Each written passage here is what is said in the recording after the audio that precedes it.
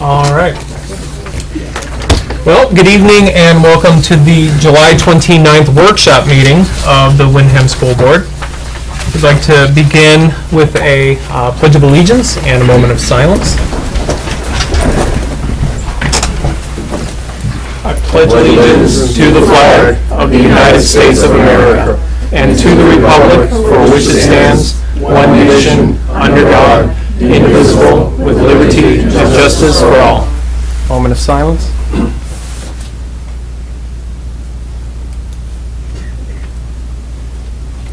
Thank you.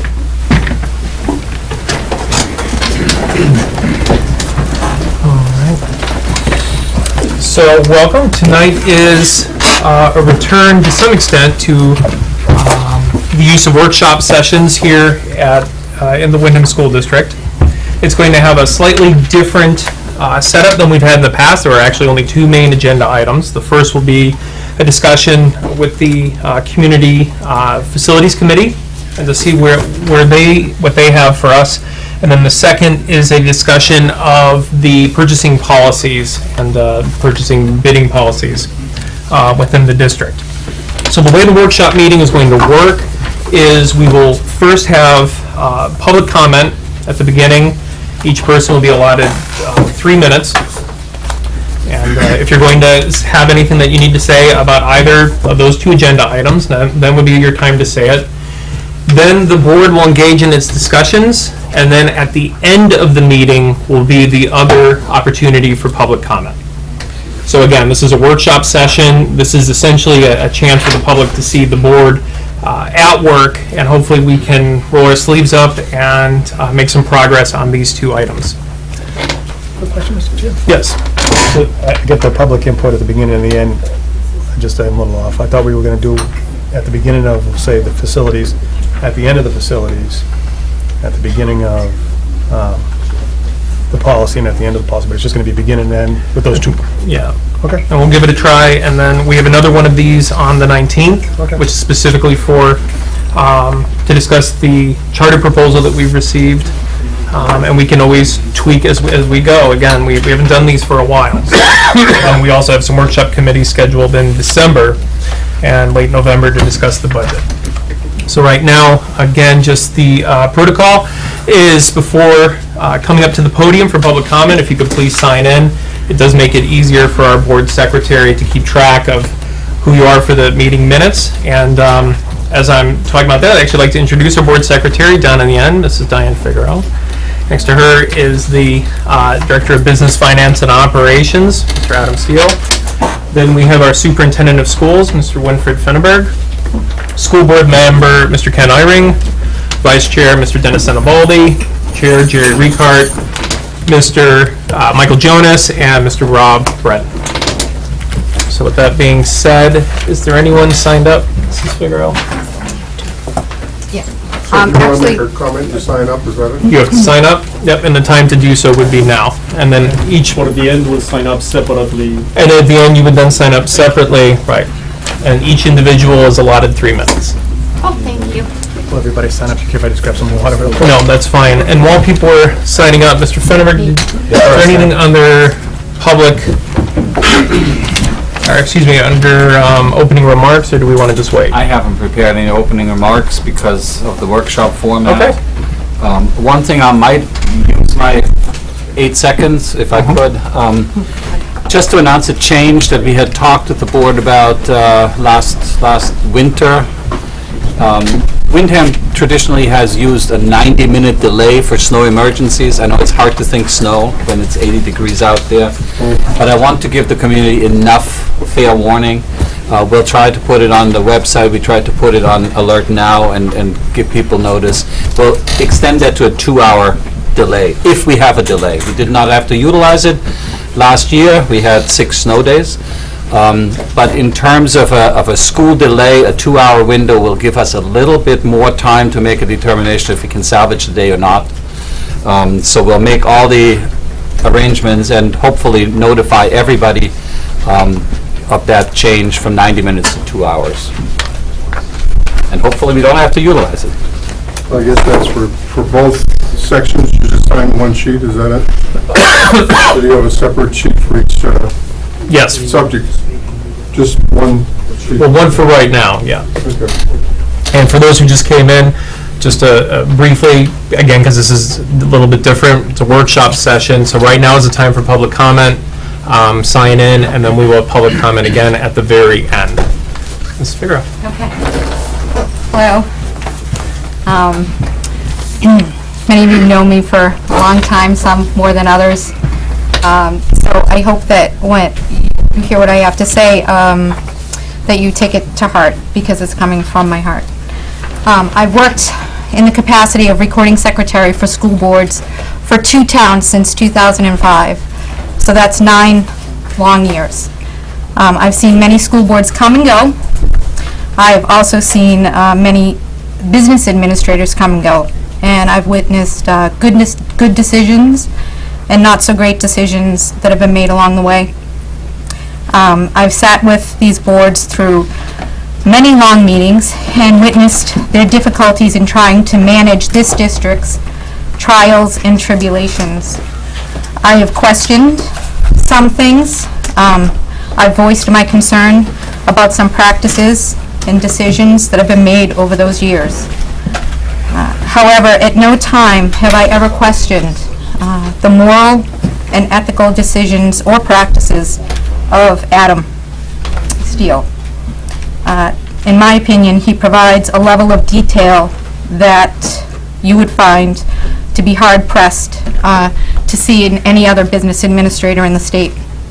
The level of detail is that high, and I know that because of the experience I've had for 9 years with other boards. So, this is very nerve-wracking being up here, I'm just saying. In front of all, I don't know how you people get up and do this every week. So anyhow, I'm just going to, in closing, I'm just going to say that I also believe that there does need to be oversight. And as a taxpayer, you know, I appreciate that. I really do. And I'm going to end by saying that I hope that all 5 of you on this board can compromise when it comes to deciding anything, but in particular I'm speaking of the decision about the policy that you're going to be talking about later. Just come to a compromise in anything that you do. You can dig your heels on one side of the issue or dig your heels in on the other side, but in the end what's best for the town is to come together. And I really hope that in the end that's the one buzzword that you keep in the back of your mind. Okay? Thank you. Thank you.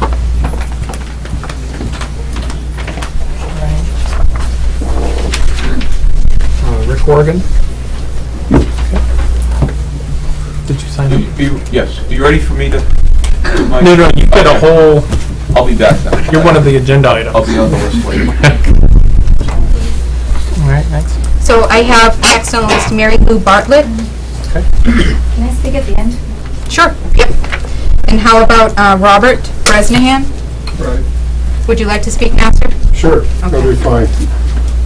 I guess I'll stand over here so I can see everybody. The reason why I've come here today is to share my opinion about whether or not we should have the same purchasing limits and bid for 2 versus just straight purchase, okay? Just as a note of my background, I've been a VP of a couple of companies. I was a director of maintenance for Federal Express and had a $40 million budget of all their sorting facilities around the country before I retired. So I know a little bit about that subject. Another point I want to make is I had a good friend here in Windham whose relative did a lot of repair work around his house. And I had a lot of little projects to do. He did it. The prices were good. He was really quite good at what he did. And then I had a tree several months ago fall on my house, my next door neighbor's tree. And so I naturally went to my friend and invited his relative to come over and give me a bid. And I just told my neighbor, well, this guy will be fine. We don't have to worry about it. I got a $4,000 bid from him. my neighbor said, well, I don't feel comfortable without having a second bid, and so he got somebody in Pelham to come in and make a bid, and his bid was $2,500. Now, I knew my neighbor, my friend, and I knew his relative well, and I expected them to give me a good bill because of the relationship. I was shocked that there was a $1,500 difference, and if we hadn't got a second bill, I would have thrown away that money, and it's just stupid.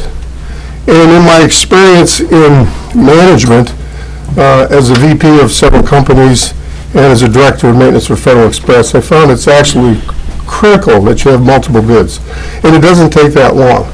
And you can set up some qualified vendors ahead of time in different areas and just go straight to them to get your bids. And what the potential here, and I just ask you all to consider, the potential is that if we just do not do multiple bids on a project, we run the risk of doing something stupid like I did and get a 30% extra charge unnecessarily. And then also that we keep things on the straight and narrow as best as possible for the vendors, because they know whether there's a multiple bid or not. And so I would just offer that to you for your consideration. I think it's very important, and I think we should stick with something similar to what we have. There may be some reasons to make adjustments here and there on a small scale, but for goodness sakes, stay with the multiple bids. I think that's important. Thank you.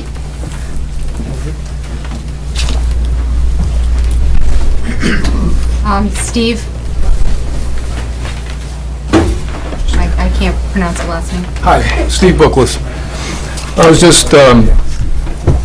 just wanted to come and talk about the purchasing proposal. I think that I reviewed this, and if I'm reading this correctly, we're going to put discretionary spending of the 30% of the discretionary spending of the school budget in the hands of one person. Okay? And there's this underlying theme in the best interest of the district. Isn't that what we elect the school board to do? The best interest of the district? My understanding is that the school board is set up to look at the curriculum, and they're also the overseers of the budget. So I would strongly disagree with this proposal, because you're putting a lot of power in the purse in one man.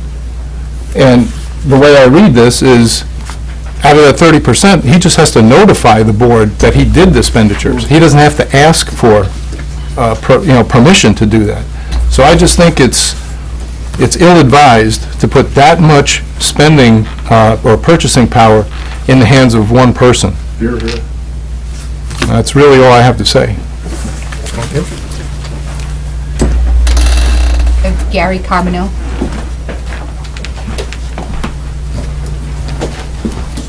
Good evening. I'm Gary Carbonell. I'm a local contractor in town. I've been a contractor for about 36 years here, and my primary business is doing work for a University of Massachusetts at Lowell, and about 95% of my work is done through RFBs, requests for bids, and the amount that we work with a budget that is probably 15 or 20 times the size of this town is $5,000 or more. And I just think I wanted to bring this up in front because one of the reasons why we have requests for bids, for what I've seen over the years, is it's a great checks and balances system for the people that come in to perform the work.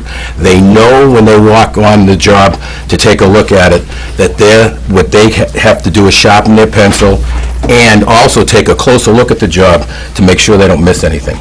And I don't just mean construction. I think this has a lot to do with a lot farther than construction. And I don't think this has to do with any particular personnel here, Mr. Steele or anyone. I think the policy is more important than the person doing the job, because someday Mr. Steele may not be doing this, or whoever. And if we change the policy to something that is so lenient that the person down the line that doesn't understand what the job is about and just takes it for granted, we have one of the good old people boys, girls, or whatever, that's going to hand us a bid, or hand us a price, and we accept it. I don't think that that's a great way to go here. And we've also had some other problems, as we know here, with spending in town, that a lot of us that are taxpayers want to try to keep in check. And I think just by making sure that this number doesn't change and go into we just need to have a ceiling, a cap somewhere that is a common sense situation. And look, the state guidelines, if I'm correct, are down around, I think if you look what the state does, it's somewhere between $5,000 and $10,000. It's not that high. And I can't see us going above that at all for the amount of our budget.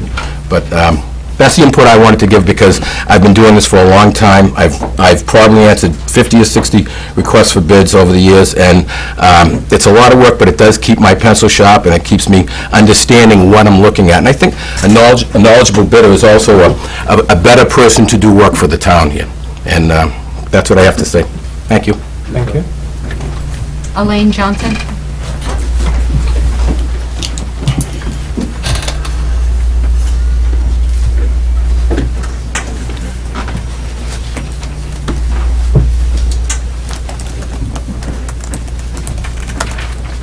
Hi, my name is Elaine Johnson. I get nervous, so I write things down. A little bit about me: I have a BSBA in Finance and Master's degree in Business Administration, having worked at various corporations in cost control with audit experience and financial analysis. I'd like to begin by saying purchasing and cost control has nothing to do with which side someone is on a particular school board issue. We all want what's best for the town. We all know that everyone has goodwill towards the proper use of everyone's hard-earned tax dollars. Mr. Steele states the reasons for the purchasing changes is to provide more transparency. I applaud his requests directly related to purchasing accountability, such as requiring purchases be supported by purchase orders and maintaining a clear audit trail. However, raising the amount from $5,000 to $25,000, as well as multiple decision-making requirements with vague wording that are not clearly defined and subject to variable interpretations, leads to less transparency, as well as less accountability. In my experience in various corporations, the $5,000 limit is more than reasonable. Mr. Steele requests special ed costs should be exempt, and I'm not that familiar with that part of the whole issue. However, I believe special ed costs should be treated no differently from other costs unless in an emergency situation, and that word emergency should have a clear definition. I've extensively volunteered in hospital pediatrics and for the Starlight Foundation. Both organizations cater to severely ill and dying children with emergent and special needs, and both had clearly defined purchasing and cost controls. Mr. Steele has not addressed the impact, as far as I know, I'm new to this town, these changes would have on the increase in his workload. I believe it is possible or probable that next year he may be asking for another employee to assist him, which will increase, not decrease costs. Overhead costs always have a tendency to increase unless actively kept in check. The dispersal of funds is one of the major duties of the school board, and I thought it was also a legal responsibility. It seems, even though well-intentioned, that some on the board may be willing to abdicate this duty. They may not, however, possibly be able to abdicate the responsibility. If I were going to have to take responsibility for and answer for any mistakes on such large amounts of money, I would want more, not less control, and the mistakes to be my own, not someone else's. The voters and the taxpayers hold the school board. If you're going to give away we give you our power. If you give away your power to one individual man who, as one other gentleman said, may leave, even though everyone is well-intentioned, then the taxpayers are going to hold you accountable. And there is no doubt in my mind that this increase in purchasing without board approval and undefined words leaving gaping holes for subjective decision-making will cause the board and thereby the taxpayers who pay for this to lose a corresponding level of control, transparency, and accountability. And I strongly urge the board to reject this portion of this proposal. Thank you.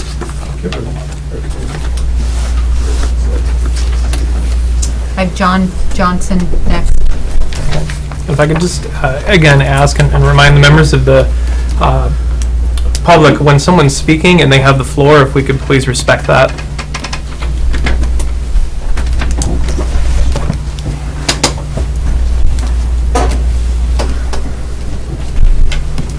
Good evening. My name is John Johnson. I had a couple of concerns I wanted to express with the purchasing proposal. First is that the school budget in this town, as in every town, is a really big issue. Sometimes it's the biggest issue. And the members of the school board are elected to manage that budget. And when I read about increasing approval limits from 5,000 all the way up to 25,000, I see a shift in that responsibility away from the board, and that concerns me. You know, the people on this board are the elected officials, and managing that budget is such a critical item. It's a concern to see that delegated off to one individual, and whether that individual is Mr. Steele or someone in the future. I'm not here to impugn anyone, but it's just too much responsibility to put on one individual. Decisions on money like that need to be handled at the board level. The second concern has to do with a lot of the wording in the proposal. A lot of what I do in my job is dealing with requirements on large government contracts, and you need to be very careful, very precise about your wording. When I see phrases like such and such will happen when feasible, and when feasible is never defined, is never defined, that just raises a red flag. If you mean something like you have 30 days for bids to come in, bids are reviewed, or whatever, then state that. Don't just leave it open-ended to be when feasible. It's just wide open to interpretation. It's just going to lead to trouble down the line. And there was also a sentence towards the end that pretty much none of these policies were in effect if it was determined that a vendor had met some high professional standards. Again, these words are just so vague and open that they essentially mean nothing, and anyone can interpret them any way they want. You just need to be very, very careful, very precise in wording, especially when you're handing power, control over money to anyone. Those were the concerns that I had. Thank you.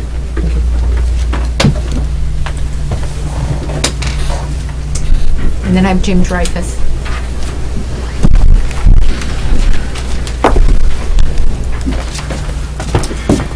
Good evening, my name's Jim Dreyfus. I've been a resident in the town for about 15 years. My education is mechanical engineering, and I also an MBA. First part of my career, I worked for a chemical company, a large billion-dollar corporation, multi-billion-dollar.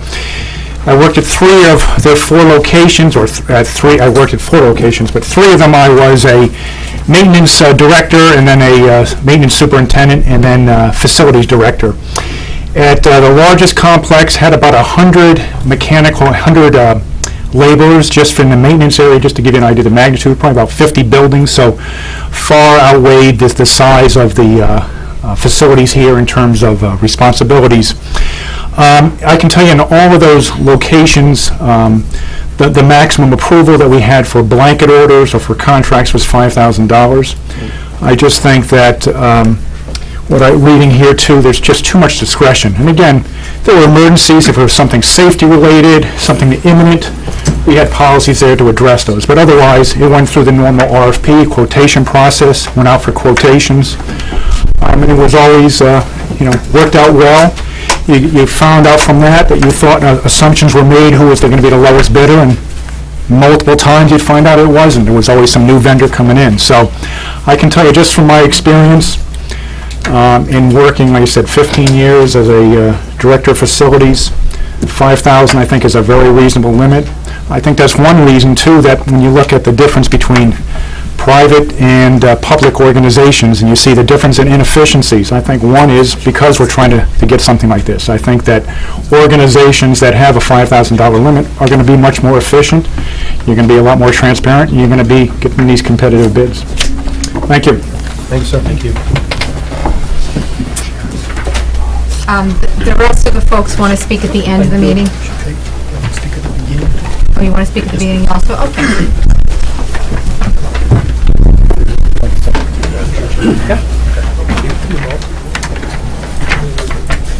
Good evening, Mr. Chairman, members of the board, members of the school district. Thank you for allowing me to speak tonight.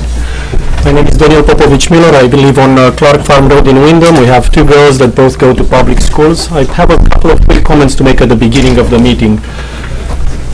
I'd like to remind Mr. Steele, I read his letter of March 21st, 2014, in which he talked about increasing transparency to stakeholders. As a taxpayer here, I'm not a stakeholder.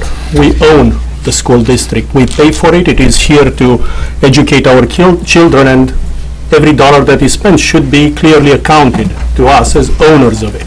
Stakeholders implies that there are a lot of other parties that have equal rights to be informed. I believe that we are the primary owners of the place. Also, I'd like to thank Mrs. Figaro for her service and long service through many administrations to the school. But I'm a bit concerned about the fact that her initial remarks seem to indicate that we are in some negotiations here where we have different parties that are digging in their heels and we have to compromise. I might be a newbie to town politics, but the last time I checked the school board, the school district reports to the school board. And the school board is entitled to set policies, and of course we welcome the input and we respect the professionalism of the school district. But at the end of the day, they can offer advice. It is the school board who has the full responsibility for making those decisions. And they are the people who are accountable for the outcomes of those decisions too. Also, in terms of talking about the specific purchasing policy, I have an MBA degree from Boston University. I have a CPA license in Massachusetts. My last corporate job, I was a finance manager for a healthcare business that had about $75 million in yearly revenues. And if you worked in healthcare, you should understand that the complexity of those businesses is immense compared with school districts. I had full access to the details for every transaction that I needed to get to. If I chose to look at a $5 transaction or a $50,000 transactions, that's data that is always available and ready at your fingertips, and I'm sure the school district can do the same thing. So I suggest that there is no need at this time to increase the limit that the school district would have complete discretion over purchases. I don't see a problem that needs to be solved. I've looked through the proposal and I cannot see a specific problem that the school district has that leads them to requiring a change in the policy. I mean, to me, when you make a proposal, the first thing you state is what the problem is. I haven't found one. I found a generic line about, well, we think it would work better. What is the specific issue? I'm sure that this will be addressed in the meeting, so I'm just trying to, explain what I'd like to hear here. And I will just say one more thing, that the CIP committee that I attended some meetings of, I'm not a member of it, already had to deal with the fact that the school board convinced the planning board to increase the limit of the projects that have to be included in the CIP from 40,000 to 75,000. Isn't that the case? If I may, Mr. Chair? Please, I would appreciate a correction if I make any mistake in fact. Just because it doesn't, it's off the agenda for what we're dealing with today. I'm going to let Mr. Senabaldi just feel. By all means. That particular item, and actually I was one of the ones that actually spoke, and there's a couple other members that were here that spoke that night. That really has to do purely with the presenters to the CIP, who, so instead of having, a $25,000 like police car, we wanted to keep it, or at least I did want to keep it, a new building or a major construction project or a fire engine, larger capital purchases. So that was request from a couple members from the public, a discussion amongst the planning board, but that particular item doesn't have anything to do with the school board itself. Appreciate it. Thank you for the correction. I will just point out, though, that as a side effect of that decision, the voters of Windham are not able to vote on those projects as warrant articles anymore. The decision has been taken out of their hands. It is a trend that shouldn't continue tonight. So, but again, I much appreciate the correction. I don't want to misrepresent facts. Thank you very much, and Thank you, sir. I have Bob Leonard.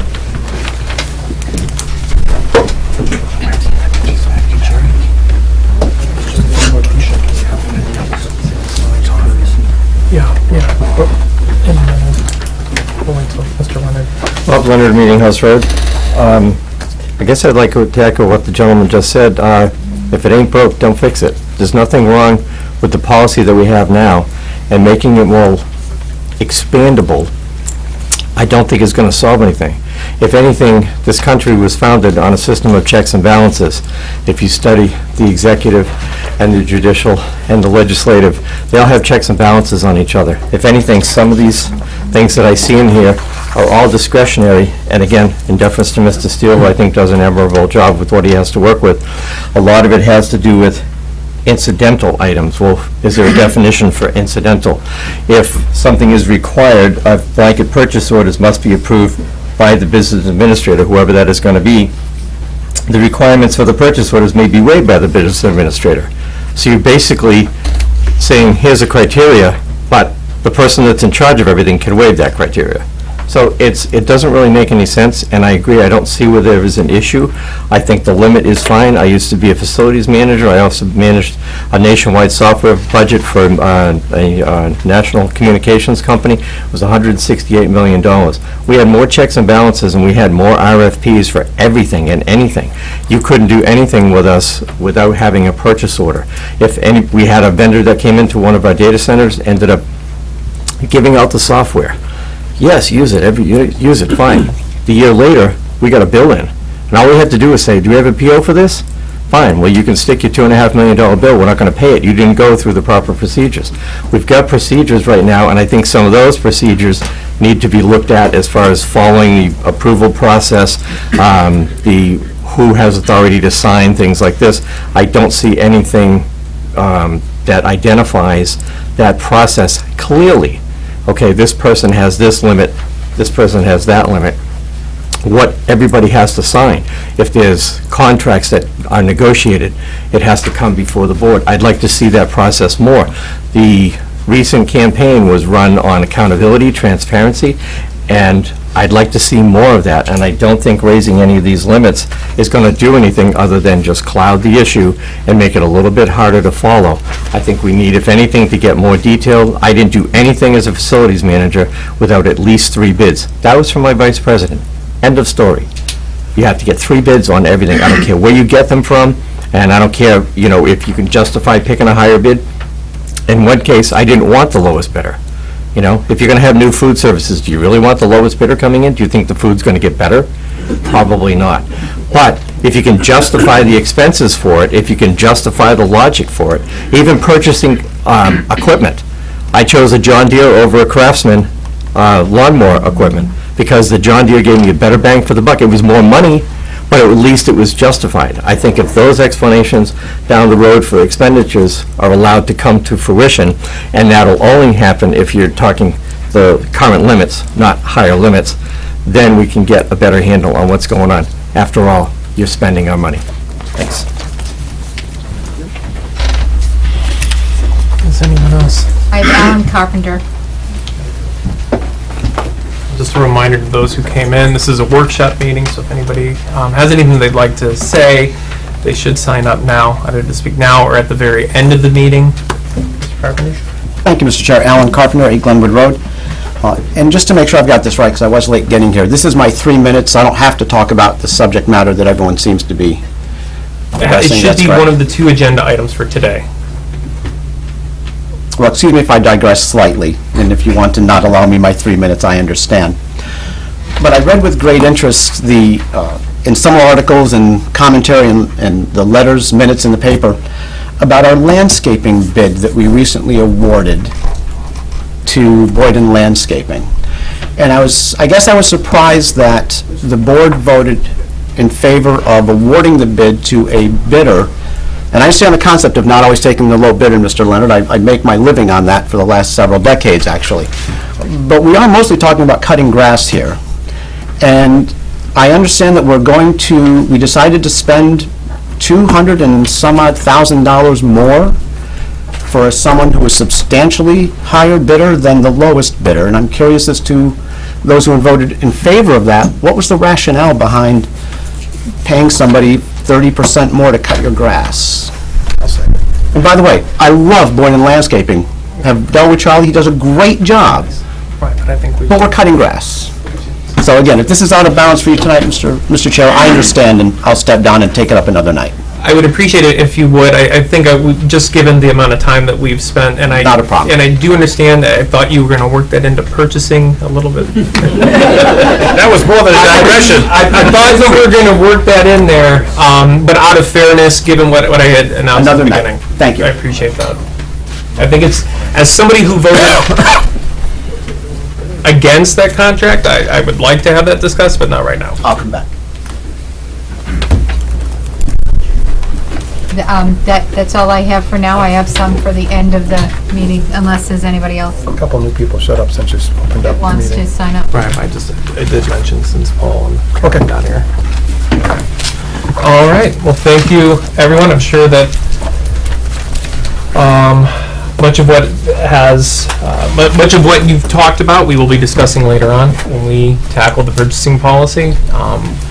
Again, this is a different type of meeting for us. It's one that the district used to have more often, where you're going to watch, I guess, exactly how it is we think about a lot of what you brought up. And then at the end, you can weigh in and tell us where you think we are. But one thing I just want to remind you is this isn't even, in terms of the purchasing policy, this is not even a first reading of that. So this is a discussion for us to get to the first reading, which will take place at a future meeting.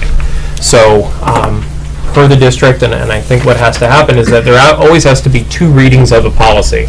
So nothing will be that's decided tonight is even official. So any action that we take is just moving us into the first reading and then from there a second reading. So I just, given the amount of discussions surrounding that, I just wanted to set the stage for that. Just real quick before we get into this. There's no manifest? Not tonight, we wanted to, Okay, just was making sure I was going to be. so I think we're ready to move on to the facilities, and I don't know, Mr. Horgan, Mr. Murray, I don't know who's leading the charge. Mr. Horgan. Maybe I can just provide a little bit of context before Rick goes to the podium. To sort of introduce there have been 2 facilities committees working on trying to look at the facilities needs in the district, starting probably in March, April. Pretty soon, the school boards committee, consisting of 3 members, and then there was an advisory public citizens committee, met at different times, essentially did much of the same work, and decision was made relatively early to combine 2 meetings and make 1 meeting. And tonight, Mr. Horgan and other committee members are ready to give a first progress report to the board and an update of the work that has been done over the last 2 months with weekly meetings. A lot of people were involved and a lot of people have contributed to this. Lots of discussion, lots of variety of viewpoints, and it will become pretty clear as the presentation goes through that this is a large project, and decisions, are in the process of being vetted and discussed further. So, without much more ado, Mr. Horgan, if you could lead that charge. Just if I could just make a comment before you get started, Mr. Horgan. So there's a lot of information here, but I want to say to the people here and to the people watching at home, I want to say in front of them to thank you and your committee for everything that you've done. It's going to be very apparent how much time and effort has been put into this. There's a lot of passion, a lot of intelligence, and I'm really looking forward to seeing the presentation. But I want to, just here publicly, I want to say thank you to everybody that was involved in that, because it's no small feat. I truly believe that from the work you've done, the solutions are going to rise to the top, and we're going to get things taken care of to the good of everyone else. So thank you very much for everything that you've done for you and all you're doing. And if I just may, it's from the board's perspective, I'd also like to, Mike and Rob have been able to continue more at the meetings. These last handful of meetings, I haven't been able to go because since we merged, they're at nights on Monday. The morning time was great for me. Right. I go to school, so when you guys are meeting at 5 o'clock, it interferes with that, so I do appreciate all the work and appreciate these 2 continuing to keep up the pace with you guys, but that's it. I'll just admit it's been a challenge for me too, so I'm not as good as you think I am. And it should be mentioned that Mr. Iron was very Oh, yeah. actively involved the last several weeks in that process. So it was really the whole board throughout that process has been involved, which is, I think, a good thing. Just also, we picked up our student representative, one of the two, William Carpenter, happened to be here, so we engaged him as part of the student representatives. Welcome to the first board meeting. Thank you. I'm working early. Thank you. I'm Rick Horrigan. I live at 11 Car Hill Road. I'm speaking on behalf of the Community Facilities Committee, and some of the members are here with me, and I'll ask them, once I get through this, if the school board has questions, they assist me with some of the answers. One of the things I think you're going to see as we get through this is trying to get our hands around it is a huge project. What we've tried focusing on the committee is to remember, who we're trying to service in this. And there really are three groups. And they all come together as one group. But it truly is our students' needs, the taxpayers, and the educators. And what we're trying to do is get input from anybody that we possibly can to give us that input. Because the other thing that we realize is, in order to do this, we all need to get onto the same page, and we can only do that by getting your input and doing a good job of it. And I think that probably, in terms of our committee, is probably the single biggest challenge that we have, is how do we engage all of you to get that input. So the other thing I would encourage you is, we meet every Monday, we sort of flip-flop between 8 and 5 to be able to, as Dennis said, not everybody can make either end, but we're always shooting for Mondays. Come by, we are not real formal. We do try to accomplish stuff and keep it moving. But I tell you, please come. Okay. I'm going to get into this quickly. One of the things I want to do, and keep in mind, this isn't going to have the answers. What we're trying to do is a first step, give you the information. What are we looking at? How are we looking at it? Why are we looking at it? Can I get the next slide? The process. I think, over the years, the biggest concern everybody has had is, what numbers are you using? Okay. And I've been through lots of building additions. I've been through lots of meetings. At the end of the day, I have some good news for you. There are some NASDAQ numbers, and essentially, don't hold me to the exact thing, but they're pretty flat for 10 years. Okay. So for probably the first time in a lot of times looking at facilities, we're not showing a 20% increase in 5 years or 10 years or that type of thing. Our numbers are fairly flat. If anything, if you look at NASDAQ, they may go down a little bit. So one of the things that you're not going to see us doing is building for gazillions of children that aren't here today but might come. Okay. So NASDAQ numbers. The other thing that we've not taken into consideration is the charter school. So again, numbers are going to drive a lot of what we do here. We've not tried to take out those numbers. So again, anything you see us do, it's going to be NASDAQ numbers. Okay. The other thing that we spent a good amount of time too is there was an awful lot of work done, and it's summarized in the June 2011 Facilities Master Plan, but there's also an awful lot of detail back in, I think it's October 2010. There's another out there. The other thing, if you want to look at the information we're looking at, go to the school district website. There's a facilities committee tab there, and what we're trying to do is anything we're looking at, you should be able to find it up there. Okay. The other thing we've done is we have toured all the schools with the principals. We've talked to them about how they currently present their curriculum, what are the needs, what are the wants. The other thing that we did is we took a trip to Pelham Elementary School to look at what they did, and they're currently got a school that now is almost 10 years old with about 1,000 students, Pelham Elementary School.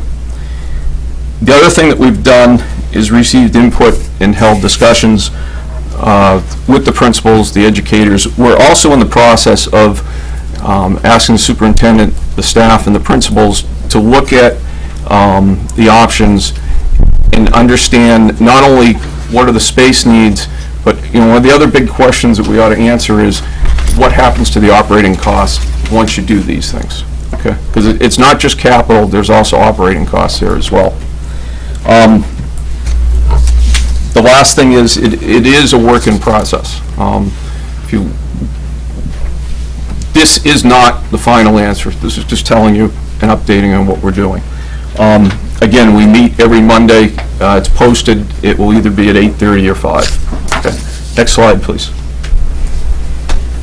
In terms of assumptions, again, if you go through all the facility committee previous things, there were different numbers, different grade levels, that type of thing. One of the things you're going to find in our numbers is we're going with 20, okay? And we can argue back and forth when we finally get to a final decision, but for the things that we're doing today, we're using 20 students per class, okay? And we can adjust the number of classrooms and everything else in our spreadsheets and that type of thing if we go up or down by a couple, okay? Or a lot, but that's the number we're using. The other thing that we looked at doing is any proposal we're looking at, we're trying to maintain 4 schools. And the reason for that is, again, if we start adding schools, you're also going to add overhead. This is an official number, but the Rick Horrigan number, if you go look at every time we add another school, I think conservatively, when you look at the administration, the people, the people that you require in that building, plus the operating the building, bare minimum $500,000 on an annual operating thing. So, again, our focus is 4 schools. We're not going to try and add a 5th anywhere out there. It's also based on trying to get to the right grade configuration, and along with it, the core spaces that should go with those. Okay. Again, we use NASDAQ student numbers. We didn't consider taking any of the children out for the proposed charter school. The other thing that we said is when we present the final proposal, it can't be a piece. I mean, one of the things you're going to find when we go through all these numbers and what the schools look like today is I don't think anything's going to be successful if it just gives you a part of the solution. So what you're going to see is even if we have an option that has different stages to it, at the end of it, it solves the issues that we have today. Okay. The last thing is, in going through our current facilities and core spaces, there aren't enough to accommodate the current population. Okay. Mr. Horgan? Yes. If I just may, before we go on to your next slide, a quick question. You brought up the Pelham, how did I say that fast? Pelham Elementary School. Yes. But I didn't hear you say what its grade configuration was for the 1,000 kids. Is that just K through 4? I believe it's K through 5. K through 5.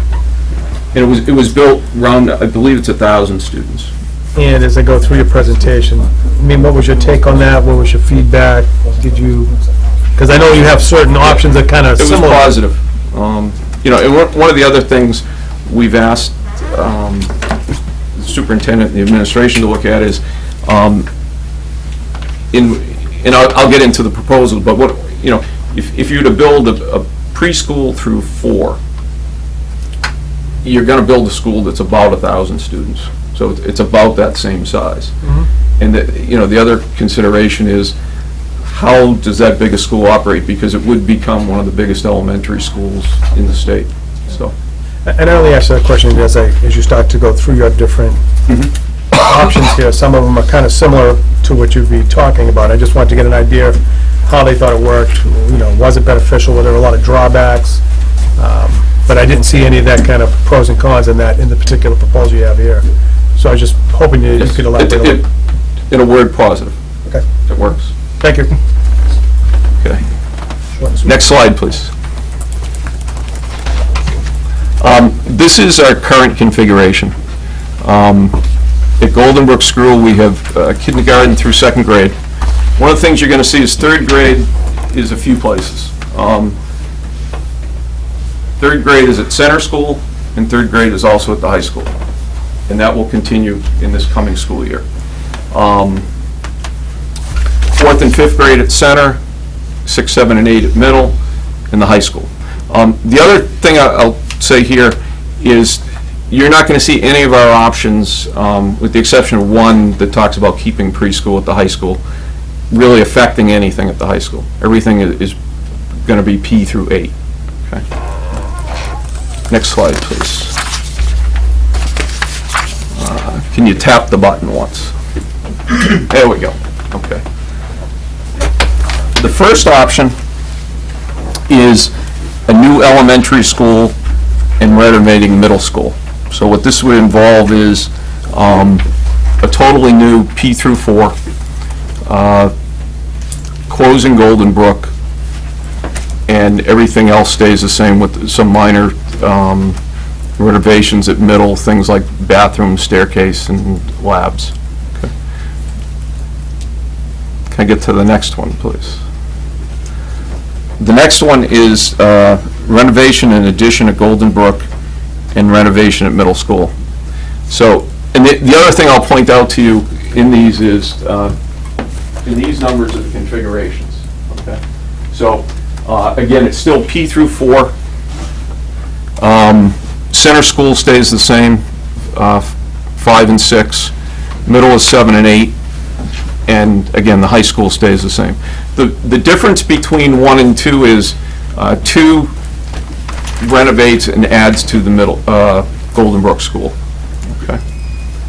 The next one, please.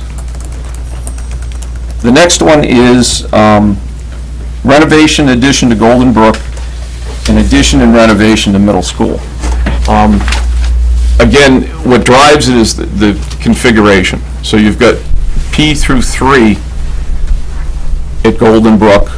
Center stays the same at 4 and 5. Middle is 6 through 8. And again, the high school stays the same. So you would have renovations and additions at the existing Golden Brook and at the middle school. Okay. Next one, please. Next one is option 4, which is addition at Golden Brook School, renovation and addition at the middle school, and the preschool stays at the high school. So again, it's very similar to the previous option, except you've got K through 3 at Golden Brook.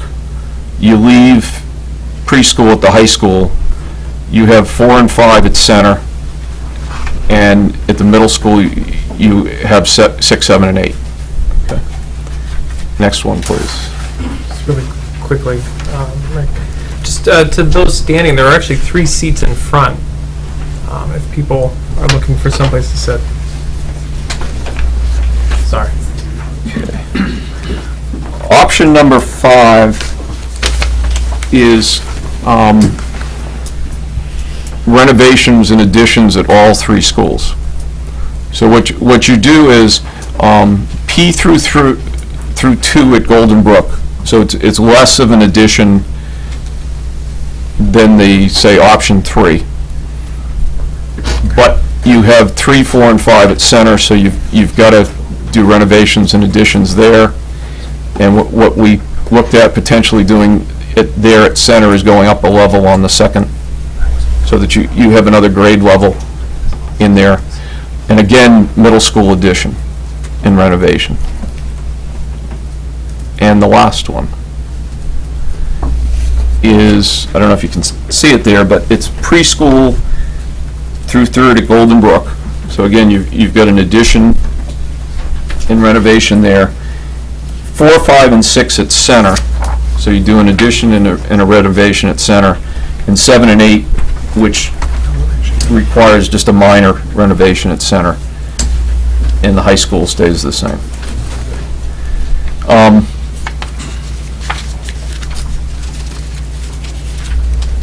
we have started going through all the pros and cons, and unless we want to really get into all the detail, I'd let it be, because we're still ferreting all those out as we speak.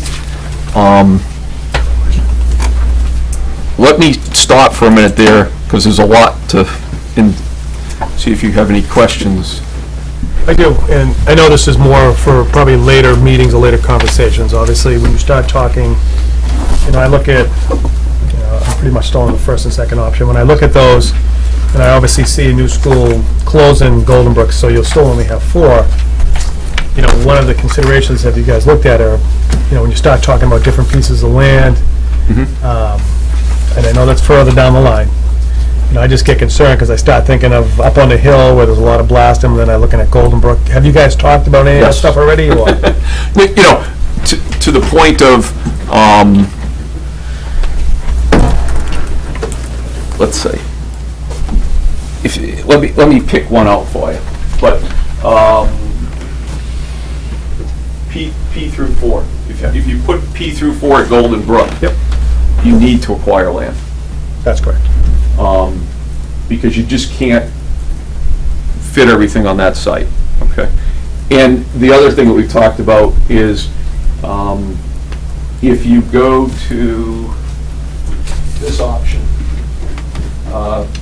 where you've got 6, 7, P through 2 and K through 3, you could probably live without that extra land. But once you get to the point that you've got P through 4 there, you need extra land, okay? The other thing that you'll see is common. Center we tried not to touch in most cases, but we're considering here, if we went up, we believe we'd need land there too. Because just, the other thing I'm going to talk about, but we haven't got into a lot, is, when you look at all this, it's not just buildings. One of the things I'd ask the superintendent, if he can, is to give you, a quick flavor for one of these of what does it mean for a building in terms of, we're looking at that detail, but then the other kinds of things to think about, and what we're thinking about, but our thought is we don't want to do it for all 6. What we would like to do is get down to 2 or 3 or some much smaller number, but start thinking about what happens in terms of the site. I mean, because right now we know we have tremendous parking, traffic, safety, flow issues at those 3 schools, okay? The other issue becomes what happens, how does any of this stuff affect busing? Does it make it better? Is there a way to make it better? The delivery of the curriculum, if you're spreading out the grades, are there other advantages that we can take from that? But to answer your question, yes. In a word, yes. We're looking at it, but one of the things you can see is as you start looking at each one of these, it's pretty complex because the space is actually the easy piece. The other thing to think about is how do you deliver the curriculum? What are all the other services you need? Defining what's the other core that goes with it. At the end of the day, is there a better way to utilize what we have, or is the other option, move on? So. Are you? I'm sorry. So, a couple of things I have. I mean, obviously, in my mind, purely from a building perspective, I know what I would suggest. But I think before we could do that, we need to know, I'll tell you, point blank, I like option 1 or 2, preferably 2. But I also can't really make that decision yet until I get from the superintendent that one of the things I'd asked them to look at before is get all the principals involved, et cetera, to really tell us educationally how this affects us. Now, I'm glad to hear from Pelham, that you said it was positive to have that large size of kids, and I'm happy that ours is, the same size, less grades, because I just think it keeps them closer in age. But how long do you think before we'll get that type of input from you? Because I'm assuming you need this We narrowed down we relatively started quick. going through some of it last night, but we, in order to be ready to get to some point with you here tonight, we're not, and the other thing is, the superintendent has gone through it, but I think once we start to narrow these down, we can define it even better. And the other challenge is, once we define that, we need to be able to then put it into core space so that you're looking at a couple things. One is, what does it do to your spaces, but also what does it do to your operating costs?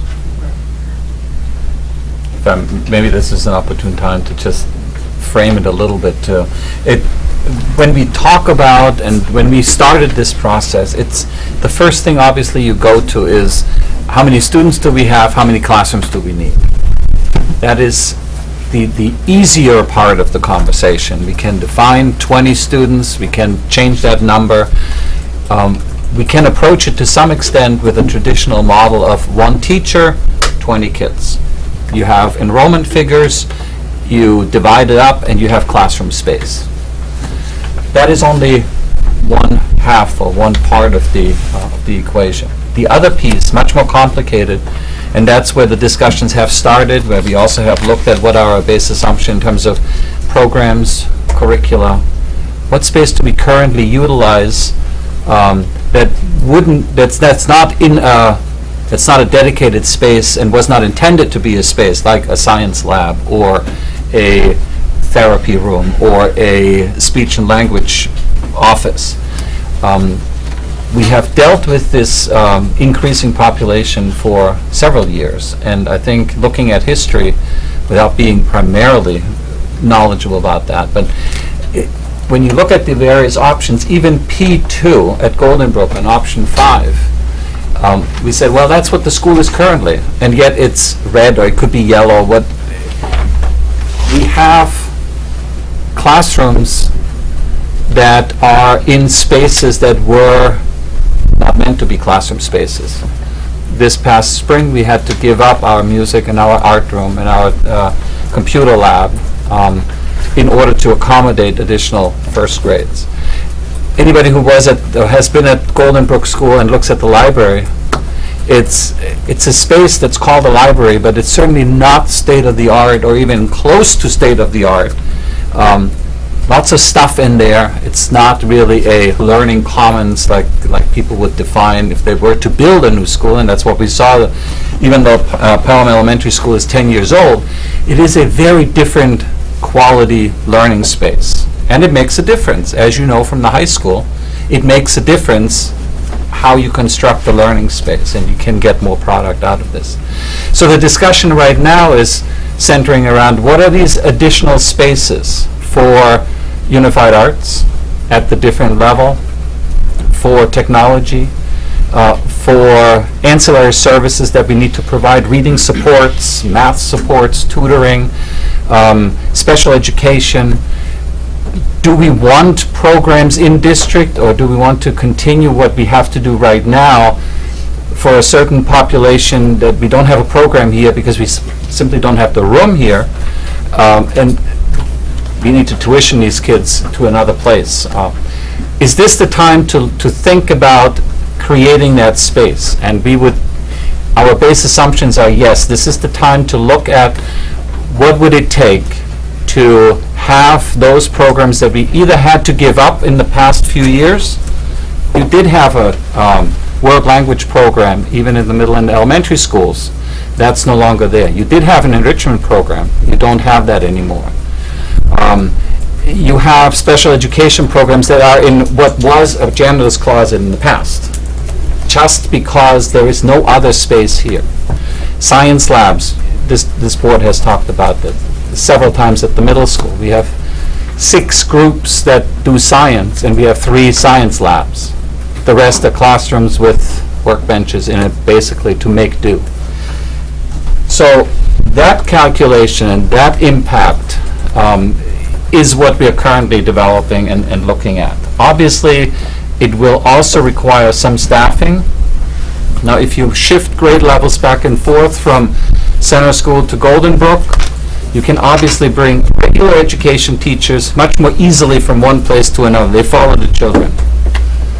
But in a 3-grade school that you then reduce to 2 grades, and by the way, that has been ongoing discussion in the group, in the facilities meeting, that our middle school and our center school are really able to accommodate 2 grade levels, where we currently have 3 and almost 3. At the center school, we can't quite fit 3 grade levels in. That's why 4 classrooms are at the high school in 3rd grade. Just don't have the space. Golden Brook, if you make that school bigger, we still only have 1 space for cafeteria lunch and phys ed. So we cannot shuffle give all the phys ed to all the kids, even if and now we put more in them, because we also have to serve lunch, and there's no other place to serve lunch. So we now have to face another core space in order to accommodate the larger numbers. So all these puzzle pieces, putting them together and be fiscally responsible and not just say, okay, we need 20 or 30 new staff just to accommodate that, but knowing that if you make any of these options reality, you will also have to have a staffing plan that probably phases in. We are about 2 grade levels short. That does not give us new facilities just out of the blue by adding. If we add to existing facilities. And our discussions, I think, around the table have also been, Golden Brook, for some time you have known, has learning spaces that are far removed from what's state of the art. We just don't do it that way anymore, and the building is tired in those areas. So, not that education doesn't happen, and that's part of the problem, that there is still very good education happening in Windham. We are all proud about that. We are proud of our high school. So, but it is also, it's straining the system, I think, to continue with those limited resources. So that's what the Facilities Committee is trying to develop a comprehensive plan for preschool through grade 8. Leave the high school alone, just look at these options in those 8 or 9 grade levels. Are you going to go through each of the options then, or is this more of an overview and we just start We can. talking? You want to take a few minutes and do that? Yeah, why don't we One of the things that I'm going to caution you on is what the committee has started to go through. I'll go into the pros and cons, but I'm going to preface it by saying this is a very working document, okay? And don't hold me to the exact words that are here.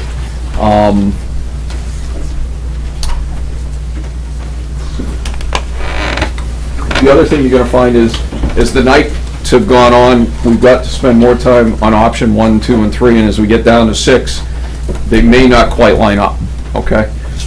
But, Adam, can you hit this button? Before you go into that, I have a quick question about option 1. And it's actually, so I see, that's the one where you create a new school and then you close Golden Brook. Yes. Is that new school built onto the existing kindergarten? No. Because if we raise that kindergarten, we owe the state $3 million if we raise it any time in the next 30 years. 1 million? Okay. I was going to say right. 30. Sorry. No, but it's not 1 year. It's 30 years though, right? 20 or 30? Years, but it's $1 million. It's 1 million, right? So we owe 1 million. So that's just something to consider there. No, we've talked about that an awful lot. Option 1 is building a new school, P through 4. What we talked about doing is building it up on the land next to, not the land next to, but down the hill from the high school, where in the past they had talked about building a middle school. So some of the advantages are, one of the single biggest ones in terms of operating is there's no impact to the existing schools while you're building it. And it pretty much is a one-time fix. You'll do a little bit of minor renovation at middle school, but essentially all your construction is there, and it is new construction. It, like everything else that we're going to propose here, does alleviate the overcrowding at all the schools, but it does it at one time, okay? It is the fastest and least disruptive of the options that you're going to see here.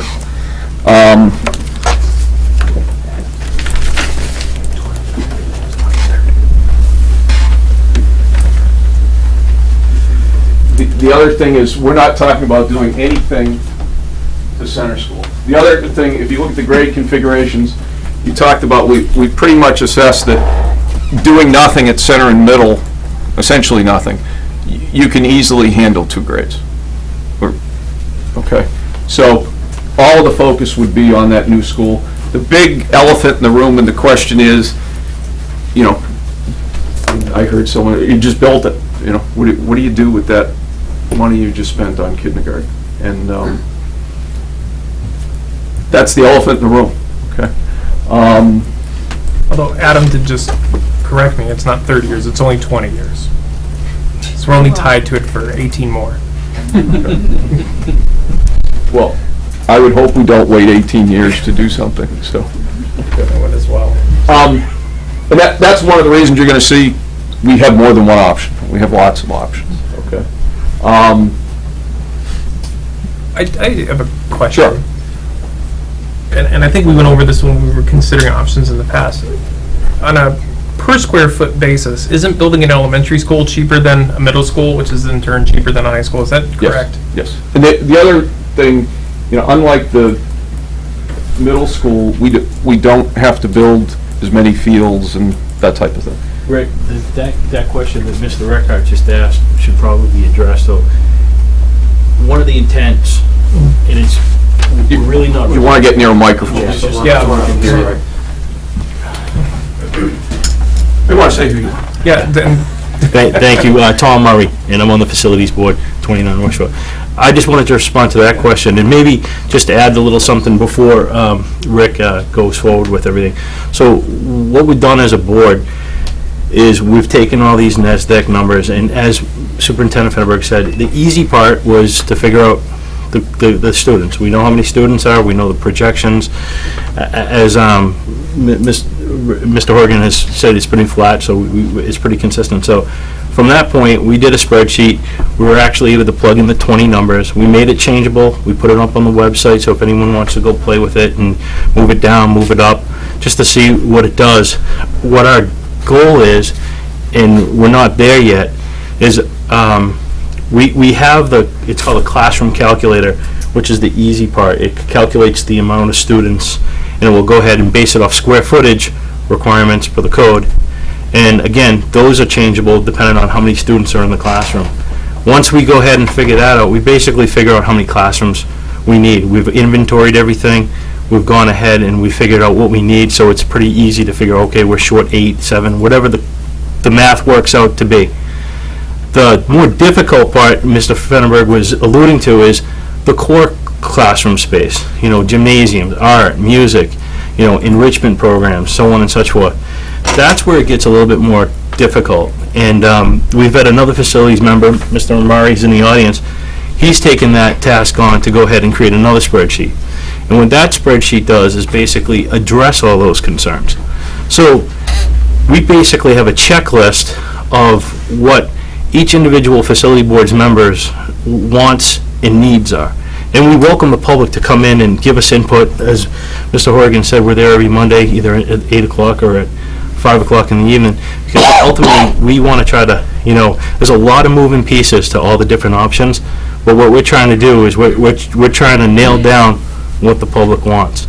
And that's the core space. And what we do is, once we figure out what the wants are of the public, we then go ahead and we put those square footages in. Now, every option has renovation and or additions. And what then happens is, once we calculate the core requirements, everything's put back into this master spreadsheet that basically spits out a number. So from a fiscal point of view, I would think that the board would have, you know, a lot of concerns as to, okay, how much does this one cost, how much does this one cost, so on and such forth. So what we've done is we've used the 2014 February ICC numbers, which are based on building type square foot costs for the educational facilities. And you can clearly see, I think it's $171 a square foot versus renovation at $57 a square foot.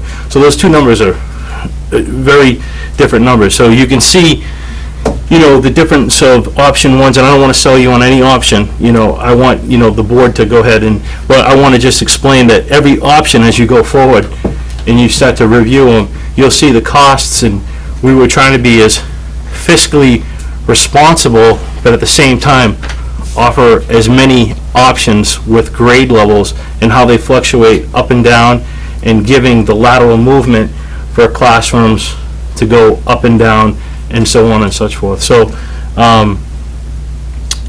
as Mr. Horgan continues to go through the pros and cons, you know, one of those components that we will be coming forward with, Mr. Fennerberg just reached out to administration principals, and we just got feedback just this past Monday. So what we're going to do is we're going to take this feedback that we've heard from the principals, the teachers, and whatnot, as far as what they feel the lacks are, and more vet that process out.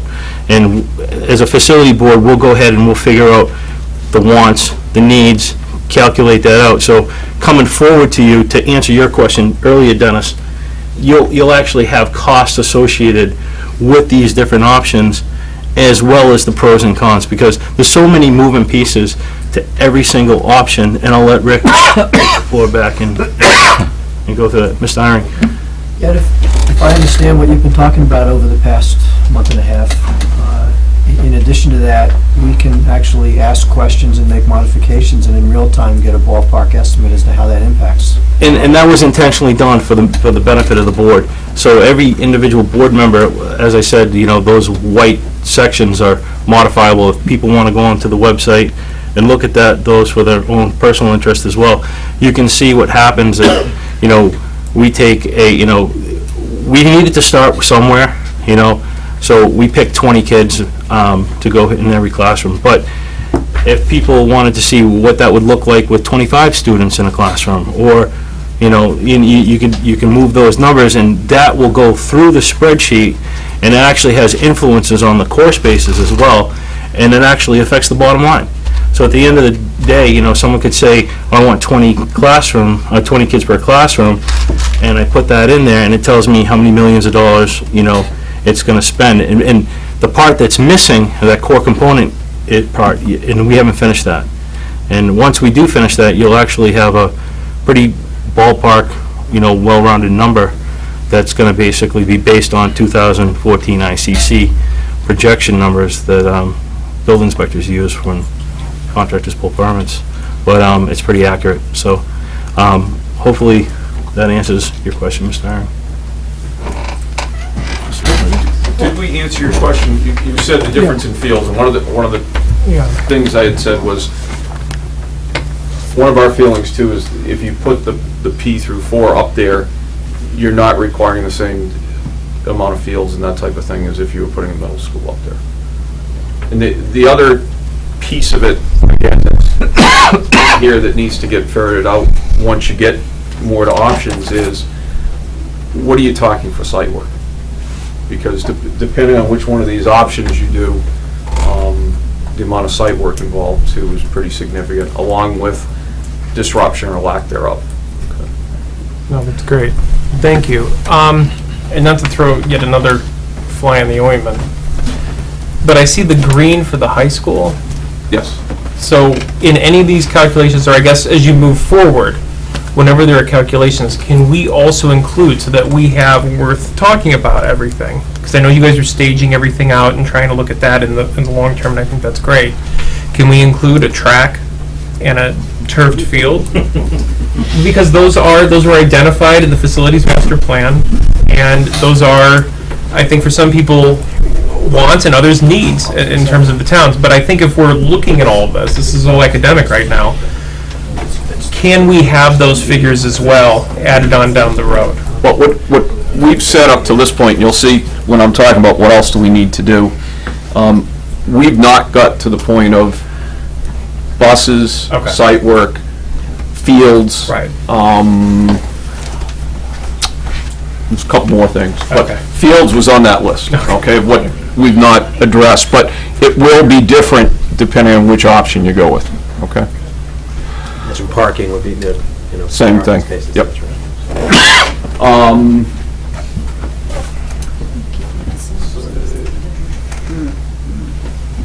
It removes the preschool from the high school, no site work on current sites.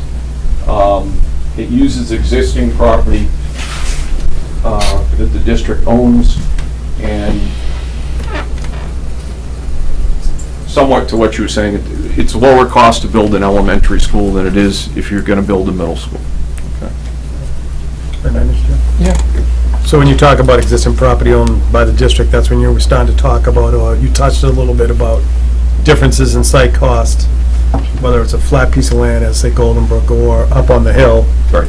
where they're originally talking with the mountain behind it.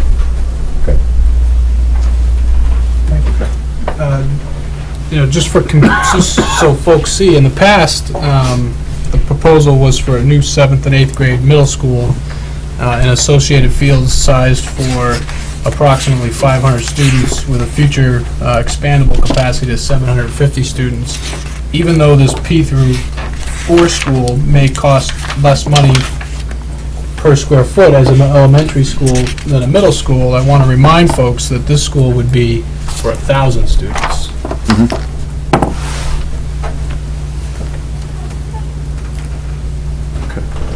Just have one more in this, and it's just, and I don't want to belabor it here, but if we go back to the last vote on a new school, it was the new middle school, and we look at the breakdown. So if we take that same percentage and of voters who voted no versus who voted yes, and let's just apply it to your committee, chances are good that there are people in that room who voted no to a new school.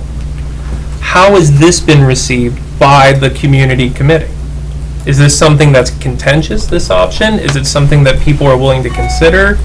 Do you see where I'm going with that? Which is, the town has pretty much said to us in terms of a middle school, And so chances are good that there are people in the room who are working on this, who are thinking about this, and are there individuals who are firmly saying no to a new school, or is this something where there's some open mind? What we've tried to do with the committee, and I think we've done it, is we're still open minds. Right. And what we're trying to do is, and we're not to the point yet where, as a committee, we're making a recommendation to you. So that's been somewhat purposeful that we've done it that way, okay? But I think one of the things that's a little different too is, if you go back to the 2011 concepts, and you look at the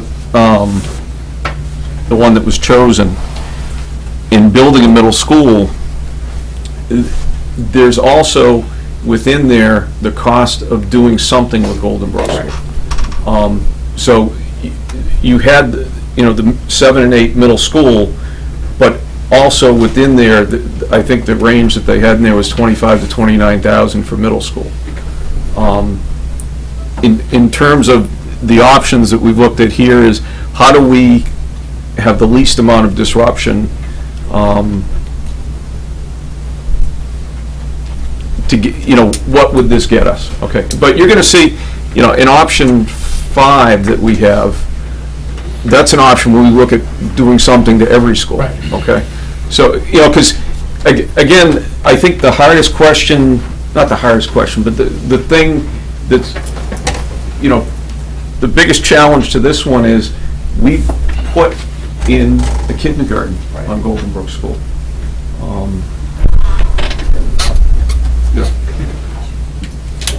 Just real quickly, from my perspective, I appreciate having the new school option, because for me, the whole purpose of what we're doing here is trying to find a better way to skin the cat. And for me, I don't know if default is the right word to use for it, but for me, for that option or a new school option to continue to stay on the on the potential list, for me, is more as, okay, that's kind of like, been there, done that, that's the default. The purpose of what we're trying to do is find a better way to do it. Right. And, you know, for me, I think it's good to have it in that regard. No, I appreciate having all the different options, and this is a different way of looking at it, definitely. So I'm not trying to besmirch it in any way, but it definitely piqued my interest when I saw it there as one of the options, and the fact that it's a different configuration altogether. And I'm hoping we can beat it. I'm hoping we can find a better way, a more palatable way to get there and not have to go back to the new school option. But that'll vet out over time, right? Mostly with cost. Sorry. Actually, just to maintain, if we could just maintain. Oh, sorry, I'm sorry, Nancy, I couldn't see you. You need to come up to the mic, though. Yeah, if you could come up to the mic.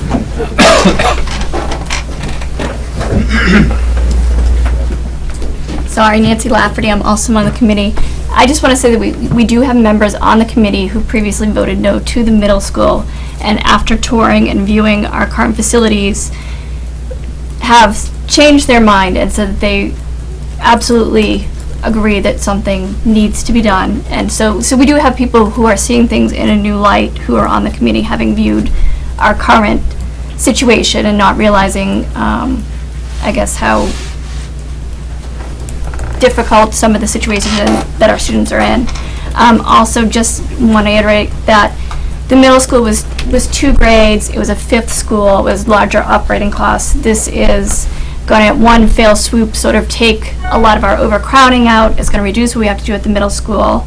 It's, in my mind, it is a different option. It's 4 schools.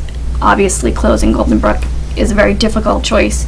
But it's just something that needs to be considered regardless of what a previous vote was on a middle school. Thank you. Rich is also on it. Yeah. Rich Murray, on the Facilities Committee. Dr. Leckart, excellent question in regards to have we all looked upon this and what are our favorite options? Everything is still open, and like Mr. Murray said, one of the most important piece of information that we just received was from the educators. What are their requirements? That's going to go directly into the costing spreadsheet. So one option may look great now, but from a costing, from an area perspective, is this actually doable? We don't know any of those figures yet, so we really can't. We wish we could give you that information. Hopefully in a couple of weeks we can. But I was one of those people who looked at the middle school and couldn't believe my eyes, and that's why we have a couple of options there that say we need to do something, not just with middle school, but with all the schools. And I appreciate that. And again, I think you guys have done a fantastic job here and the amount of work, and I know from working on these issues over the past few years how labor intensive it is. So I can't wait to hear more. Thank you. We go to, I think what you gotta do is go back to this here. And thanks to Rich, we have all these wonderful graphics coming up here. There. Again, what this option is the other side of option 1, okay? What it does is it puts P through 4 at Golden Brook School, okay?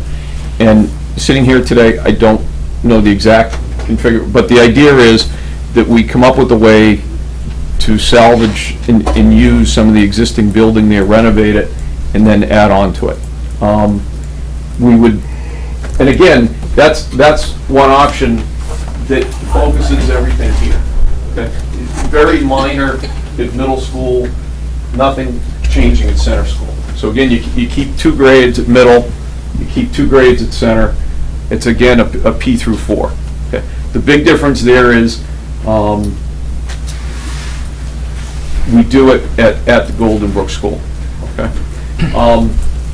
in terms of advantages, again, we're maintaining 2 grades at center school. We moved the preschool down out of the high school. Phasing and to some extent payments could be broken out because we're not going to be able to do this even though we're doing it one school in one fell swoop. For the amount of work that you're gonna have to do there, and we don't have anywhere else to, it's not like you can go move your students somewhere and work around them.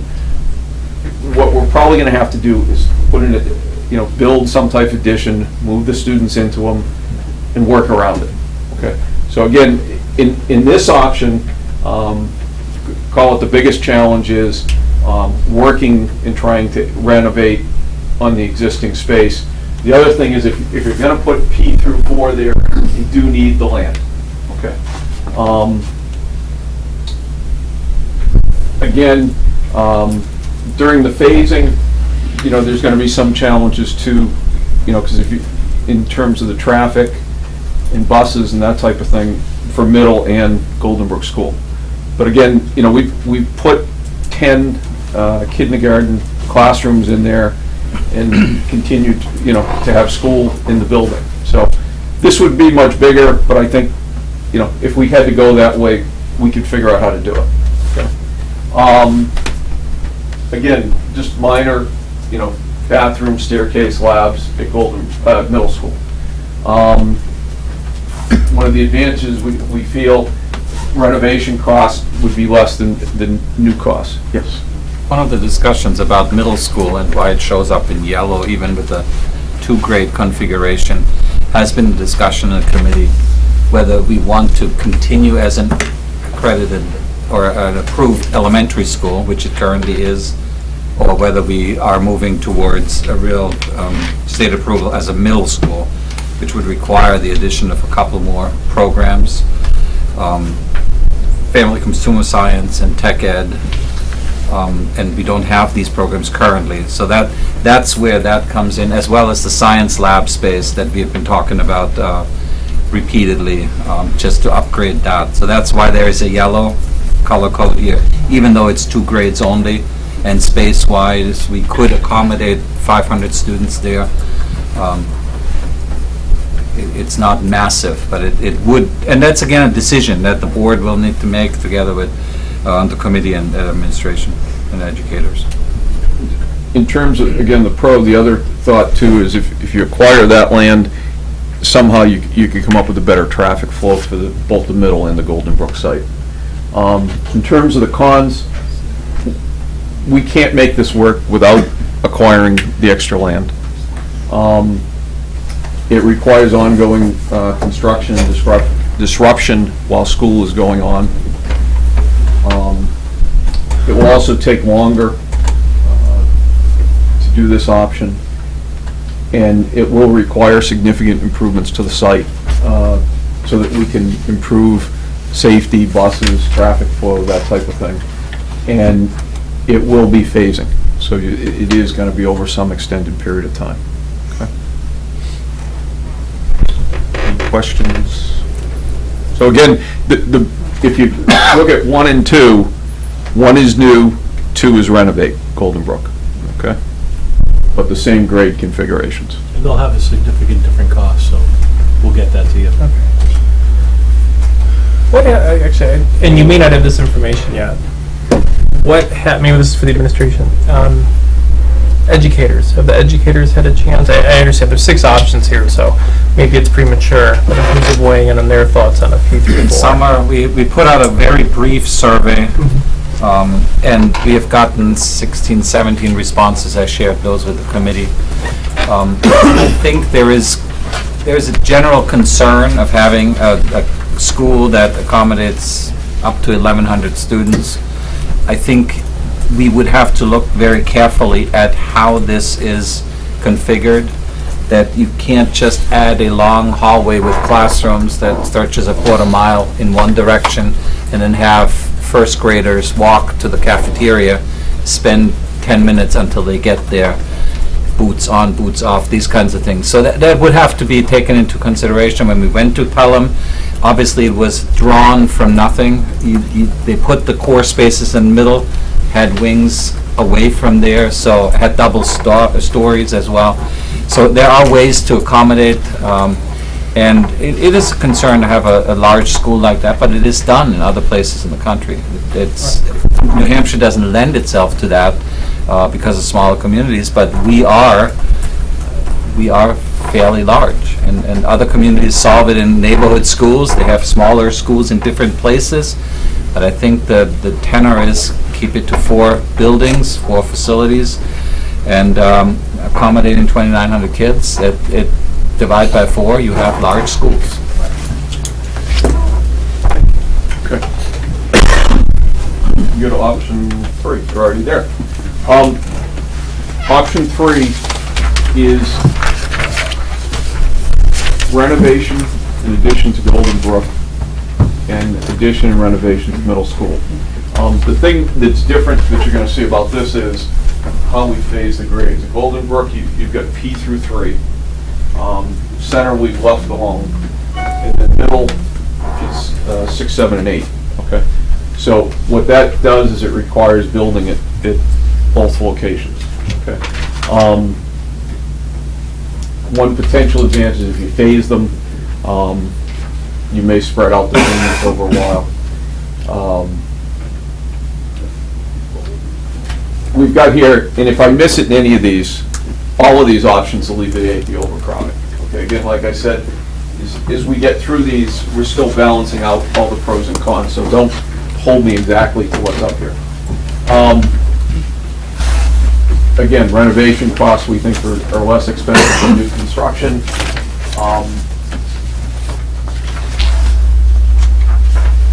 We would need to acquire land next to Golden Brook. That, again, gives us some options in terms of the traffic flow. It maintains center school as 2 grades. It removes the preschool from the high school. And again, you're going to find that's true in every option but one that we created, moving the preschool down to the lower grades. And we can simultaneously build in different schools if we decide to.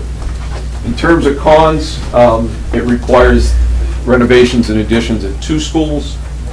It requires ongoing construction and disruption at the schools, 2 schools. It will take longer to construct and renovate because, again, both buildings are going to need additions, and it requires significant site improvements. This one probably has some of the biggest site improvements because your middle and Golden Brook School. Yes. As you will recall from last summer and fall, the focus on middle school and in addition was discussion here at the board level, and site work was one of the major concerns there as well. Even with a 2-phase addition to middle school, to build it to something that would accommodate all the programs we have. People may not be aware, but we have 5, 6 teachers on carts, which means they don't have a classroom space to instruct. They bring their materials on a cart to wherever there is an empty classroom.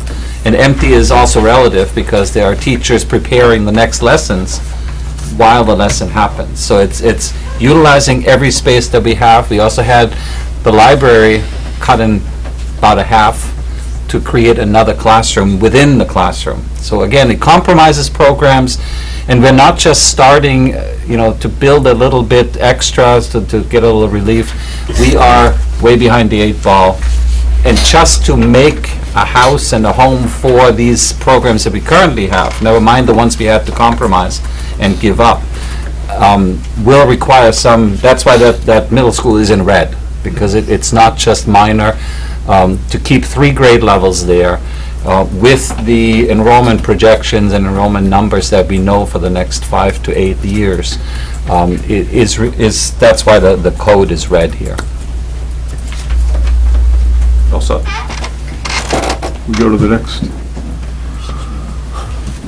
Again, option 4 is very similar to 3. The only difference is it keeps the preschool at the high school. So you've got K through 3 at Golden Brook with additions and renovations, leave center alone with 2 grades, middle school 6, 7, and 8 with an addition and renovations. And like I said, preschool stays at the high school. In terms of pros, again, you could phase it if you choose to do, well, you're going to have to phase at least Golden Brook. Middle, you could probably do it in one shot. Again, the the idea that renovating is less expensive. We would still need to buy the land next to Golden Brook.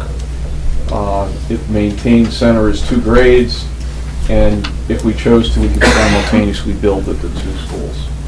In terms of cons, preschool stays at the high school. We require renovations and additions at 2 schools, and it will be required while school is in session and disrupting them.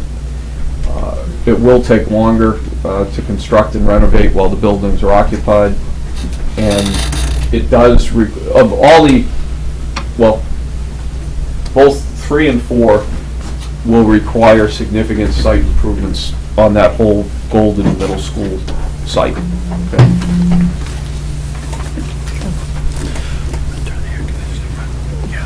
So what was the thought between this and then the preceding one? Because obviously the only difference is the Just that, preschool. If you kept the preschool here. Was there a thought that there'd be a significant savings? No, but it may be less build out at Golden Brook School. And without the it seems there at the con, you don't have to then, the thought is you don't need to expand. I remember in the preceding one. Anytime you go more than K through 2 at Golden Brook School, you're going to need land. You're going to need land, okay. Okay. Good. Go to 5. 5 is doing something at each school. Okay. But what you've got at Golden Brook is you've got P through 2, so you don't have to, it would be nice to acquire the land, but you don't have to. Okay. You would have 3 grades at center. I believe that this is the only option we have with 3 at center. 6 might, but you've got 3 grades at center, so you would require to buy the land next to center in order to do this. And you've got 6 grades at middle. So what ends up happening is at all 3 schools, you have to do additions and renovations. Okay. You've also got site work at all 3 schools. Again, if you chose to, you could phase this so you could spread out the payments. Again, the thought, if we're renovating, it should be less than new.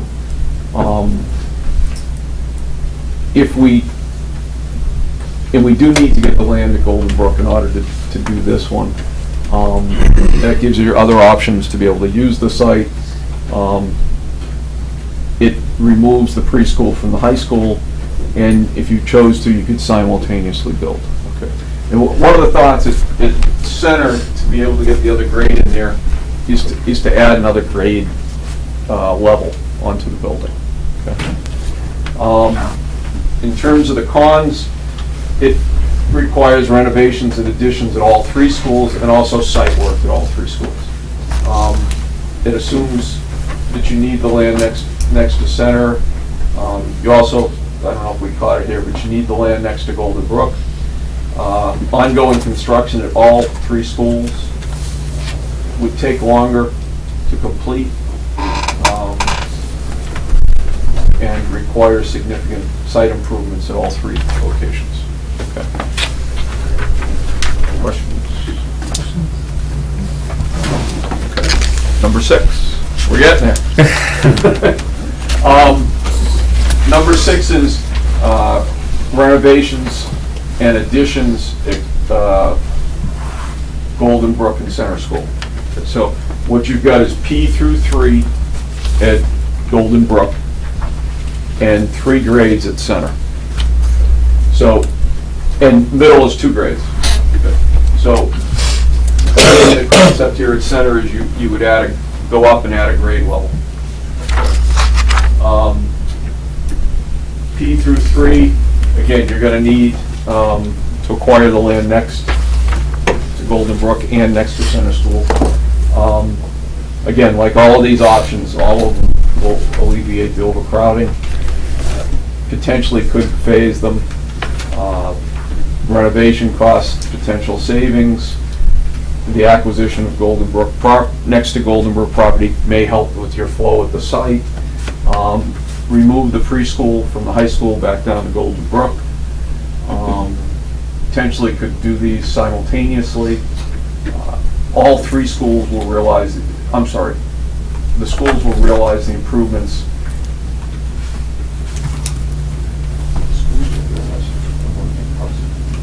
Okay, and because you're not doing renovations at middle school, which we think are going to also require tremendous site cost,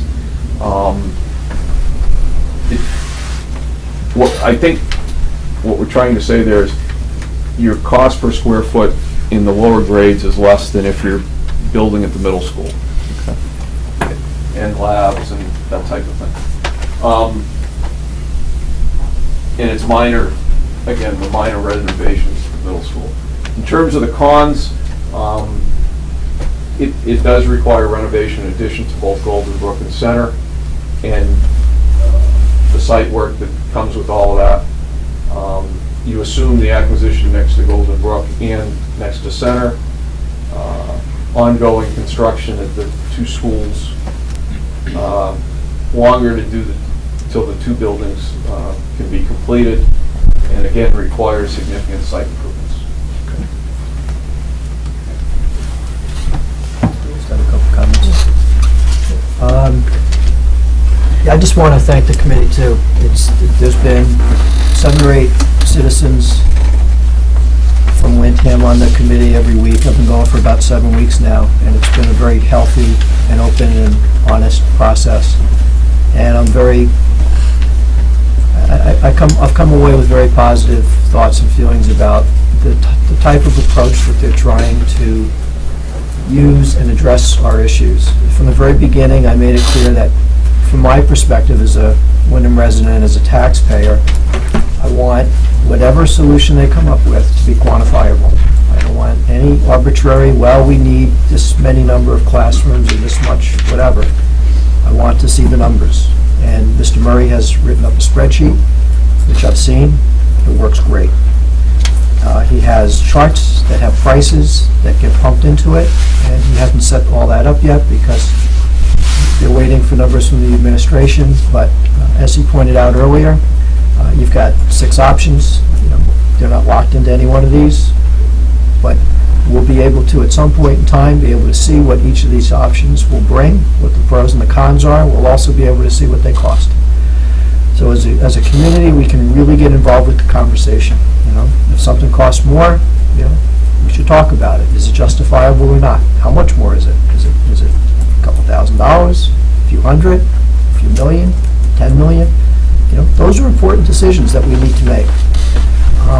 One of the other things that I've been very focused on is making sure that by the time they're done, it's important that the school board and the administration does not go back to the community in a couple of years and say, oh, by the way, we need X number of dollars to do this, that, and the other thing. Whatever proposal they present, it should include everything. If there's fields that we want, they should have the fields. If it's going to be a track, that should be part of the entire plan, the entire cost, and whatever timeline they want to lay out, it should all be very clear so that as a town, we know what we're getting. The short term and the long term. It's very, very important. I've asked them to look at enrollment projections, which they did. I've also asked them to look at the current number of classrooms, and even if they have reports that state how many classrooms there are in a building, to physically go and walk through the buildings and count them up.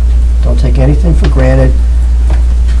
Quantify it, so that when you put things in your spreadsheet, you can say, I went through the building, I know that those classrooms are there, the sizes of them, because the sizes will mandate to some degree how many students you can put in a class.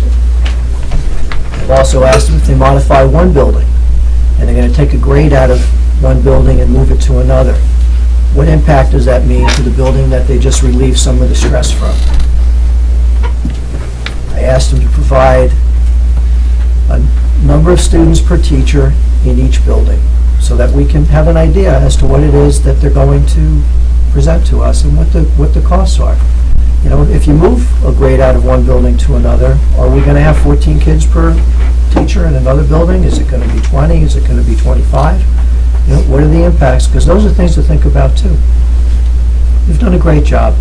They really have, as a whole, they've defined the issues, and I think that they're very focused. The amount of work that they've put in to this point in time has been very admirable. I say that very sincerely. I think that there are some good approaches up there that they need to flush out, but all in all, the community group and the members have worked very, very well together. And I truly believe that they have nothing but the best interests of the town, the students, the teachers, our district, the taxpayers at heart. And, you know, there's still a lot of work to do. And I'm sure that there'll come a point in the road where when they start to look at the different options that, you know, there will be some division, but from what I've seen, it'll be a healthy discussion, and I'm hopeful that we come up with something, or that they come up with. I've tried very hard not to give my input or direction other than asking them to quantify things, because as I said, as a taxpayer and now as a school board member, I just want to be able to look people in the eye and be able to explain to them why I would support any one of the proposals. And I think they've done a great job, and I just want to thank everybody publicly for the work that you guys have done. Thank you. Okay, we're not done. I've got one more slide. Don't go too Ready far. to move on. If you've been to my meetings, we'll keep moving, but try to keep you moving. Next slide, please. This is where the hard part comes in. This is what we think we still need to be doing. We've talked about that checklist. One of the things that we've got from the superintendent and working from the principals and the administration is, in terms of the curriculum, the classrooms, the needs, I mean, things like the nurse, okay? How do all those look into these options, and then how do we put those into space, okay? And again, when we come to you and we're done here, we're not just going to talk to you in terms of space. We're going to talk in terms of how did the curriculum look and what's the operating cost, okay? In order to do that, we're looking at the core space as well as the classroom space. We're looking for educators' input as far as, you know, some of the earlier questions of, you know, what happens when you put together a P through 4 school, you know. I always think it's important to ask not so much can you do it, but how would you do it? And I think that's the way we've proposed it, and can we get there? Determine the difference between the curriculum needs and the curriculum wants. And what you're going to see when we come to you is we're going to try to define that pretty well. Okay. We need to go back and calculate the space requirements, needs versus wants, the operating cost, needs versus wants, identify opportunities for the curriculum improvement and savings. You know, one of the things that you don't see in any of these numbers, but what we've talked about is, and we came across it, I think, when we were at Pelham Elementary School, is a lot of their special ed students that previously they had sent out of district at very high per student cost that they're able to bring back into the district. And one of the things we're looking at is, again, when you look at operating costs versus our facilities, is there a way to derive some benefit as we're doing those types of things? The other thing that's really important, and again, I'm going to tell you, there are lots of people that watch at home. If you my biggest concern is if you have a hearing, it's wonderful that everybody is here, and I'm impressed that everybody's here, although I noticed in the pre-meeting, most people were focused on purchasing, but I'm glad you're here listening. But I think, you know, one of the biggest challenges in town is if you announce you're going to have a hearing to talk about the building, if you get 100, 200 people, it's amazing, okay? But the challenge is, in order to pass it, you need more in the range of, 8,000, okay, that are going to support it. And I think, the biggest challenge we see as a committee, once we get to there, is how do we make sure we've got your input, and how do we get you on board? And we're working through that, okay? But that probably, at the end of the day, is the biggest challenge for any of us here, is getting the input and making sure that it serves the taxpayers' needs, okay? The other input we're looking to get to is more the educators' input, because at the end of the day, the buildings are good, but I've always believed, what's happening with the classroom and the teacher is the most important thing there. We don't want to build lots of stuff and find out, we've not thought about the curriculum and how it's being delivered very well in that. The other thing we've touched on a little bit is, all the other processes. What happens to busing? What happens to the fields? The sites?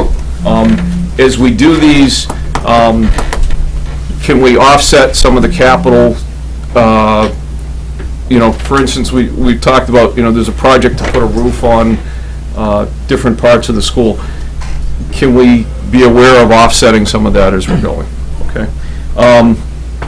The big one is prepare a recommendation.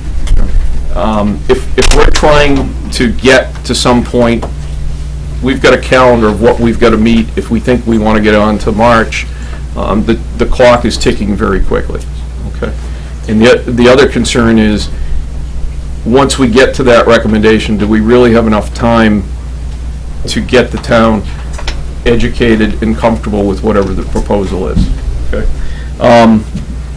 The last thing, I'll tell you again, we meet every Monday. Go to the district website, it's posted the date, but in general, we're going to flip-flop between 8:30 and 5. We typically meet somewhere around 2 hours, maybe 3. And I would love that we need a bigger room, okay? So I'll give you that challenge. I think I'm done. Thank you. Thank you. Just a quick question to go back to the educators' input. Certainly critical to what you're trying to do. In terms of the tour of the Pelham Elementary, did any teachers go that you're aware of? Did any teachers? No. We've done all the tour of the elementary school we did, I want to say the end of June, first week of July. Right. So we didn't have any teachers there. Because I think it might be, I don't know if we could get another one, but I think it would be of value to have, educators be able to see how they've done it down there, how they've set it up, and how it works, and talk with some of the peers to kind of give them their input on how it is in practice, as opposed to, just seeing how it looks and seeing how it is on paper. I think their input is really valuable, and so to be able to allow them to get that perspective, be able to come back and give the committee recommendations, I think is very, very important.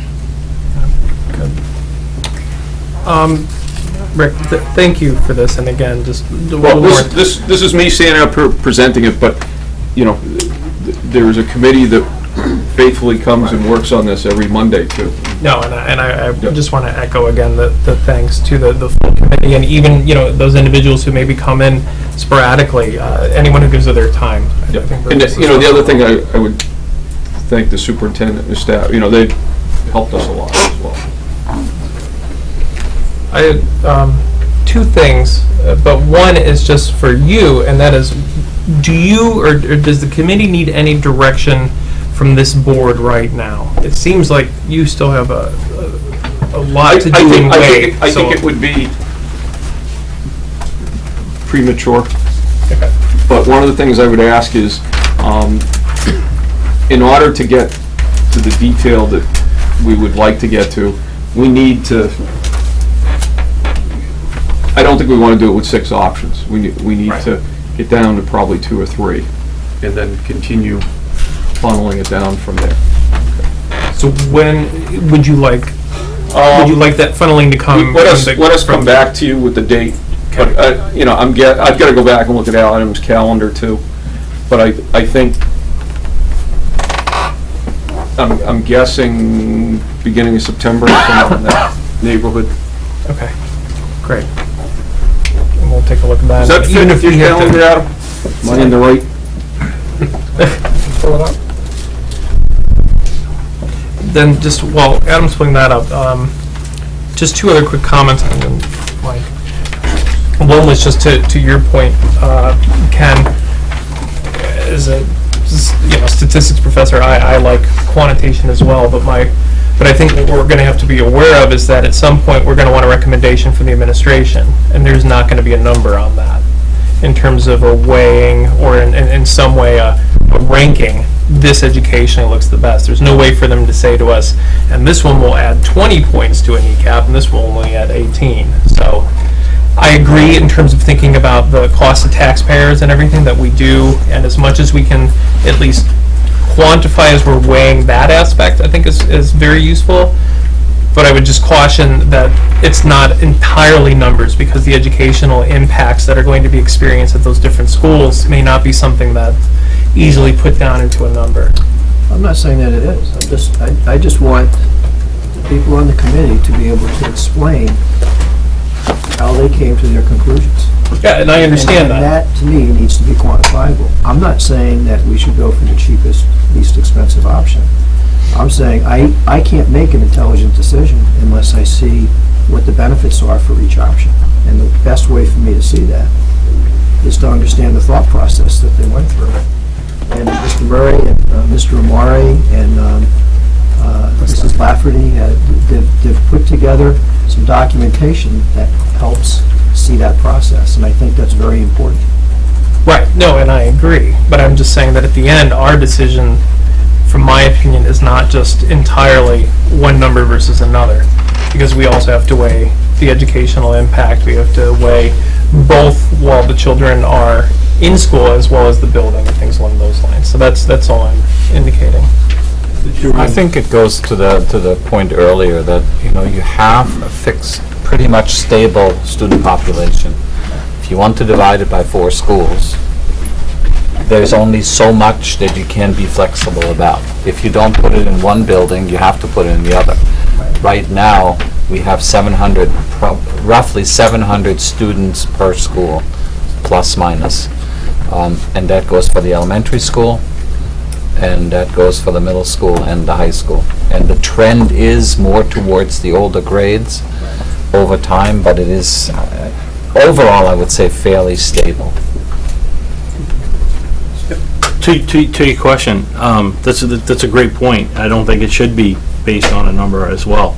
It really, it's Well, gonna... I'm sorry, I think it should be a combination. I agree, and that's what I wanted to address. So what Mr. Mari had did is he actually put together a very detailed spreadsheet, which kind of touches on the basis of what Mr. Fennerberg says is, what does a district want to offer as an education curriculum delivery?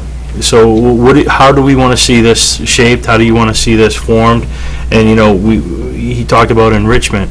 What grade levels do you want to see that? So when you go through that spreadsheet, it's very detailed, and what that does is it pretty much, it vets a process of saying, this is what we want our education delivery to look like.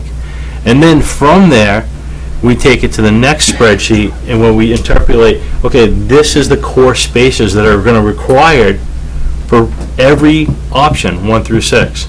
And you're going to see things like option 6, for example. You're going to see that, basically option 6, in my opinion, is a little bit of you sprinkle the problem everywhere. You take a little bit, you put it at Golden Brook, put a little at center school, and you put a little at middle school. But you're going to see how that affects the core spaces as, oh, gee, we're not going to need an extra gymnasium. We're not going to need an extra cafeteria. You're going to see those types of, like I said earlier, there's a lot of moving pieces to this, and every one of those are going to have significant cost impacts. So, the option 1's there. It's kind of like, the bar. We have an idea of what the public voted on earlier with the middle school. We could probably surmise what a lot of the people in the audience that voted against that probably have similar opinions. However, what that's there for And Mike had made a good point in the meeting is to say, this is what it costs, okay? But look at what it's gonna cost on all these other options, and you might come right back to that option one to say, at the end of the day, you know, does the costs of all these other options and the difficulties and the phasing and the construction warrant just to spend a little bit more money? Or you might have the opposite opinion, and you might say, well, gee, you know, this might be, and I'm pulling these arbitrary numbers, this might be a $40 million option one, and I might have a $7 million option six, you know, and then you can weigh those out, and at the same point in time, to your point, do I get the same curriculum, education, delivery?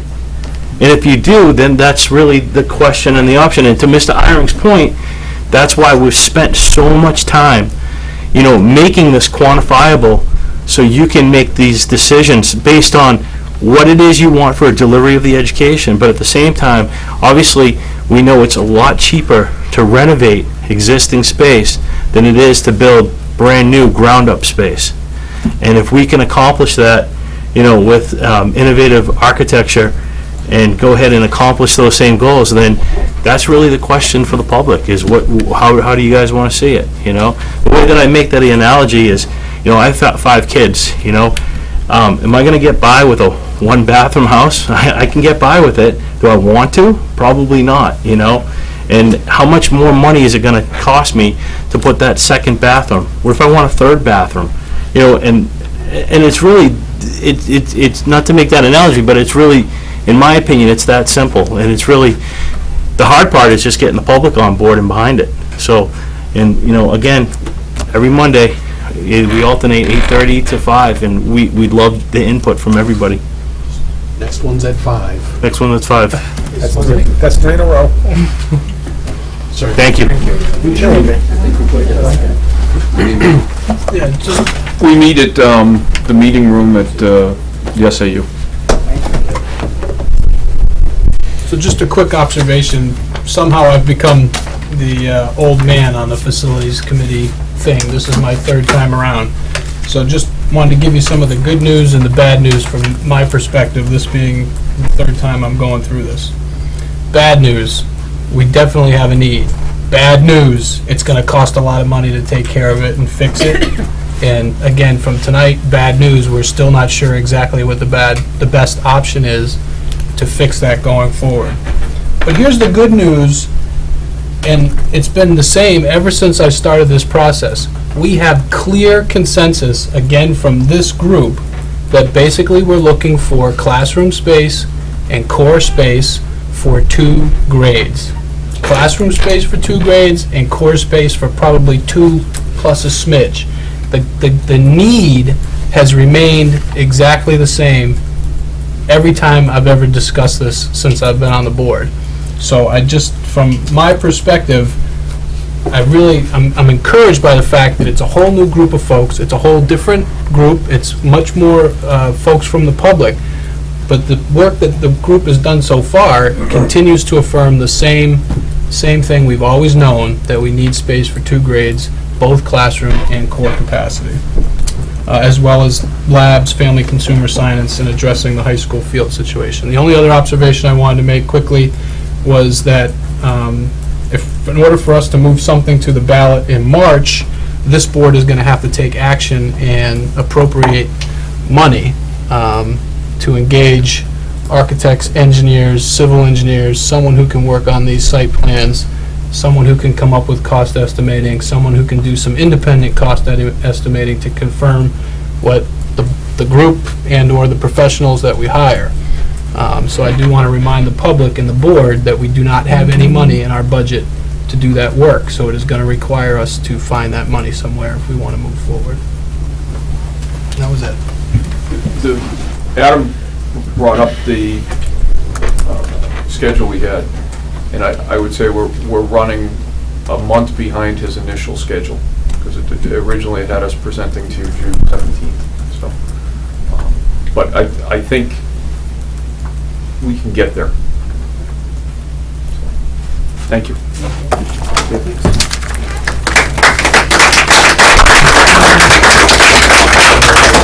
before we leave facilities, one thing just for the board and the administration, as I look at the 6 options, it seems to me that 5 out of the 6 either have a major addition / renovation at Golden Brook and/or the middle school. And the reason I bring that up is actually something that Mrs. Koch stood up here a couple weeks ago and said, which is it might be in our interest as a district to move forward with the legal proceedings to explore the Heritage Hill access. I don't know what that takes right now, but I'm wondering if the board is amenable if we ask the administration to look into that. Since that's a hoop, again, it's a minor piece, but 5 out of the 6, only the new school is the only one that wouldn't have an impact where we might need. And again, this is about a legal hoop here, or bureaucratic, as opposed to something else. Mr. Steele? Yes. Did I turn in all the paperwork for that? The deeds that I got from the town, the mapping and all the stuff that shows that? And it really shouldn't take much of anything to go to the selectmen and ask them to open up. It's literally, I don't know how many feet it is from Heritage Hill in before our property line starts, but they're the ones that can open that up. Right, but I don't think it would hurt, and Mrs. Koch actually brought that up, and I think, to that point, I think it's worthwhile as we're listening to 5 out of the 6 options, all of which deal with the existing sites of the middle school in Golden Brook, to start exploring, again, if it's a simple matter, I don't know if it has to go to the voters, what is actually involved with this, so I think we want to move on that, unless I hear strong opposition. I think Mr. Steele should call Mr. Sullivan tomorrow and ask him the exact procedure. I believe he still has all the maps himself, because he's the one who pulled up the maps and the deed for that particular property. There are no restrictions on it. And I think between now and our next meeting, I think as a board, we might just be able to continue. We're all residents here, so I think we, as a board and overall, could actually probably petition them to start the proceedings for it. Yeah. Again, just so that that's not a hoop. If it's something, I like to make forward progress, even if we're only moving the ball forward an inch. We've talked about this a few times. Yep. And we actually, I think we tried to move this forward 6 months or a year ago. I would like to go ahead and just entertain a formal motion to move this forward. I mean, we've talked about this now 3 or 4 times. So make the motion. I'd like to make a motion that we instruct the administration to move forward with discussions with the town and the Board of Selectmen to investigate and open up the access road from Heritage Hill to the Windham Middle School property site. Second. All right, further discussion? All right. Hearing none, all those in favor? 5-0. All right, great. Yeah. Before we end this part of the workshop, I just wanted to not be remiss in acknowledging 2 more Facilities Committee members that aren't here, that have always been here, Kevin Lefebvre and Jerry Ruffo. Thank you very much for being here. If I missed anybody who's hiding, I apologize, but most of the people that are in the committee were present tonight. Thank you very much. And again, if the public is listening, if anybody wants to give any feedback, any ideas, they can email either myself or one of the members of the committee, and we'll consider that in our Monday meetings. Just want to extend that invitation. Any kind of information, any kind of questions, any kinds of suggestions is welcome. We need really a lot of involvement to move forward. Thanks. Yeah. So, because it's now 9:15, and some of you may only be here for facilities or may want to comment, we're going to deviate just slightly if the board doesn't have strong objection, whereby if anybody has a comment on facilities, so what we just discussed, again, the 3 minutes, and if we could be mindful of that, we weren't that draconian, but if we could just be mindful of the 3 minutes, again, just please sign up with Mrs. Figueroa, and that way those individuals don't have to wait until whenever we end talking about purchasing. So I have somebody.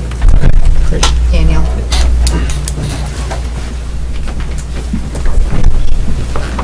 Good evening again and again. We know how late it is, so I'll try to be as short as I possibly can, which for me is a major effort. I just have one really quick point to make. we've spent the entire evening looking at the models and the outcomes and looking at the massive amount of work done in building those models and whatnot. I've done a lot of modeling in the past, financial mostly, and it has been my experience that models are as good as the assumptions that are put in them. And there are certain assumptions in that model that might turn out to not quite be the case. And the most obvious example, as somebody who's really just been introduced to this process, and I'm sure there are many others, is the assumption that the student population will remain the same and that there will be no charter school. And I would very much like to hear, if possible, at some point in the future, information on how that particular scenario will affect our need for construction. Because I'll tell you right now, if you're going to ask the people to build a new school, but you don't explain to them, what would happen if a charter comes in and maybe alleviates a couple of classes and helps us, I'm sure that, that's work that needs to be done, and I would strongly suggest that should be included in the modeling in order for it to be complete and something that can be submitted to the voters with a degree of confidence, at that level. So that's all I really wanted to say. Thank you very much. Thank you. Thank you. I do, I have Stephanie Wimmer.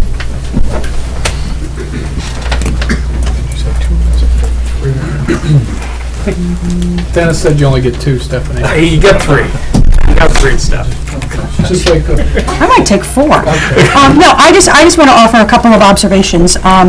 As someone who, like others in the audience, has been looking at facilities in this community for over a decade. I'm excited to hear about the process that this committee has gone through. I'm excited about the process where community members and administrators and educators are partnering together to look at this. I'm excited to hear us looking at class size. I'm excited to hear us looking at educational space and the education we want to deliver. I'm excited about us thinking about that space and what it might cost, and I'm excited about looking at different options and pros and cons. And one of the reasons that I'm excited for folks who have not engaged on this topic historically have stepped up to do that. So that is democracy, that's great. The reason I'm so excited that I just want to point out to folks who aren't familiar is that this isn't a new process. It's a tried and true process. Mr. Horgan's nodding there, because I think Mr. Horgan's been involved in maybe the original Golden Brook, but no, it was 40 years ago. Folks have been involved, but it is a good process, and the reason I bring it up is because this community several years ago spent hundreds of thousands of dollars to go through this process with folks. We actually had money to hire architects and hire folks to go through. And while a new look is fantastic, and I'm so glad we're doing it, I do encourage this committee to revisit the work that has been done in the past, because as Mr. Jonas said, we find connoisseurs of the problem. We've once again defined the same problem again, which is consistency is good. It's disappointing we haven't solved it, but the consistency is good. So I do encourage folks, and again, I appreciate the fresh look at things, because that is so valuable to have new folks look, but I really do encourage you to go back and take a look at the work that is done before. I think you might be amazed to see that there were spreadsheets, there were cost estimates, and that type of work was done. So great to do it again. Things have changed, our environment has changed, so it may not all be relevant, but I do encourage you all to take a look at it, because I think that there's some value there, and the taxpayers in this town spent hundreds of thousands of dollars to do that.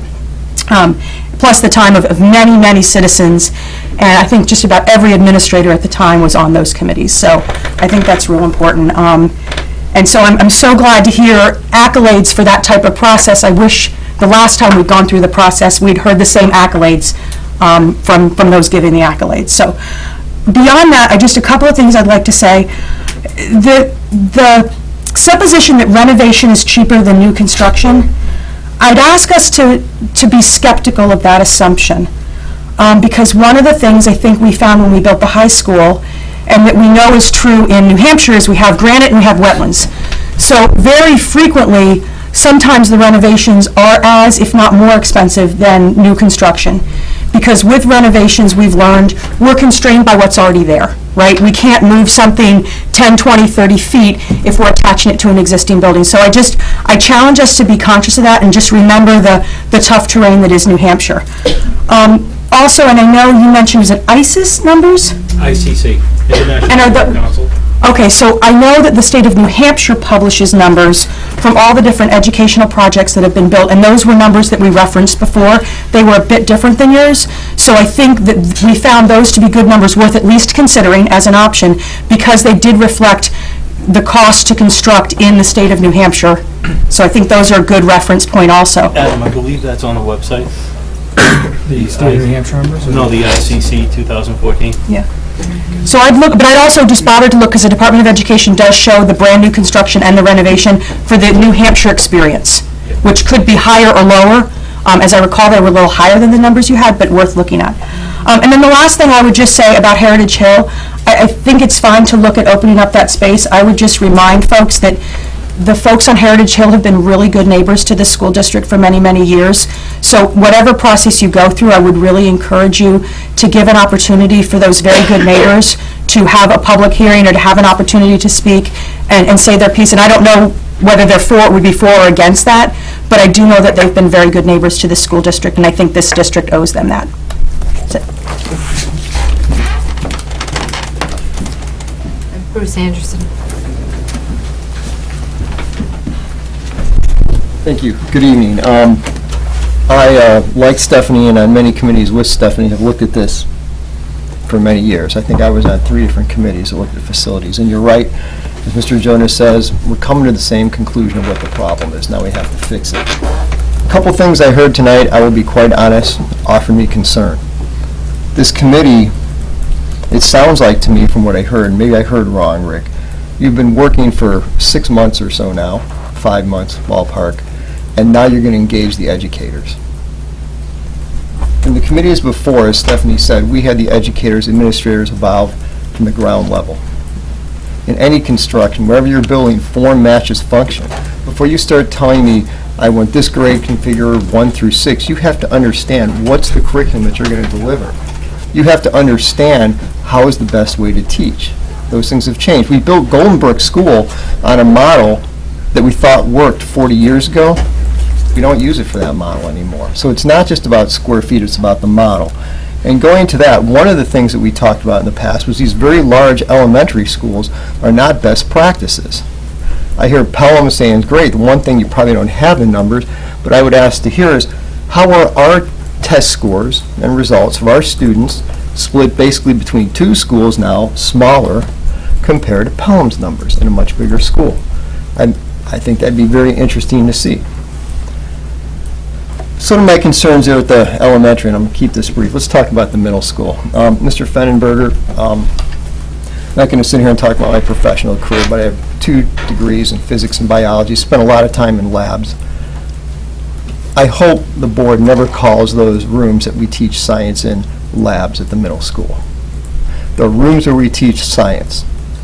And as Stephanie said, we're glad to see people leading what we showed before. In the past, you've seen pictures of what science labs are in that middle school. There are 8 kids standing around a hot plate. Personally, those science facilities are much less than I had in middle school back in the late 70s. We have to do something. And I think when we look at this whole thing, we're talking about, you know, building new versus renovating. You have to read at that middle school to really teach what I think we should be teaching for science, tech ed, consumer ed.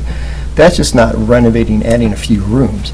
There's some major work that has to be done at that middle school to really deliver the curriculum that I think this town wants from their middle schools. So I'd be very cautious on that. Very briefly, on the numbers, you know, I was part of the high school thing. We took, the architect used ICC numbers in the first high school bids, got us in trouble. You got to consider all those site costs. So I'm sure you guys will get to that, but that's going to affect whatever you choose. There's finally one technical thing. I was looking at option 3, Rick, where you had P through 3, 4, 5, 6 through 8 in the high school, and you're talking about adding land on there. I'm wondering, really, when you look at it, in that same site number of grades, to compare it to the one option that the previous committee looked at, which was basically building the middle school out 5 through 8. Not to get into detail now, I think that would be, if you look back at those numbers, technically for square foot you're building on those same 2 combined sites, I think it would be an interesting thing to just a suggestion to look at that for comparison between those 2. Just a point. Thank you very much. And last, I have Barbara Koch. 3 minutes on ticket, Mrs. Koch.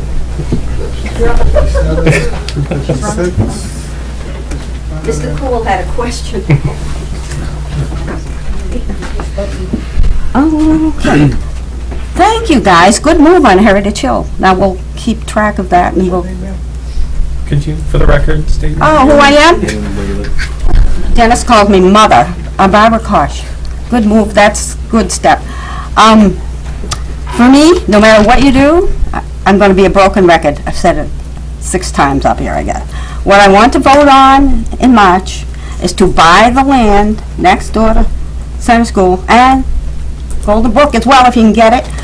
I'll vote yes for them, and so will the people. That's another step in the right direction, whether you ever use that land in this next process or not. Put it on the ballot, however you can manage it. Thank you. That's it for now. I'm on your list. He was from before. Oh. Which list? Okay. I'll only take, you can time me, I'll take a minute and a half. Just a couple of quick things. I travel with, where's Stephanie? There you are. I travel with the October 2010 report and the 2011. So that's actually one of the things that we started with.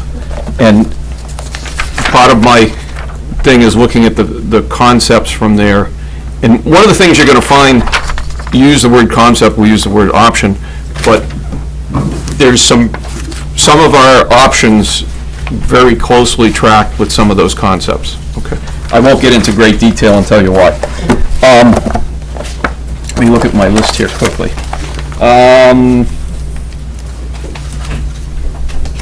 Bruce, you talked about large elementary schools. I think it's the easy option, but I think, you know, that's one of the reasons, and I think the whole board keeps asking, we keep talking, is what does it do to our curriculum? Okay. Yep.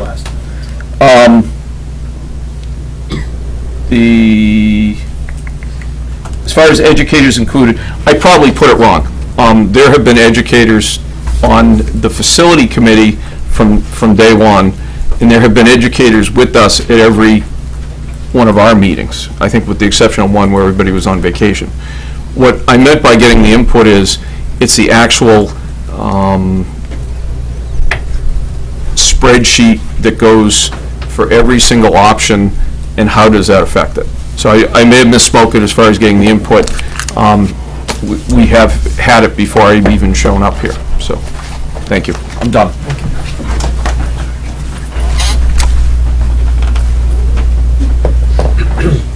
Again, Tom Murray, and I just wanted to address some of the questions and the concerns some of the people had. So some of those square foot numbers, when we created the spreadsheet, we made sure that those numbers were changeable. So when those square foot numbers or square foot costs are challenged, or they can easily be changed to what the appropriate levels that people see fit, and those are on the website, so feel free to go ahead and interact with those spreadsheets and see how those numbers fluctuate, both plus and minus. And just as a precursor to that, you know, just to give some level of comfort, you know, I'm also the CEO of Pugliese Contracting. We build Fortune 500 facilities, and a lot of those facilities happen to be laboratories. So I have a very intimate knowledge that I bring to the facility committee on costs associated with those square foot numbers. So I'm able to actually offer my knowledge to the board, and basically what we're trying to do with this is we're trying to basically get this, and this is great questions and great input, and that's what we're looking for, and hopefully some of you folks can come in Mondays and we can get some more feedback from you, because ultimately this is going to affect our kind of core space requirements as how we move forward with this, which is ultimately going to affect the price tag on that. And obviously we want that input because we want it to be quantifiable, so we can look to the taxpayers and the voters and say, this is what it's going to cost. And we're going to go ahead and have that order of magnitude cost for everybody to look at, which is going to influence everyone's decision. And once we do that and we narrow that down, as Rick had said earlier, then what we'll do is, you know, our intention is to go ahead as a facility committee, is to go ahead and have some input in the preparation of that RFP. And as Mike mentioned earlier, is a request to go out and have experts, professional engineers, architects weigh in on what our requirements are and give that to them and dictate to the architect and to the engineering firms what it is that we're looking for, so we can have a very, sharp number. And then actually, the next part of that would be actually putting it out on the street to bid. And then we'll actually have, we'll have the real number. So we can actually make a very educated, quantifiable decision on how we deliver our education. Thank you. Thank you. Okay. So I think now we'll move on to policies and the discussion of the purchasing policy. So, Mr. Steele or Mr. Fenneman, do you want to lead us off here? Delegate to Mr. Steele. Okay. Thank you. So we're here to talk about district purchasing policies, which there are 3 policies in question. Policy DJ, which is purchasing, DJB, which is purchasing procedures, and DJE, which is bidding requirements. So I think what I want to do is start with the current policies as they exist today. And the reason I want to start there is actually in response to some of the input at the beginning of the meeting, which was quite compelling for me, because it helped me understand some of the concerns I've been hearing about from folks. And I think that going through the existing policies might help understand why we're recommending changes to the existing policies. First, it's up on the screen, but this is the existing purchasing policy. I'll try to make it as big as I can. And what we're suggesting is the addition of one line to that policy, which we'll get to in detail, I'm sure, as we go forward. But in general, this is the purchasing policy, and it states that acquisition of supplies, equipment, and services will be centralized in the business office, which functions under the supervision of the superintendent and through whose office all purchasing transactions are conducted. The board assigns the superintendent the responsibility for the quality and quantity of purchases made, and it goes on from there about the approval process. The business administrator shall be responsible for all phases of purchasing in accordance with board policy, etc. The next policy, purchasing procedure, this one is more interesting because the existing policy are these 5 lines at the top. That's the entire policy for purchasing procedures. And it basically says that procedures for purchasing will be developed by the superintendent or his or her designee. It does not get into any details about how those procedures will take place or what qualifies under this policy or any of those sort of details. And so what is proposed is actually 3 pages of information that specifies very clearly how purchases should be made in the district. It lists out the exceptions to the written quotation requirements, which there are no written quotation requirements right now. It specifies the levels by which the school board has to be involved in the process. There is no limit where the school board has to be involved at this time. The policy doesn't list any of those sort of limits. It talks about how all the purchase requisitions have to be in the district's financial software. That requirement does not exist today in the current policy. And so what we're recommending is not less restrictive in terms of our purchasing procedures. It's actually much more restrictive because it specifies how we will purchase goods and services in our district, what policies or procedures must take place in order to purchase goods and services, and what must be done to ensure that quality is ensured throughout the entire process. The final policy is about bidding. And this one is the one that has garnered the most attention, I think, from folks and most of the comments from folks this evening. But you need to understand that the current policy has those 2 words in it, when feasible. As someone illustrated earlier, those words effectively negate the entire policy, because how do you define when something is feasible to be bid or not? That's subjective in nature, it's based on opinion, not fact, and can easily be misconstrued any way you'd like. It's not a good policy that's in existence right now today. And so what we're recommending goes through, we attempt to very specifically define how we will do certain procedures, what exceptions, if any, should exist, how the board should be involved in that process, and how to deal with exceptions. And so I want to go through these in more detail, but I want to start with some general comments about what we're bringing forward, because there's some things that I'm hearing from comments I'm hearing in different places that lead me to believe there's some misunderstanding about what the intent is and also what the definition of some of these terms mean. First, the process for purchasing any goods or services in our district is absolute. There's a purchase order. It comes from someone else in the district. It cannot come from me. I'm not allowed to enter a requisition into our system that can be turned into a purchase order. I can't do it. I'm not allowed based on our internal controls policy. It has to come from somewhere else in the district, and it eventually comes to me to be approved and turned into a purchase order, which can be used to develop a contract or be used as a contract to purchase goods or services. That's a process today. It wasn't a process 4 years ago. Before that, there were all sorts of purchases being made without purchase orders, without any kind of internal controls policy, or any concern about what was budgeted. Today, a purchase order cannot be entered into the system if there's not budgeted money for that purchase. If there needs to be a transfer made, it has to be done before the purchase can be entered. It can't be done after the fact. And that's the way it was 4 years ago. Purchases were being made, and there was no concern at the building levels about whether there was budgeted funds for those things. So the process that exists today is very strict as far as that goes. Our internal audit that's done through our auditing firm confirms that every year they test our internal controls policy and make sure that all of our procedures are being followed appropriately as it stands for purchases themselves. So there's a process. That's my point there. There is a process. It's well defined and well documented. The next thing is there's 4 ways that we purchase items, 4 procurement methods. And these policies and the revisions that are being proposed are meant to deal with how those different procurement methods work. Because I've looked at a lot of different policies from different school districts, and it's very difficult to properly and adequately define how you're going to purchase things, because there's so many exceptions that before long it's hard to really know what the process is supposed to be. And so I'm trying to boil it down to the 4 real procurement methods that we have. And those 4 things are quotes.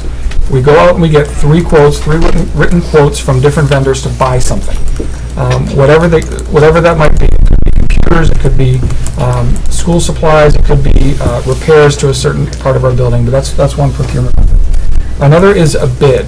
When I say a bid, I don't mean that I'm getting quotes. I distinguish that from quotes. A bid is a process where there's a defined specification that's clearly available, that's public for anyone to review and to see ahead of time.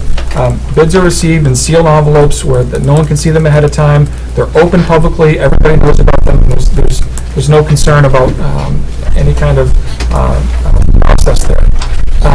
A bid is most appropriately used when you can buy the same thing from multiple vendors, meaning fuel oil.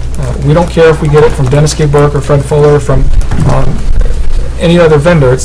We assume it's going to be the same fuel oil from wherever we get it. Paper. We do a bid every year for paper to buy our copy paper because we go through reams and reams of paper, and we don't care where we get it as long as it's 8.5 by 11 and fits in our copy machines and is basically white and cheap. Thank you, Jerry. That's a bid. That's what a bid is for. In a larger sense, it's for construction projects where we clearly define the scope of the project, the requirements of the project. We put it out to bid, and we get sealed bids back where the vendors are required to follow those bid specifications. The next thing is RFP or RFQ, or request for proposals, request for qualifications. That's where we're not necessarily looking for the lowest price, but we still want to have things sealed and delivered to us in a fashion where the specifications are public. We go out and we solicit responses from folks.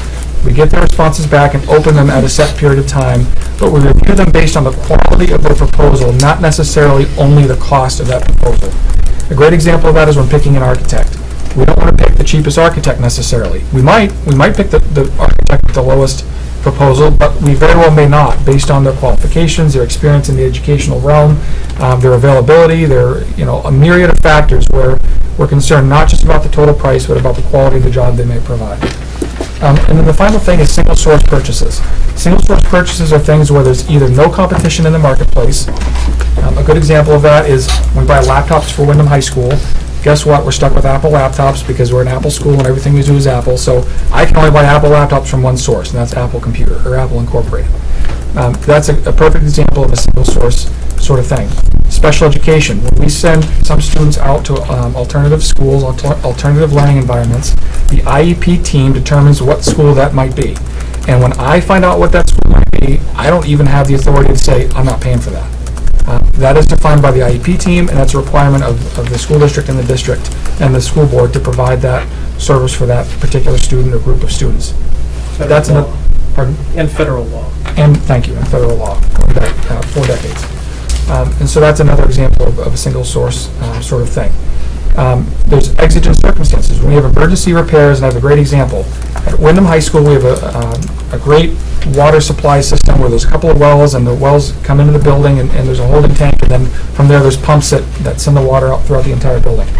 One of those pumps failed, and we went back and had a very difficult time finding a vendor who's qualified to work on shaft drive turbines for those sort of pumps. And I learned all sorts of things I didn't know or care to know about shaft drive water turbines. We talked to the manufacturer, we talked to the people that installed it. We had to look high and low, and we finally found someone in Lebanon, New Hampshire, who's qualified to do that particular work. I didn't have the opportunity to negotiate with him besides, hey, is this the best you can do? Because that's the guy, that's the person who's in this 500-mile radius is qualified to work on that particular piece of equipment. That was a $12,000 to $15,000 repair that took place at that instance. So that's another example of single source. And so all of these policies, these revisions, are meant to make this process more transparent. I heard some folks say before they like that, but they don't think that's what's really going on here. If you look, and I admit that my memo was meant to be a summary of these 3 policies, and so the wording in my memo, it probably is ambiguous at times. It's not clearly defined what we're talking about. These policies, these draft policies with the changes, are meant to be very specific, and they come from other places. And so that's the background. There's lots of talk about at what number, above which number should the school board be involved. Understand that's a number about bidding. When there's going to be a bid, there needs to be some level at which the school board signs off and approves those bids. I agree with that. I think everyone agrees with that. If we're going to have a $17 million school project one day, the school board should be very involved in making sure that bid process was carried out and assign that bid. And you go all the way down, and that's the question tonight, is how far do you go down before the school board is involved with those bid processes and procedures and authorizes those bids. But understand that's one of our 4 procurement methods. And we're also trying to define for us more clearly what the other 3 look like, how we do them, the right way to protect all stakeholders, including the taxpayers in that process. And that's really what the goal was in doing this work. I don't know what's appropriate at this point. I know this is a workshop for the board, and we've talked about it since March. I don't know if it's most appropriate to go in depth through each individual policy, or what you'd like at this point. I think what we need to do is we have to find a starting point, and then go from there, as well as just briefly outline what the goal for this workshop is. Before we do that, Mr. Carver, I don't know how long you signed up for tonight. Would you like to make an exit at this point? Sure. All right.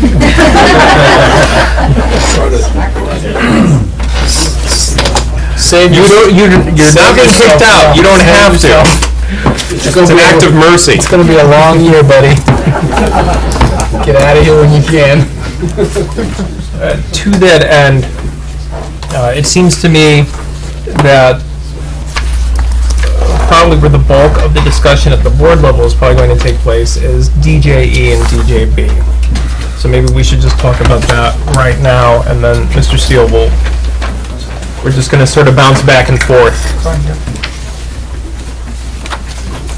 Am I wrong that DJB and DJE are really the...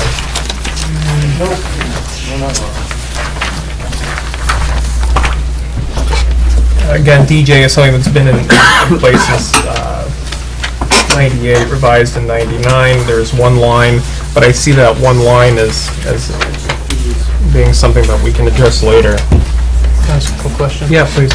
The hard copies we have in our packet, are these from the latest edition that were emailed to us? Was it earlier today, or?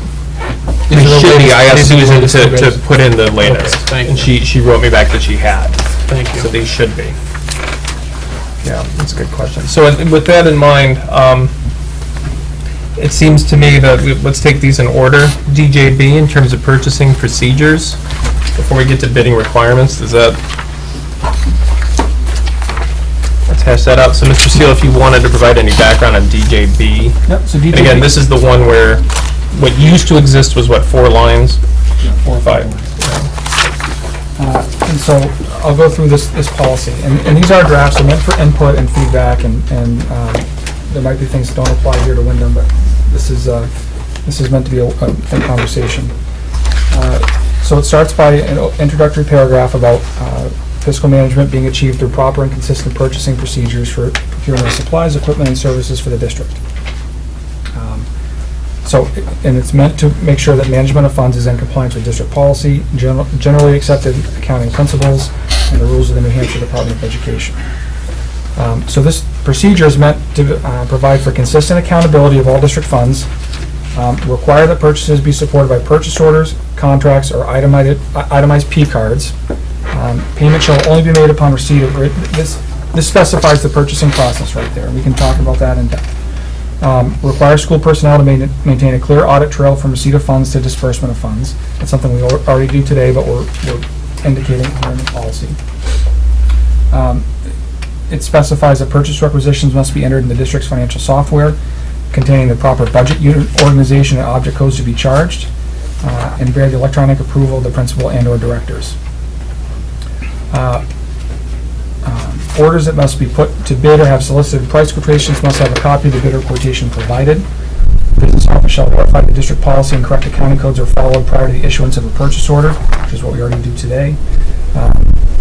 And it shall be the responsibility of the principal or director to request a budget transfer to cover any purchase order. That's what we do today. And then it goes into expenditures that are less than the amount allocated to a particular function or object line shall be authorized in the following manner.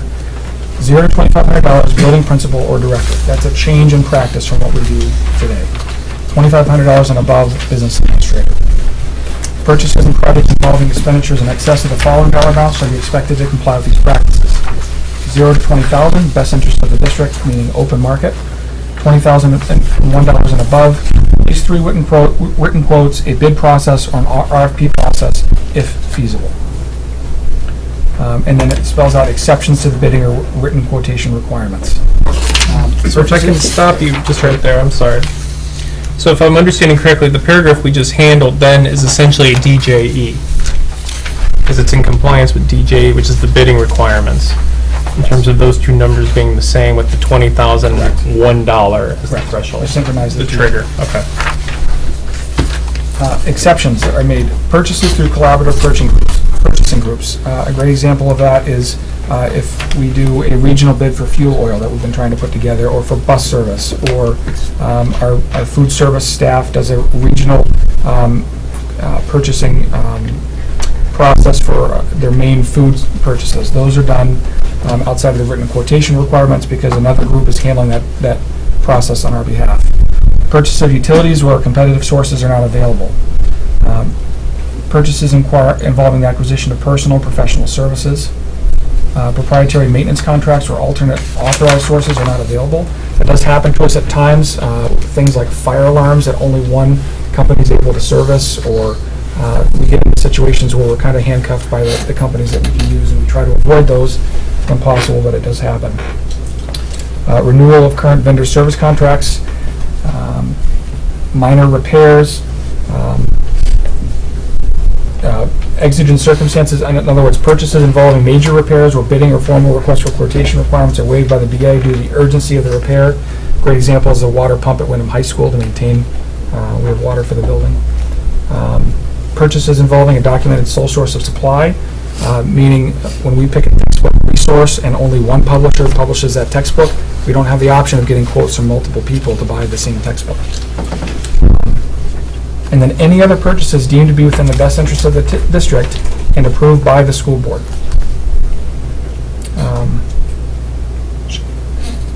Should I stop that? I know I can keep going, but I don't know if there's questions or comments at that point. No, I think why don't we finish up and then we can. It states that no exception shall be made or procedure followed that is contrary to New Hampshire or federal law. All bids and RFPs will be issued from the business office unless otherwise stated by the superintendent. Purchase orders or district P cards are to be used in every possible instance. That's not an issue. We do that today and have for 4 years. Blanket purchase orders may be issued to vendors where repeated purchases of incidental items take place. A great example for that is the Home Depot, where if we have minor maintenance repairs and the gentleman in our maintenance department need to run over and grab some small items, if they had to wait to get a purchase order and get that approved and then make the trip for a $7.62 repair, that could be a cumbersome process. That's what that's talking about. Talks about how P-cards would work in the district. In the event that a functional object line would become overexpended, the expenditure must be approved by the superintendent or designee. Every effort shall be made to find savings in other areas of the budget to offset such expenditure.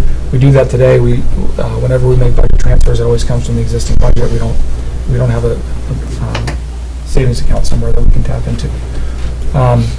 The superintendent, with the advice of the BA, may institute a partial or full freeze on expenditures at any time to protect the district against a financial deficit. That hasn't happened for a little while. All purchasing, when possible and in the best interest of the district, shall be done cooperatively through collaborative purchasing groups or with other districts and municipalities to take advantage of lower prices for bulk purchasing and to reduce the administrative costs involved in bidding. A great example of that is we've already scheduled 3 years from now when our bus transportation contract comes due to align ourselves with a number of other districts surrounding us to do a regional bid for bus transportation. In fact, Salem has shortened their contract with their existing vendor to make sure they're on the same track with us. So we're trying to do those things on the big items where we can. Let's see. Any individual who places an order without complying with a purchase order or P-card procedure shall be personally responsible for the payment of or return of the items received. That's not a mistake people make more than once. Administrative procedures relating to purchasing shall be recommended by the BA and approved by the superintendent of schools. And in the event of an emergency, the superintendent or BA may approve a purchase outside the regular procedure. The board shall be notified immediately if such purchase is over $10,000. It does happen sometimes. A trip to St. Louis with the robotics team comes to mind. We've had different athletic events where folks have been either stranded or need a particular piece of equipment, so those things do happen at times. So that is that policy in a nutshell. All right. Discussion? Open it up.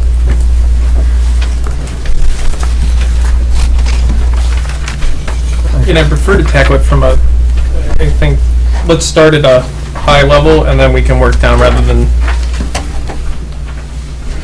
wordsmithing anything right now. Well, I think, and tell me if this is what you're kind of looking for, because as we go through this, I do have some questions about certain items, couple miscellaneous stuff, we can get it at the end. I really think the big issue that comes down to any of this stuff is the dollar amount. Right. And that's what it's really, we've been talking about for months now, and I think that's what we need to really tackle tonight is an amount where right now I see 0 to 20. I thought it was 25 in the We already lowered it after our first discussion back in March. So I just think we need to really tackle that because that's the direction they're going to be looking for. Most of this other stuff, there might be some definition correction, some wordsmithing, etc. But really, I just see what the flavor of the board is. Really to either bring that amount down even more, which I kind of think is the direction the board had been looking. It's just a question of, when you look at the document from July 25th, and you had actually asked for the breakout between 7,500 and 5,000, where we end up on this. And I think to that point, just to build, as we start talking about the number, what needs to not be lost in all of this is the fact that this is a new discussion. That the policy that was in place, DJB, and this, there was a letter in the newspaper which I don't think did any of this service, because the purchasing policy, DJB, as it previously existed, really left the door wide open in terms of there weren't any limits. There were no limits whatsoever because policy DJ empowers the business administrator, which is one of his roles, why we pay him, to do and engage in purchasing. And so March 4th, prior to this board, with the old Mrs. Wimmer and Mrs. Farrell, we started discussing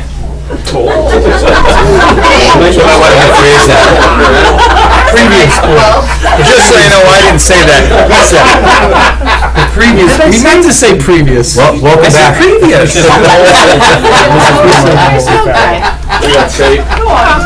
Oh, boy. She was young at the time. She's digging that hole deeper. Digging all the hole. Anyway, if you go back to March 4th, there was a purchase that was made, again, perfectly compliant with the purchasing procedures and everything that was outlined, that I brought to the attention, Mr. Senabaldi. Also, we discussed in terms of why had the board not been notified, and it had to do with the purchasing and then installation of speakers at the high school. So, first of all, I would just like to address the fact that this is not something that just recently has come into play, nor is it something where the business administrator, as may have been construed from the article, where the business administrator is asking for unfettered purchasing power. As a matter of fact, the business administrator has put forward a document which looks to restrict the purchasing power that he has prior to what was in place before. So I think that there is a real misunderstanding that was put into print, and I just want to clarify and build off of exactly what Mr. Steele said. So that the bidding requirements were at 5,000, and that DJE is something that we worked off of, and I think we're going to have to address that. But in terms of the actual purchasing, what we are doing here and what Mr. Steele just walked us through in all of its entirety, just so you can see at home, this is what it used to be. This is what it is now, with the dollar amount restrictions. And I'm saying that because I think, and I appreciate the people who got up and spoke, and I appreciate where you're coming from and what it would look like if I were not involved and I were to believe that all of a sudden we as a board were just giving over something that we had before. This is in fact the exact opposite. This is in fact movement towards greater control and accountability of the administration to your elected officials. Now, it doesn't mean that I'm satisfied that we park at 20,000 or not, but I just want that, I think that that's very important that that be understood, and working off of what Mr. Steele said before we move forward. So, based on that, Mr. Senabaldi is 100% right. Really, this discussion centers around the final number that we have for board approval. And Mr. Steele has put into place, he originally, back in March, when we had first started talking about this, at 25,000. I think he got the sense the board did not like that number, at least some members of the board, so he moved it to 20,000. That's what we're here hopefully to discuss today, and that's what I mean by not wordsmithing. And then we'll start working on the details of the document later. So, I don't know, do you want to kick it off? I see numbers written on your document. In terms of that number amount? You know, I would be, and just so everybody knows, this has nothing to do with Mrs. Steele. This purely has to do with this position, who's ever in this position today, tomorrow, next year. Adam knows we've had many conversations. Completely way past him is what I think the tenor of the town has been over the past few years. I think you've seen a little bit of change in what people expect. Different levels of accountability. I'm looking for something similar, even though the dollar amounts are different from the town to the school. Obviously, we have 40 whatever million, they're only 12 or 13. I would be okay with the number for 0 to 10 with the kick-ins at 10,000.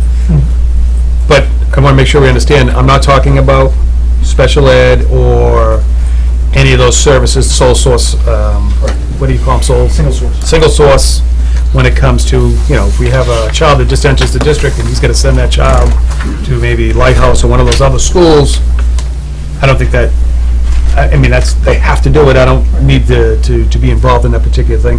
Sure, he could send us an email saying, hey, just let you know we got a new student in the district. Name, everything is irrelevant. It's just purely, hey, I had to expend, you know, 50 grand out of our $200,000 contingency. You know, so I'm looking for a little bit of,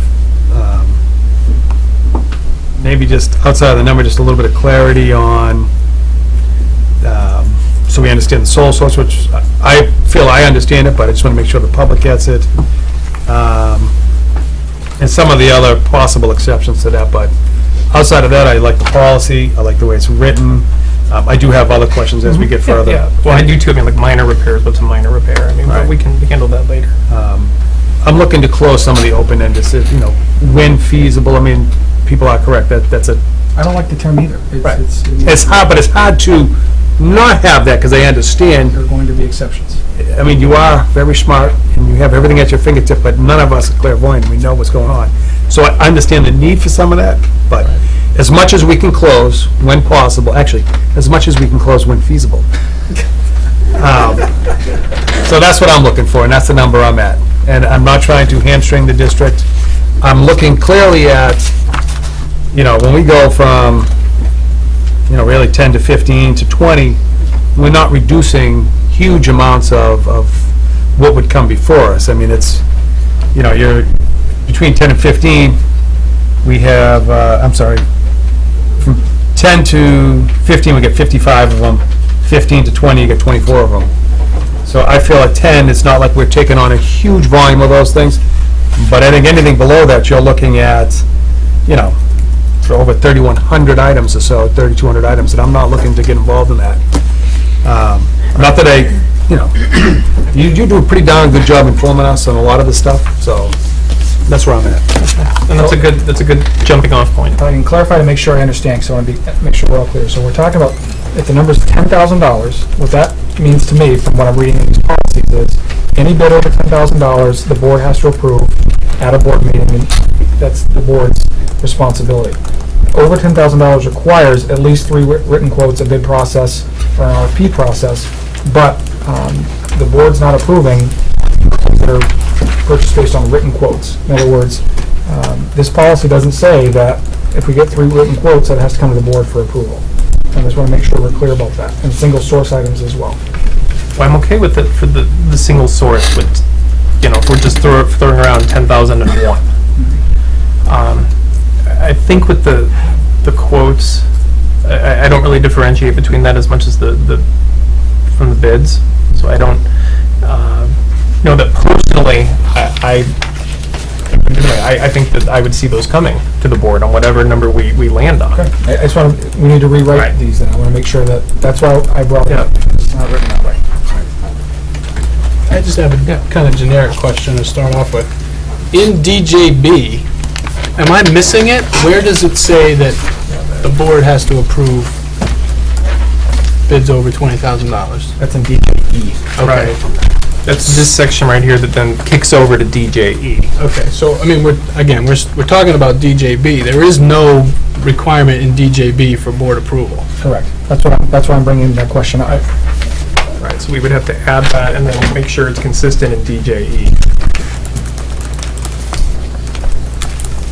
I mean, so again, if we're just starting at 10,001, or we're discussing that, by my math, which may be off right now, from 10,001 up into 5 million, there's 159 from last year, roughly.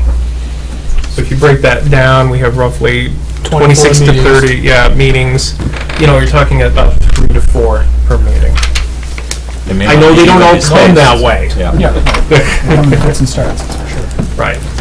But there might even be fewer, because then you've got single source, you have things that the voters approved, there are other items in there that have already received board approval in one way, shape, or form, or voter approval, or they're single source. I mean, to the end that we're talking about single source, especially as it relates to special education, I feel that we almost get into a scenario where we run the possibility, if we are discussing or deliberating on special education, Again, can't. from federal law, it's violate the power HIPAA, is at FERPA. the, I mean, power is at the team meeting, and that's where the decisions are made, and That's what I said. I agree completely off so that one. for confidentiality and FERPA reasons, that's not the board's to do. No, not at all. Well, and to that point, Mr. Senabaldi suggested being notified of that. From my perspective, I don't even want to be notified. If it's a special ed issue where it's required by their IEP, I don't want to know. Even if you retract the name, not my responsibility. I really have a problem with that one. I don't even want to be notified. You guys Well, even need to that extent. You need to do what you're required to do by law, and I don't want to get emails that tell me a kid moved to town and he needs a special outplacement service for $100,000. I don't want to know. I don't either, because I think it gets us in a situation where we could unknowingly be violating that child's privacy. And I think I prefaced that with... Very small. And that's why. There's a true risk that this is not occurring every day. Right. Or could be hidden in, it's not, it's just too small a group. And that's why I preface it with, I do not want to get involved or cross any lines of for any of those privacy laws and rules that we have. If it's something that doesn't cross any rules, so be it. But if it does, obviously, that's a different story. And that's something I think they have the opportunity between now and future, when we come to our first reading or second reading, can have a more defined, whether, we have counsel at some point, I'm sure. It doesn't take long to have to go over it. Go over it, give us opinion about it, stuff like that, so just something they can, contemplate between now and our next meeting on it. Right, yeah, exactly. But I think in terms of the notice, I think just so that we're clear what the board is saying, that when it relates to the single source related to student, I don't even know that the board needs notification, because again, it's such a small pool. I don't want to know that information either, nor should I. There's accountability there in terms of the budgeting and well, right, the slice of the so pie. it's not like that big. money disappears and you don't know where it goes. It's just have a public debate about whether to approve that or not. That can't be.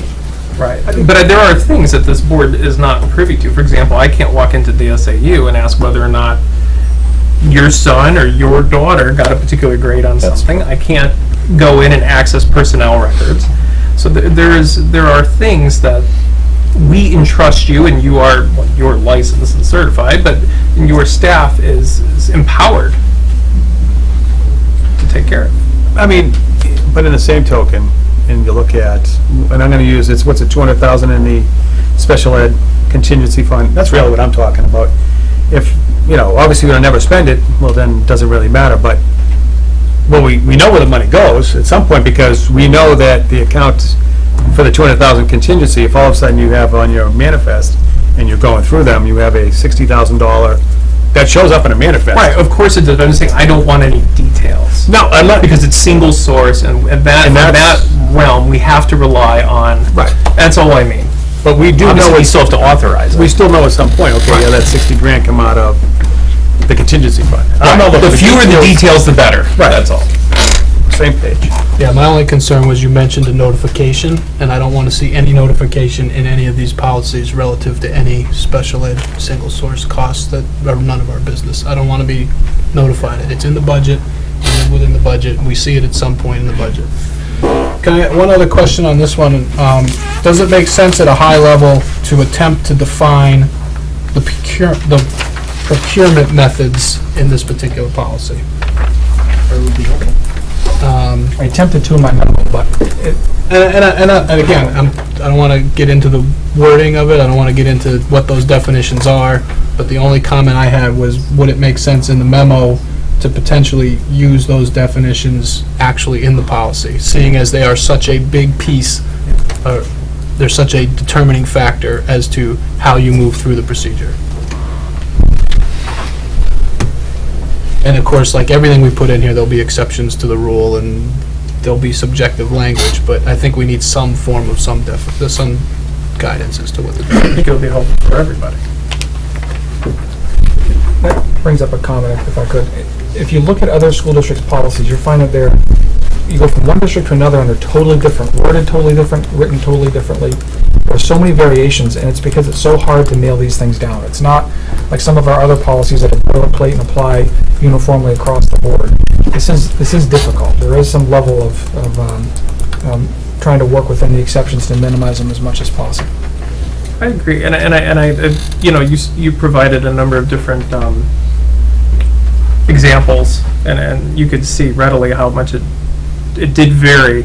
But I think to what Mr. Sinibaldi started talking about, and then many of the comments from the public, I think that the policy should reflect the town that it resides in. I think we want this to be as detailed and as really spells out, so that there's no question as to who is responsible for what, and along those lines. We've come this far let's continue to expand it. And then, you know what, we're going to have to do anyway, and this is something Mr. Eyring and I have already talked about, we're going to have to come visit this again in 6 months minimum, or excuse me, maximum, and talk with you as an administration and say, is this working? I think what's at play here too is that we have set an ambitious goal to review all our policies. This is sort of out of the regular routine, but if there is anything that does not work with any proposed first, second reading and accepted policy in 6 months, then there's always at the board's or the administration's discretion to say we need to tweak something that doesn't work. I mean, obviously, we have expanded from 4 lines to a very comprehensive and detailed description of what is going on, and that can be changed at any time for any of the policies. So that is that safety valve certainly there. Other thoughts? Actually, I have one if we're just, what do you mean by minor repairs? Under $10,000. Okay.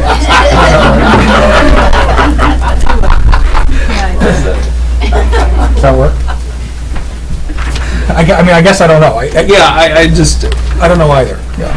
I think what I was thinking of is when we have,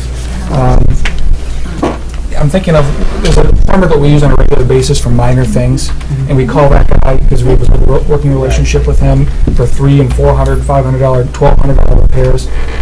I'm thinking of things like that where I don't want to call and get 3 different quotes for a $700 repair of a sink. I want to call the person that we've been working with, and as long as we think we're getting good service and decent pricing. I guess that's what comes to Well, I mind. think that's also what homeowners do, though. I think initially you call around, you shop, but once you find a service provider whom you feel comfortable with, that's who you turn to.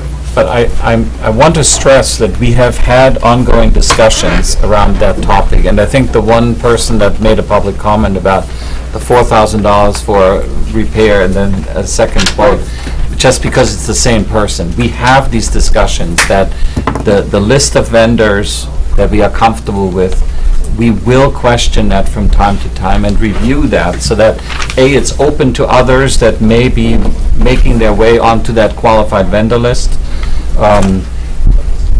and just that we don't get stale with using the same person over and over. There is benefit to reviewing this, and I think we are aware of that. We are trying to do this, but not have a routine of always with each repair that we have to do that review, because that's time-consuming and probably not efficient. Well, maybe that's something we could build into this. I think there were 2 districts who already did that concerning even, again, my sort of plumber analogy, where they said that they would re-examine. It's just the, I think it was every 3 years. I think we're committed to that process. Last time it was brought up about the audit firm, we've talked about that, and so I don't know that goes here, but wherever. I'm just saying for that process that we do not want to just keep with the same people.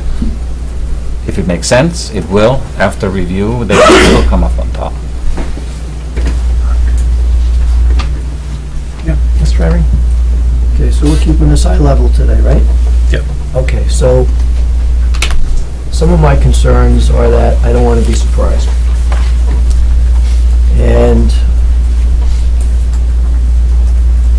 I know a few months ago, there was a big to-do about the speakers in the high school. And, the number going around at the time was 40,000, but there was actually within a month of time with that same company, the district spent 65,000 on audio-related equipment. And I want to know what kind of assurances I have as a school board member that purchases like that aren't going to happen, that $50,000 for sod at the high school spent just a month ago isn't going to happen, because I didn't know about that. That's a lot of money. That asbestos removal at one of our schools for $32,000 or $34,000. We need to know about this stuff. Right? So if we're going to keep it at a high level tonight, how can I feel comfortable that we're going to be informed, that there is going to be checks and balances, there will be accountability? Because last meeting I brought up that there was mold found at the Annex building. We didn't know about that. I went through a couple hundred invoices. I'm not looking for stuff like this. I'm just trying to do my due diligence.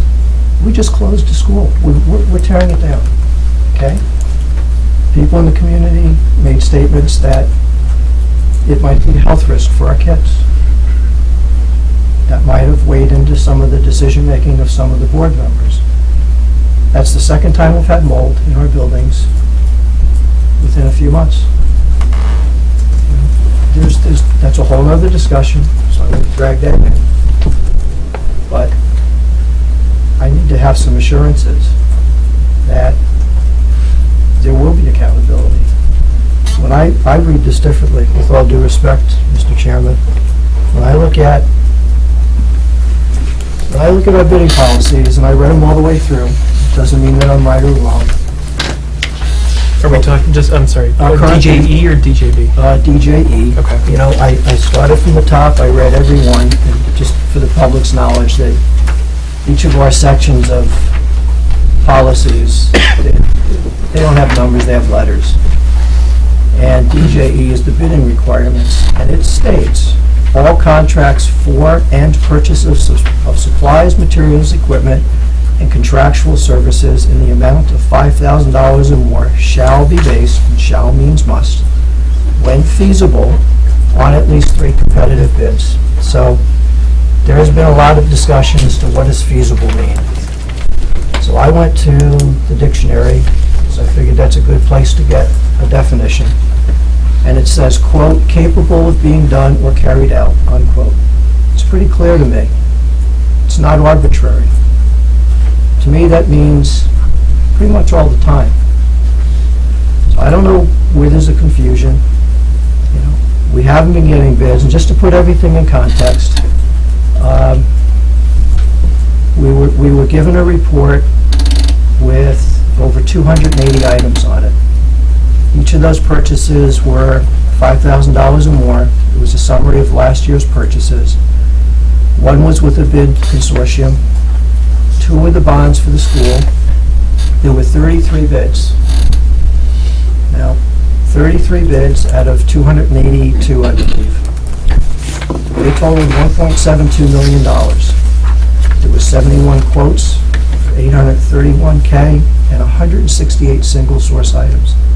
A lot of those single source items were not for special ed needs. They were not for any kind of purchases that we don't need to know about. I think,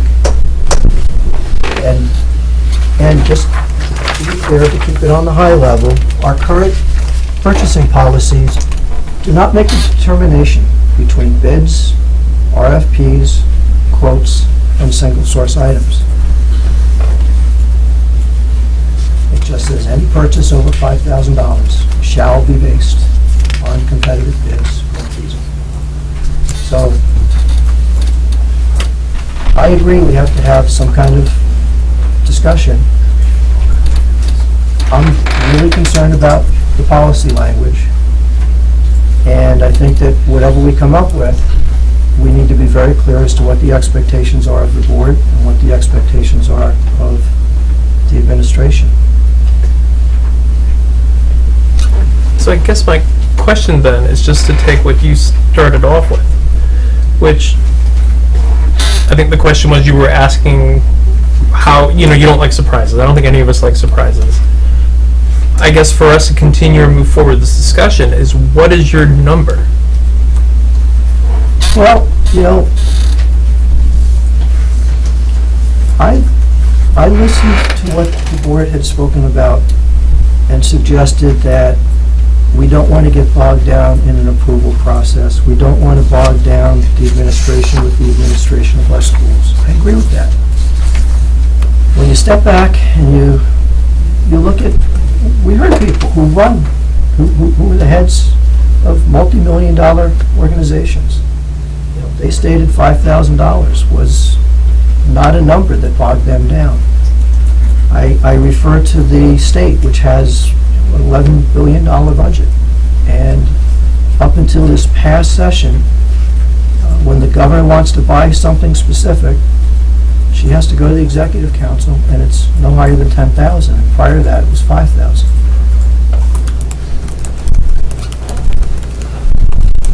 So what's your number? Well, my number, my preference would be to leave it at 5,000. I don't get the sense that that is what the board is leaning towards, but when you look at 280-something bids a year, we meet 24 times.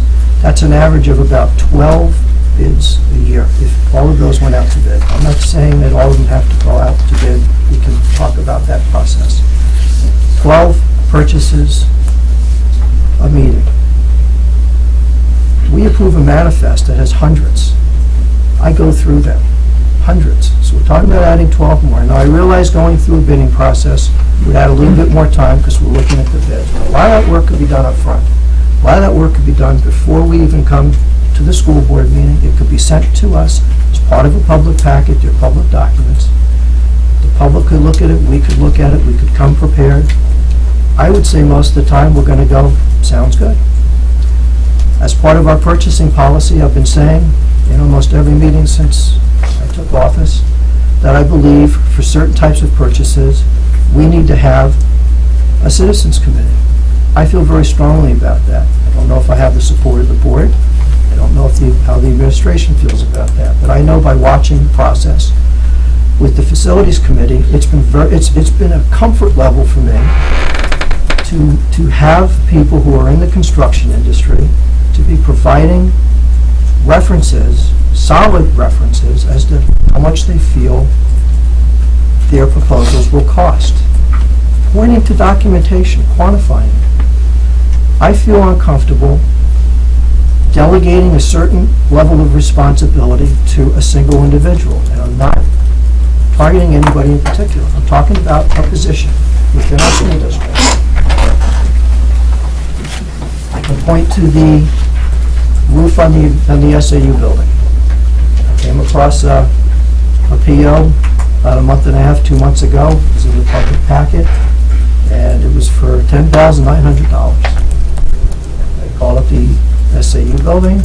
I asked, how big is the roof? It's 2,344 feet. I called up several roofers, several people in the construction industry, and all of them said it, without telling them the size of the roof or anything, just how much does it cost? It's $300 a square. It's $3 a square foot. Some said maybe $350. I said, but what does that include? So they went through the whole process. And I asked them to look at the bid, or the, what was the documentation that you sent? The PO, or the, Essentially, the 2 quotes that we received. quote. So the quote didn't have a lot of the details in it, so that's one of the things that I think we need to do. We need to make sure that when we put out for bids or for quotes, and vendors give us feedback or input and they want to do a job, they have to list certain things. Those are the details I'd like to talk about later. From my perspective, we're paying $4.79 a square foot for the roof on the SAU building. I realize that it's only a few $1,000s. I'm looking at it as a percentage. It's a difference between, it's probably close to 50% or more higher than what we should be paying. And I was frustrated with when and it's not the first time, when I brought up the fact that we're paying more, and the response was, well, we've already issued the contract, and it would look bad and serve the district bad to take the contract back and then put it out and try to get other prices. We need to be involved before. I don't feel it's fair that when I sit down here as a representative of this town, that when we go through the manifests, that virtually all of those expenses are made. We're not approving them. $46 million. Now, when we put that in perspective, about 70% of that are teacher salaries and benefits, and those they're off to the side. So we're talking about $15 15 million, and of that, probably what, about 4 million is for our bonds. So we're talking about 10, 11 million dollars. We need to be a part of that. When I look at the, one second. When I look at ED 303, so this comes from the state, ED 303.01B, it says that substantive duties, it's duties of the school board. Substantive duties, each school board shall be adopt policies necessary and desirable to control and effectuate the purchase of equipment, supplies, or services, and may delegate to the superintendent of schools the authority to make financial commitments in accordance with such policy. I have no problem delegating to the superintendent. When I read that, I wonder if we even have the right to delegate to the business administrator. And I say that because we should seek legal counsel. Because when you go down to another of the policies, it refers to... Mr. Irving, I want you to be able to continue, but you've been going for about 12 and a half minutes. And it's a workshop, so it's supposed to be a discussion. You've read to us several passages. I want you to have a couple minutes to continue, but I just want you to be mindful of the fact that there are other people here who... I'll tell you what, I'll yield back and I'll join in later. I'm happy to listen. I agree. I want this. I've been asking for this type of meeting for a long time.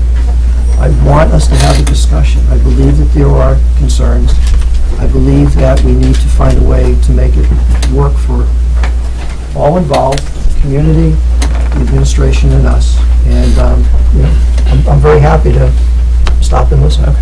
So, and again, I just want to, so 5,000 is where, or 5,001? Just a simple... I'm happy to discuss it. Okay. I do not have a hard position. I'd like there to be a consensus. I know that some people on the board feel comfortable with a higher number. I don't want to be rigid about any part of the conversation that we have at this point in time. Okay, fair enough. Mr. Sandoval. I'm sorry, did... No, oh, sorry. Just, nope. I will defer to Mr. Sandoval. Thank you, sir. Sorry. And just so, Ken, and I agree with a lot of what you're saying, but in this particular instance, I think we've been at that amount for quite some time. I think times have changed and some, it's not a question of not wanting to get involved. I believe in a high level of checks and balances, and I guess it really comes down to what Jerry was asking, is the number you're at. And you said, yeah, you're comfortable at 5, but realistically, it's not there. It's not going to be there. I threw out a number, and I actually didn't throw it. I mean, I've had conversations with Mr. Steele, et cetera.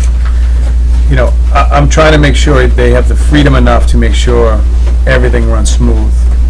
And I agree that things still can on certain numbers, but I think coming down too low is just going to tie hands a little bit that don't have to be tied. Now, forget about the position, the person that's sitting there, although he is a nice person, but I think we need to be able to have all we have going on and everything that happens in this district at this time.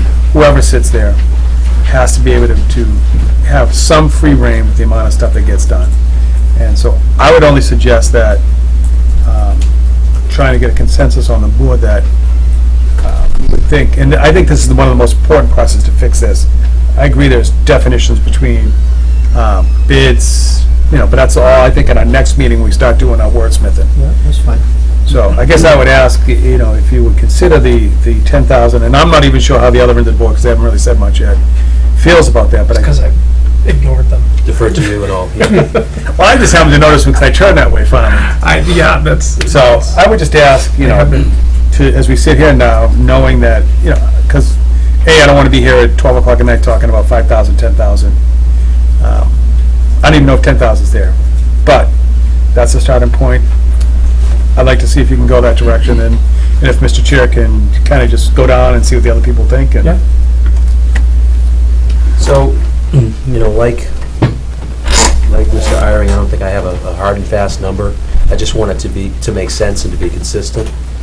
I look at the last part of DJB, You're saying in the event of an emergency, the superintendent or business administrator may approve a purchase outside the regular procedure. The board shall be notified immediately of such purchases over 10,000.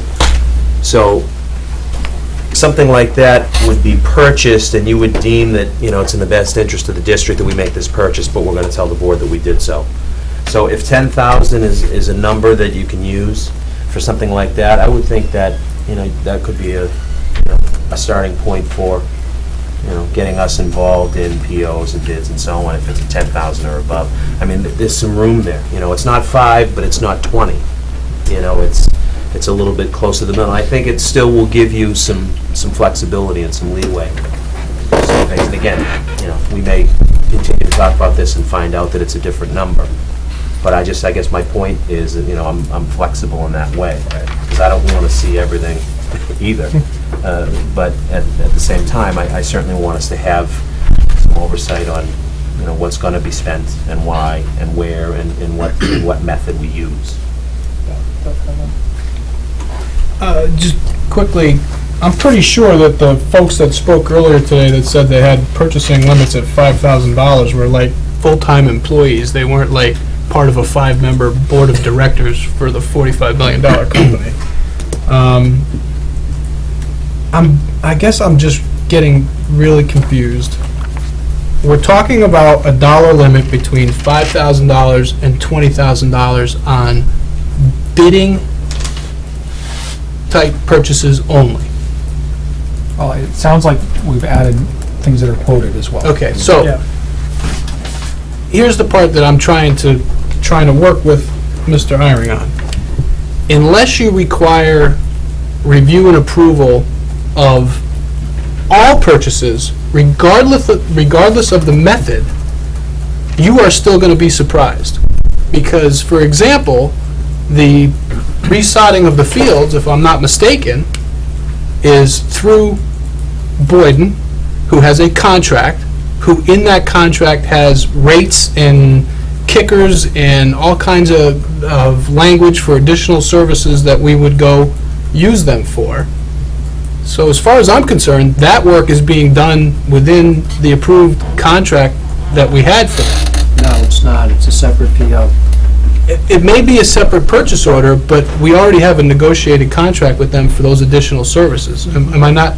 I'm just trying to use that as an example. It's a separate PO, but it's in I know addition to the landscaping is a sore contract. subject, but we can keep In talking the way about that the roofs. I think it would be odd to have an existing, I mean, correct me if I'm wrong, you're not going to engage in a bid when we already have Boyden's on contract through June 30th to then resod while they're still in play. So I think Well, it's a I can tell you, I got a phone call from Mr. Sinibaldi saying, Ken, are you aware they're sodding the field up here? I was surprised.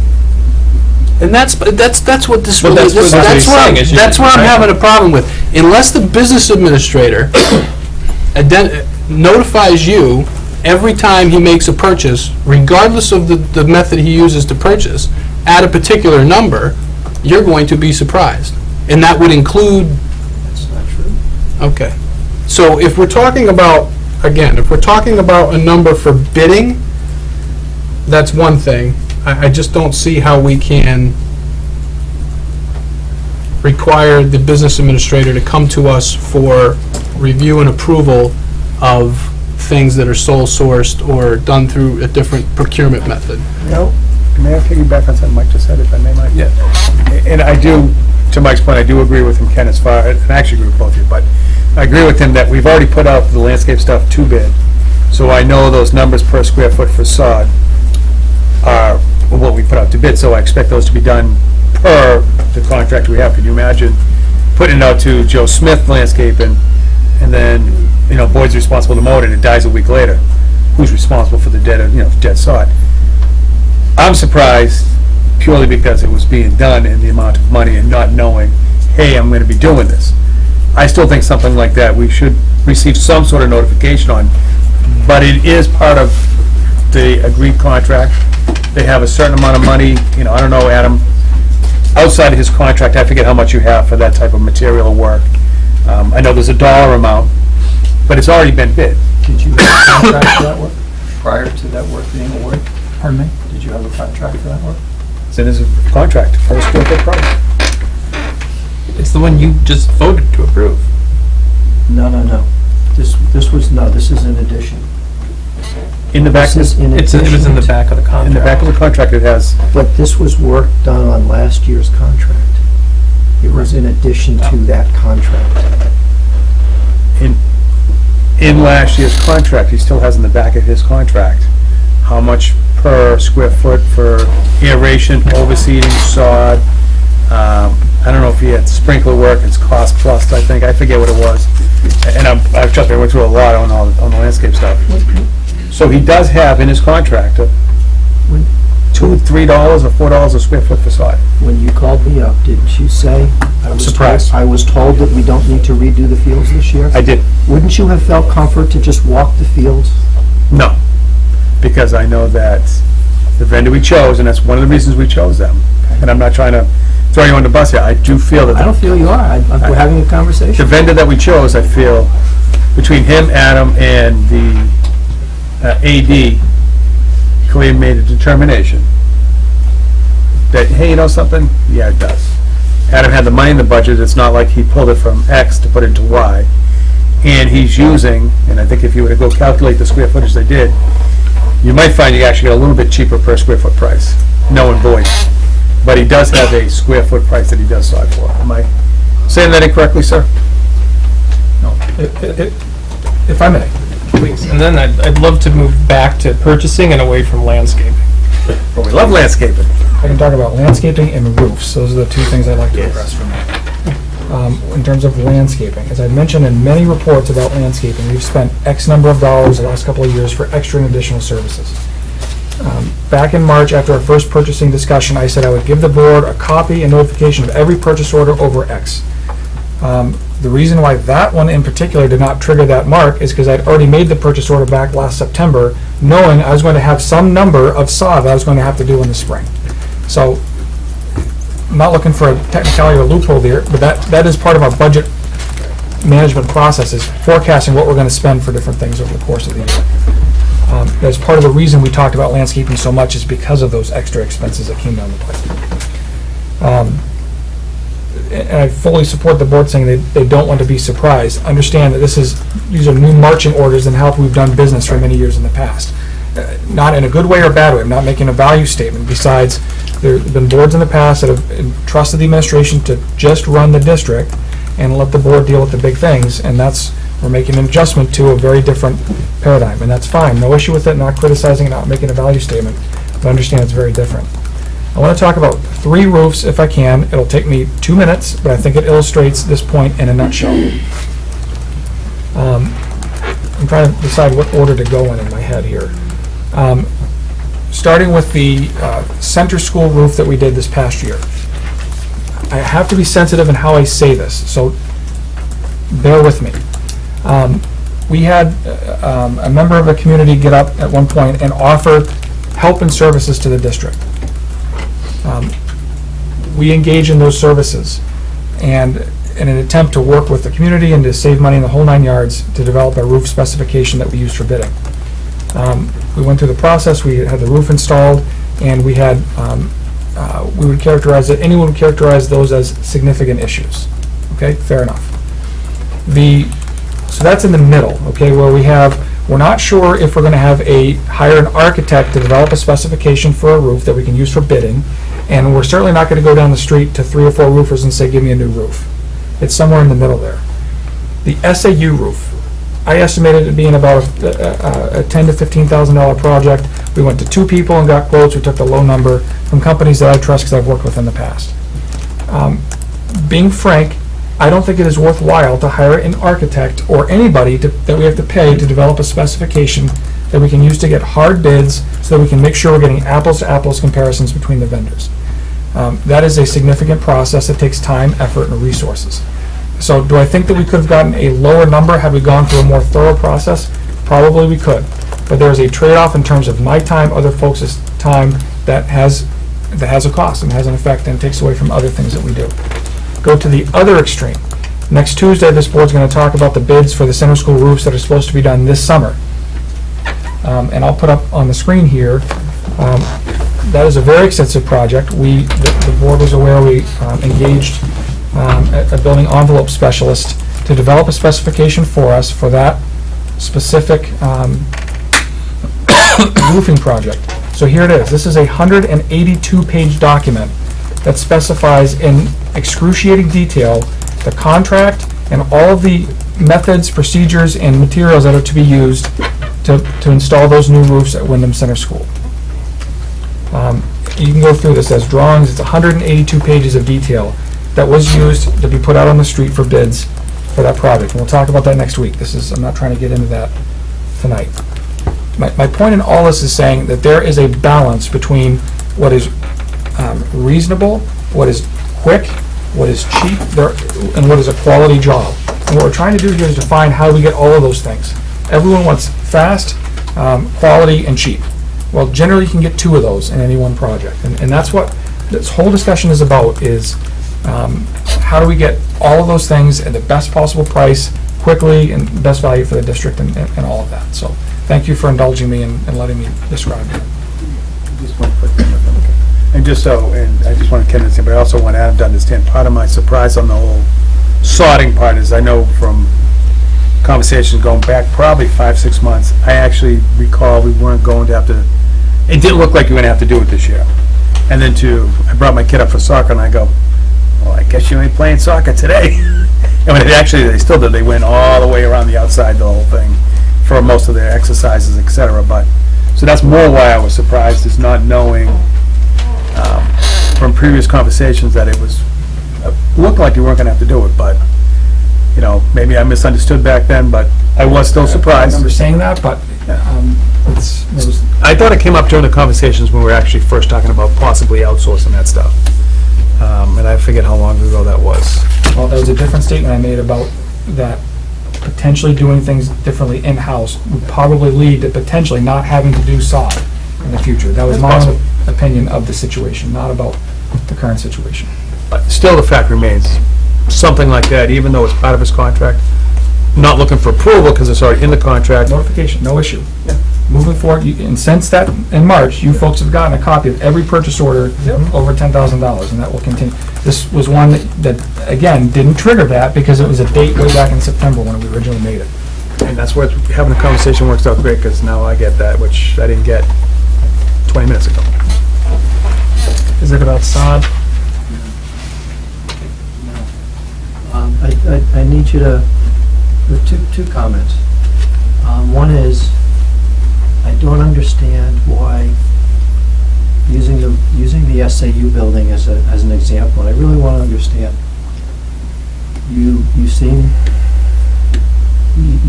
the example that you could have gotten a better price with the bid, but it's a more time-consuming process. Sometimes you need to go with a quote to expedite.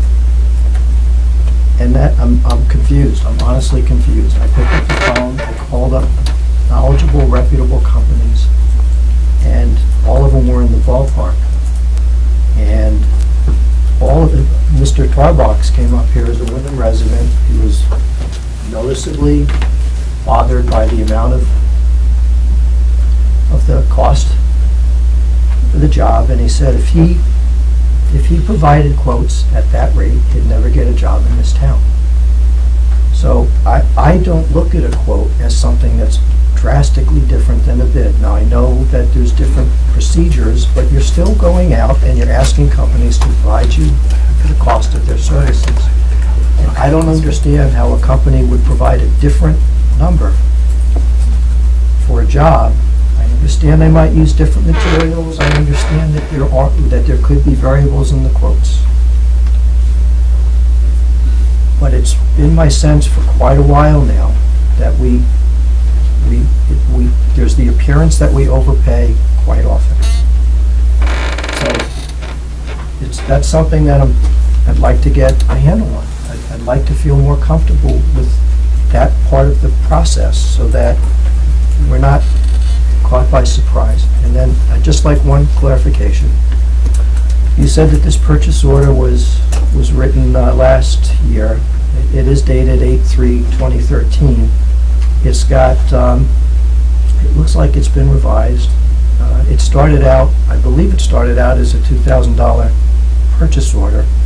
It's got 1, 2, 3, 4, 5 lines in it. Started out, the top line is 2,000, the second line is 2, then 15, then 50, then another 50. Am I reading that right? Did it start out as a $2,000 purchase order? No. So why would it have all these extra lines? And You'll notice there's different account numbers for each one of those lines. So it's based on the building where that extra work would be performed. Okay. Okay.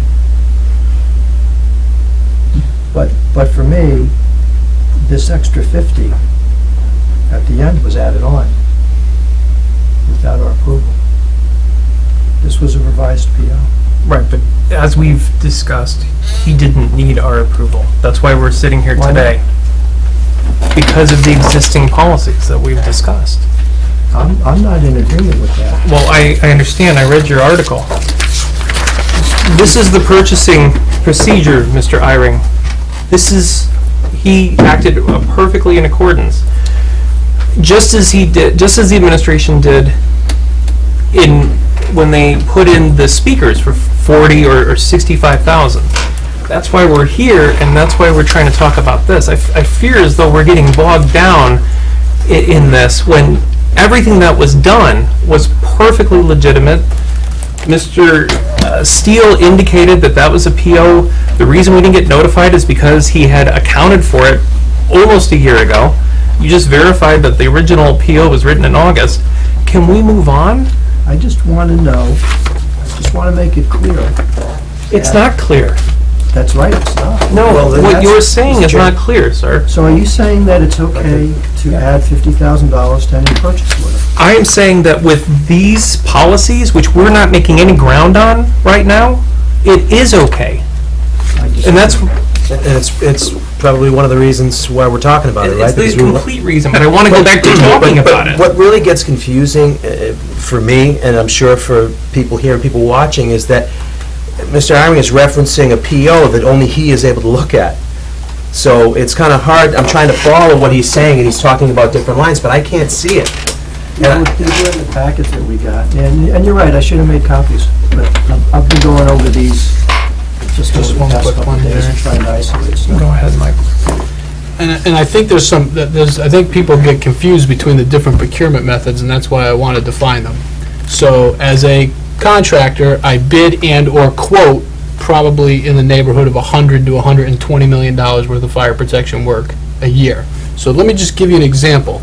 Bid, you're putting an addition on Golden Brook School. I get a set of complete contract documents, architectural, structural, civil, landscaping, plumbing, mechanical, electrical, and fire protection, complete set of drawings that shows me where you want to put this, what size pump you want, what size tank you want, what kind of system. Probably about 100-page specification tells me exactly what you want me to give you, and I give you an exact price to give you what you've asked me for.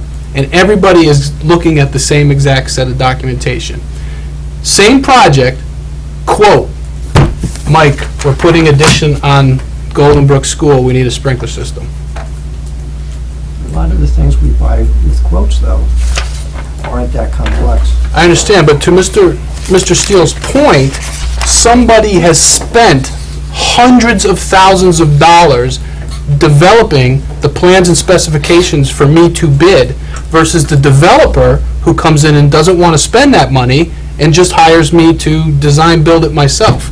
And all those decisions are left up to me. And I just, you can't, it's like comparing apples and oranges. It's two completely different things, and somebody needs to be able to make an executive decision as to what types of things are single-sourced, what types of things are limited vendors, whatever the other things we're calling it, what things we're going to quote, and what things we're going to bid. Because really, when it comes down to it, at the end of the day, that's really what we're talking about. This dollar amount is inconsequential. Because if you don't want to be surprised by things you don't know about, then you want to see everything regardless of the procurement method. And that's not what I see here. What I see here is a number on bids only. And if we're talking about going away from that, then that's a much broader discussion.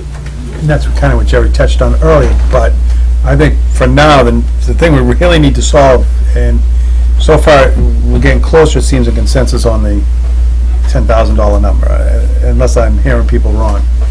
All this other issue we're talking about, that is, I think, for our next reading, how, I think when we come back the next time and Adam has, and the superintendent had this rewritten, you're gonna see some of the questions you just mentioned, Mike, about seeing the different procurement methods, the definitions here. Yeah, definitely. What she's done to define them should be definitely built in. I understand, but the information's all here. I don't think we need to wait to talk about it. It's all, he's given us the information. Oh, the chairman said we're doing the 10,000 foot Well, level. I think it's just as 10,000, it's just as 10,000, it's, to me, it's more 10,000 foot level than the number on a bid. And for me, I'm at 20. I don't need to go any lower than 20 on a bid. This man spends $175,000 a day, $21,000 an hour. I think he can be trusted to evaluate bids that are up to $20,000. For me, this isn't about trust. I agree that he can be. But I think also if we already had in place a bidding requirement of 5, we're going with 10, but now we're looking at, I would say, bids and quotes if we're at that level. I think it was 159. All 159 won't come to us because I think we're in maybe not a complete agreement, but at least I hear the majority saying that single source is not something that we have to, it is something that we are comfortable delegating as we should to the administration. I agree. So I think that's where we are right now. But this isn't about, again, this isn't about Mr. Steele, and this is about trying with the 10,000 in one and seeing what happens from there, which for me, again, is heads and shoulders above where we were even yesterday. I'm sorry, if I may. No. I mean, I think and correct me if I'm wrong, well, obviously, we're not going to be at 100% agreement, but I think we're at consensus. What I'd like to see, and I don't care if we hit till 2 a.m. because that doesn't bother me, but I think at this point, I think we need to go to our next meeting because we still have the public, and there's probably 10 people signed up still. Easy. So I would suggest to the board that we seem to kind of come to that number. We all seem to kind of agree on the bids and quotes, et cetera. Some definition stuff added. I'd like to see us move to that next meeting, which could be, I guess, our first reading. Right. But also at this moment, start the public input. If not, you will be here till 1 a.m. I'm okay with that, but I think we've got a couple more minutes. I do agree it's probably nearing the time to wrap up. I don't disagree, but. So if I'm hearing where the board is coming to consensus on, you're looking for board approval for all requests for proposal, quotes, and bids, $10,000 and more. With the exceptions. That don't meet the exceptions that are spelled out here. And the single source and... Well, okay, the single source I didn't mention, but you're talking about requests for proposals, quotes, and bids, $10,000 or more. Yes. As to not belabor this discussion tonight, that is drastically different from what the business administrator proposed, and I would like to hear back from him at some point as to how he feels about that type of change. It's 10 to 20,000. No, it's not. It's not. Because you're talking about adding requests for proposals and quotes to the bids, to the bids one. That's a huge difference. Adam, do you feel? Can you weigh in? I'd be glad to. There is a fundamental expectation of trust between the board and the administration, and that's just the way it is. And don't take the statement the wrong way, but when trust fails, you need to find different people. And that's a fundamental piece of this discussion. And I take the point, well taken, that I may not be here forever, Winfred may not be here forever. I get that. People change, the process change, and so there needs to be expectations that stand the test of time. I get that. For me, this is a fundamental shift from how we do things today. It really is. And I'm thinking through, I was just thinking through some emails I had today with some of my maintenance folks about repairs that they were doing, and how if that email that I received today, if this was a regular board meeting, you folks would not meet for another 2 weeks, and then you'd approve it at that time, and then we would move forward. And there could be times when it's a greater span of time between now and then, and that concerns me. There are times when our building principals come forward with needs to buy. Mrs. Bates said she needs additional chairs for a third grade classroom. And I think there's a couple third grade classrooms. I can't remember because I don't remember every single detail off the top of my head, but I seem to recall it's right over the $10,000 mark. So does that mean we wait another 2 weeks to the board meeting and then she orders it then, and hopefully it's in time for school to come? And I'm not saying that we shouldn't plan these things out in advance and have plenty of lead time and all of that. I'm just thinking of all the times that we purchase things based on quotes, and how adding the approval process of the board affects that. When I think about bids, I have no issue with bids. Frankly, bids over $5,000, even that doesn't really affect too many things because we do a limited number of bids on an annual basis. And 10,000 for bids is fine as far as I'm concerned, but there are a significant number of repairs that we do, a significant number of purchases that we make that are in the $10,000 to $20,000 range that I feel would cause some concern in terms of adding the additional step. And for me, it's not about, I think that these policy revisions set in stone for me how we need to be thorough and transparent in the process. And there's no issue with notification to the board of any purchase we make. Everybody knows that. There's no issue with transparency from my office. So that's my reaction, is I don't have any issue with the bid number. I do think that quotes does create a concern for me. Thank you. Mr. Stalin, you know, we've had many conversations. And I know I gotta speak for the whole board. Fundamental trust issue, yeah, sure, that kind of sometimes might feel like that. But in my eyes, this is purely say maybe a temperature check from the residents overall in general. I mean, you look at a lot of the issues that's come up over the years. We thought I would be sitting here a year and a half ago. And I see the public kind of really swaying a little bit. I guess I ask, as you run through some of these things, you had some of these might be difficulties, the willingness to be able to try it. And as Jerry said, 6 months, less 3 months. How's it going? How's it working? And maybe there's a mechanism we could put in place where if you had that, you know, shoot, I got to do that $15,000 repair, but it's Wednesday, they just met yesterday. You know, I don't know legally if they could do a,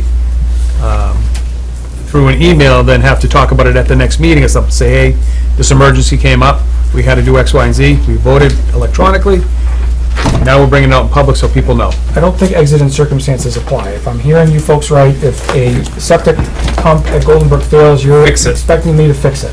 Well, that's what that whole last sentence was. Right. Anything over $10,000. You and him, I mean, it just says, it says both of you. I'm not going to jump down your throat. I'm not talking about the emergency things. I'm just thinking about the approval process and the length of time it creates and that concern.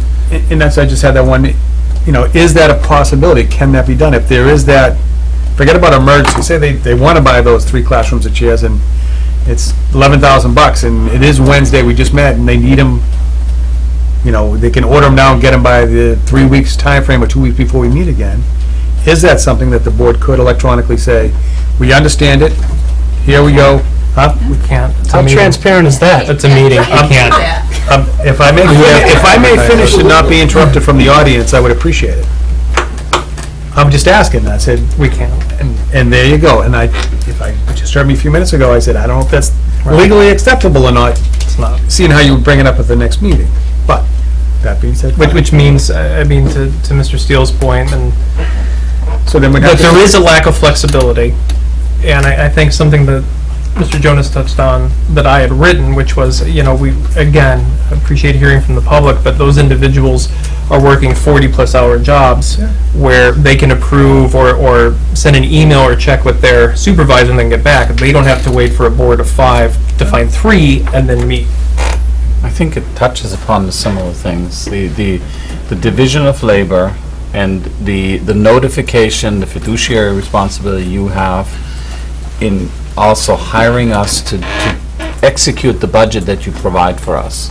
I think there's a fundamental difference between notification and then with the bidding process where we do have those limits, and it could be $5,000, and we could work with that.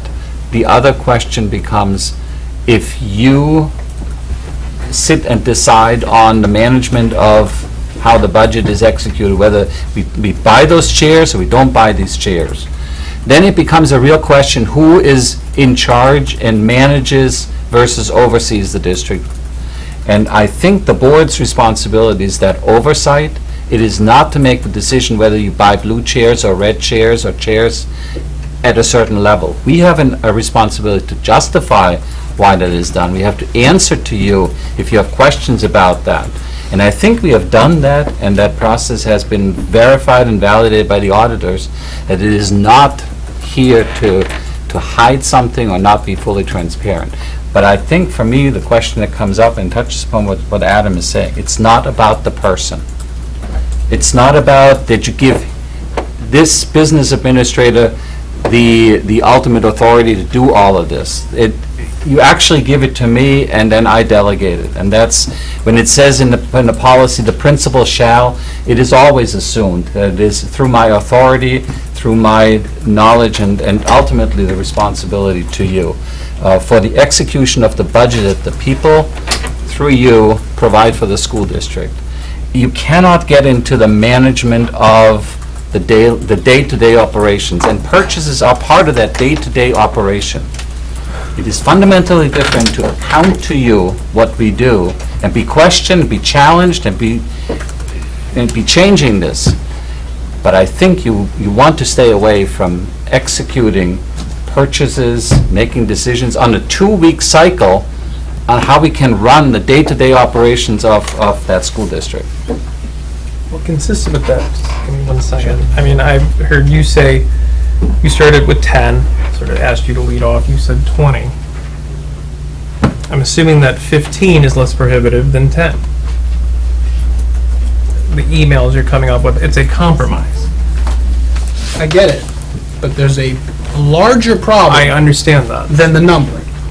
And if I'm going to read between the lines, I just heard the business administrator tell me that if we included request for proposal quotes with the bids, that's a fundamental shift in how he conducts his business, and I'm just going to take it upon myself to suggest that he's completely uncomfortable with it and would not be happy with moving forward that way. He said it a lot nicer, right, but I'm going to read between the lines and tell you that that's a huge problem for how he conducts his business. And one other point about it not being about the person, that gets flipped around as well. The reason why boards are typically exempt from purchasing decisions is to keep the political process separate from the choice of a vendor. Bids are easy because they are sealed and no one knows what's in those bids ahead of time. Do you really want to be in the position where you're accused of picking one vendor over another, where there were quotes were provided at different times along the process? There's a reason why we're entrusted to do that. It's an abstraction layer for you folks. Just another thought about that. It's not about, and I'm not accusing anybody on this, but boards change as well. And there's a reason why these things are separated in other districts. And to Jerry's point about the 15,000, though, that really eliminates most of it. It leaves about 100 items. I look at that and say that it's not far off.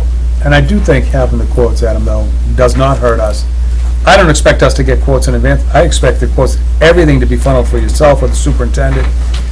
You only come to us after you've made your evaluation. Absolutely. But the accusations don't have to be based in fact, is what I'm talking about. When the board is, you know me, I don't care what people have to say about certain things. I look at it like this: if you're handling everything, and that information ain't coming out to us, and you're not sending us all these emails saying, okay, here's all 3 quotes. We come to a meeting, or in the package the day of, or whatever, you have your quotes. That eliminates all that possibility, see, because when you say I'm the keeper of the paperwork, and no one else has had this, we either trust you or we don't. I know I do. So I don't look at that as being an issue or showing any sort of favoritism to any one vendor over another, because you've kept them. And to Jerry's point, in fairness and compromise, you were at 20, and this at 15 eliminates most of them, at least about 100. I think those items, and we're not looking to say, hey, we want the red chair instead of the blue chair. I could care less if you bought pink chairs. If that's what you want, But I think, That's not even where this discussion was going. I understand that. That's a bogus example. well, he had mentioned blue and red shirts, so whatever. I'm only following on that one. No, and my comment was, Regardless, so I look at that, Adam, and say, can you work with 15,000? That pretty much does it. The contention point, I think, as Mike's bringing out, is the quotes, and I think from a, I won't say equity standpoint, from a, I guess above board point, there's the only way I can really say, there's another word I'm trying to use. If you're the keeper of all that paperwork, then I don't have to worry about people making assumptions or accusations. They're gonna do them whether they want to or not, I don't really care, but at that point, you've had them, you've got them, you're coming to us. I don't see an issue with that. But I think, to Adam's point, though, there is a tendency, and we've seen this over the last 4 or 5 months, where then we have somebody get up and say, well, you know what, I could do this for, and it's not that they're saying that they want the job, but it's they're saying that they could do it for X dollars less. I do fear, as we're talking about the difference between quotes and bids, that there is that problem. And I think that that's a very real one, given the sentiment of the public comments over the last half year. And to my point on that one, when we were talking about the particular gentleman, I listened to what he had to say, but it's irrelevant, the prices were out there. Anybody can say they can do it cheaper. And Oh, no, and he wasn't talking about bidding for the job. I'm just saying that this is a situation, though, when we're getting involved with quotes. I think of Mike going on his phone, and I'll be darned if you didn't find copy paper cheaper. I did online. I know. I found it online right away, cheaper. So I think that the distinction is an important one, and so I if we're just talking about bids, I'm actually happy with the 10. In terms of quotes, I think I'm looking at a higher number. But you just said 15. Well, I was lumping together bids and quotes. I'm thinking. And I was on the same page with you on that. So I don't know. well, just to put this in perspective, this is an article by Barbara O'Brien. It says, school administration grilled on roof repairs. And there's just, to read a quote from you, it says, Chairman Ricart said that under current purchasing policies, Steele acted appropriately. Moving forward, however, there will be more oversight by the school board. Now, if you raise that to 15,000, this would still have gone through without any school board oversight. It's more than what we have now. Right, but it would still be more than what we have now. But I do appreciate that you follow me in the paper. Listen, can I say something about the roofs? Yeah. Well, I don't know. I won't make any jokes. God knows what she'll write about me next week. In all due respect about the roofs, Ken, and like, we can hear this all day long. You know, we all have somebody we talk to, whatever. I have no doubt you called, because I know you're pretty darn thorough. You know, between 350 to 450, 350, 300 on a roof. I mean, we're shifting 1,500 to 2,500 We'll get bucks. down into the minutia. Right. I just- All I'm saying is that we're talking about a couple hundred purchases, okay? And we're making the decision after the fact. The majority of the board seems to feel comfortable to approve the writing of the checks after the commitments have been made and after the work has been done. I'm saying I'd like to be more involved with the process. That's what I'm saying. I'm one of 5 votes. And again, I don't think that you're representing it appropriately, because the entire reason we are talking about this now has nothing to do with you. It was started before you were elected, and it had to do with a revision of the purchasing policy so that we did have more oversight. So this isn't that you're swooping in and you're the only one who wants to have a greater amount of accountability. So I do think that we need to put everything in the proper historical context. That being said, I'm sorry, I don't mean to cut you off. Go ahead. With the distinction between quote and bid, I actually like bid at 10,000, but I understand, you know, as we're talking about quotes and thinking about, again, the lack of separation in terms of the politics, particular vendors, I think that there is an issue there. Now, there is not a number in this document with for the vendor, but there is in the memo.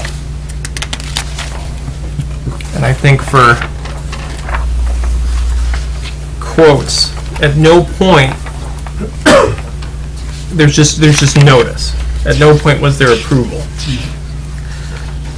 For quotes, I think that we should have approval, but I think it would be at a higher level than bids, and I would like to see bids at 10. That's not, I'm not changing on that. Okay. But I think with quotes, that's a different scenario altogether, along the lines of what Mr. Jonas is saying, that the two are different.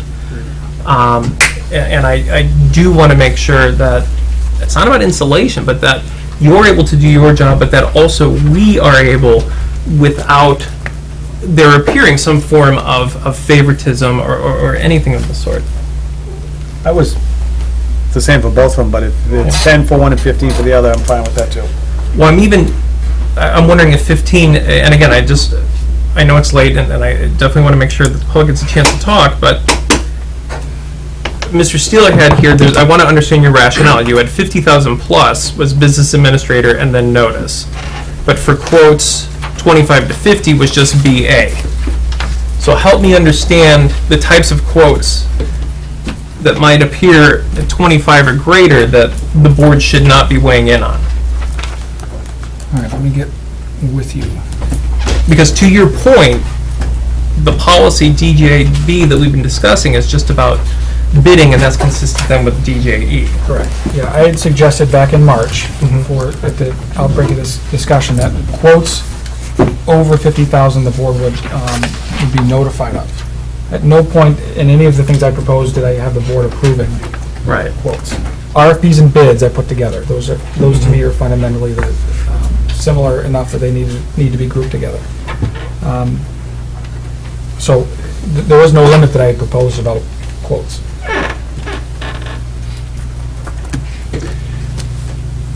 From my simple-minded perspective, having a bid school board approval number at 10,000 and having a quote approval number at 20, 30, 40, 50, $100,000, from my perspective, is completely back-asswards.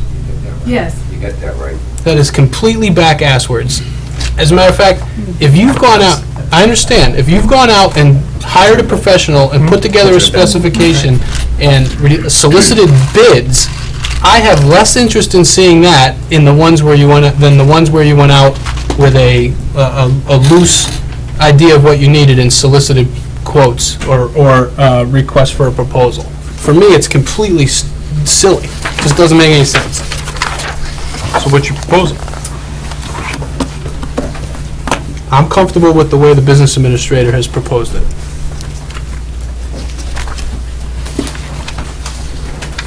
Mr. Chairman. Okay, give me 1 second. But you just indicated that, but the way that it's proposed is that the bid has a limit and the quote. It's just less back-asswards. I agree, Jerry. Okay. I agree with your point. I hear you. So you're saying you'd be happier to have them both at 15? Outside of what you just said, you were happy with the way the administrator put it. If that's not the way it was, you're saying it would be better to have them both at the same, at 15? Or quotes at 10 and bids at 15? I mean, I'm trying to find that ground you're looking at. Mr. Jonas. I'm comfortable with the way it was proposed by the business administrator. I don't feel like we have a need to micromanage this process to the level where you guys are trying to get it to. This man runs a $45 million process for us. I think it's been done well. I think this policy is a huge step in the right direction from what we have today, and I'm comfortable with it the way it is.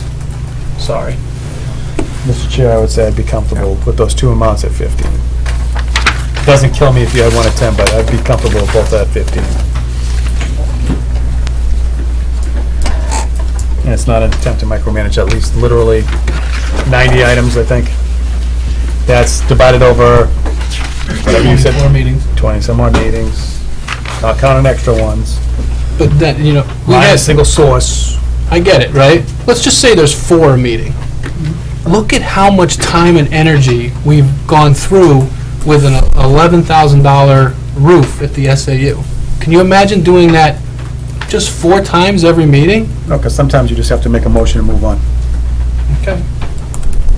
I can't imagine that that is our responsibility. I don't see it as the board's responsibility. I see it. That wouldn't be part of the... Doesn't mean that he's not accountable. Right. He's always accountable. He works for the superintendent works for us, he has a budget, he's accountable. And it doesn't have anything to do with transparency, because we've already said that it's an open book, come see whatever you want, print out 100 million reports 50 different ways. It's about allowing them to run the day-to-day operation of the business without us And at 15 grand. being involved in $10,000, $15,000 chair purchases, or sod replacements, or pump replacements, or maintenance items, or anything else that they have to do on a day-to-day basis to run the school district. Well, I think in terms of, if I can, just to try to wrap this up, and it's still going to be wide open, but it seems to me that where we might have agreement, I just want to operate from there, is that with the document as it's written, I heard Mr. Steele say that 10,000 in terms of bids. I'm just talking about bids. This is the document as it's written right now. DJB, what? I would include RFPs with that. Right, RFPs and bids at $10,001. That he was okay, did not see that as being overly prohibitive. Again, I want to... Fine, yeah, that's great. I'm not clear. Do you want to go home? Absolutely not. That's good. And then why don't we put the discussion of quotes on hold until next time? Because it strikes me that we've got several camps. I don't want to just slap something on there. I've got Mike on one hand saying that everything is completely backwards. I'm paraphrasing. And Was that I tried not to swear on the board. You didn't? That was not really a swear. all the kids should be in bed. They're reruns, though. This is TVMA territory. Right. So far, I haven't sworn on camera. Can we, as a board, at least agree to move forward with DJB as is in terms of bidding, but with the modification from 20,001 to 10,001, and we will pick back up with quotes next time. I think we may have consensus on single source. Works for me. I'm okay with that, but I did have a suggestion earlier to add definitions or some sort of clarification. Sorry, and to add the purchasing. definitions. Those are the two changes I've heard so far. And I think that's what comes out of tonight. Are we... Maybe, if I may ask to Mr. Steele, as far as, now I'm losing it here. The one we have an issue with the RFPs of quotes. It's quotes, not RFPs. Can you give some examples, maybe? For the next meeting? Yeah, something just kind of gives us an idea. Yeah. Right. So then we can iron that out, and hopefully then we can move into first reading territory. I'm sure Mr. Irick, we can talk about some of the, I know that there is language that we need to iron out. I know that you go through, and we can talk about that, but at least I feel like we've made some progress. Again, we're inching the ball forward here. Are we good? All right. So let's open it up unless there's any final statements from the board. No, but I think she said there's 38 people signed up. Okay. And if I could just remind the board again, I think that we were all, we showed good discipline when the public was coming up before, let them talk, and then move on. If we could do the same thing, I think it will be helpful to everyone. And then if we all have, a couple minutes, just at the end, we can go down the line if anybody wanted to comment on anything. I think that might work best. At the end, I'm all done when I come to the next meeting, but I do have one or two items I just want to ask about for the future meeting. Who's the first one signed up? Okay, I'm not sure if everybody is still here, so I'll just go through the list. I have Mary Lou Bartlett.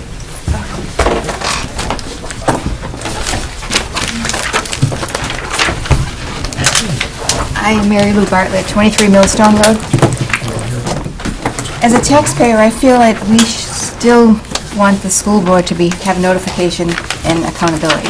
Doesn't mean that you're not doing your job. It's nothing personal, like everyone said. I just think to gain the taxpayers' trust, we want to see a little bit more of accountability.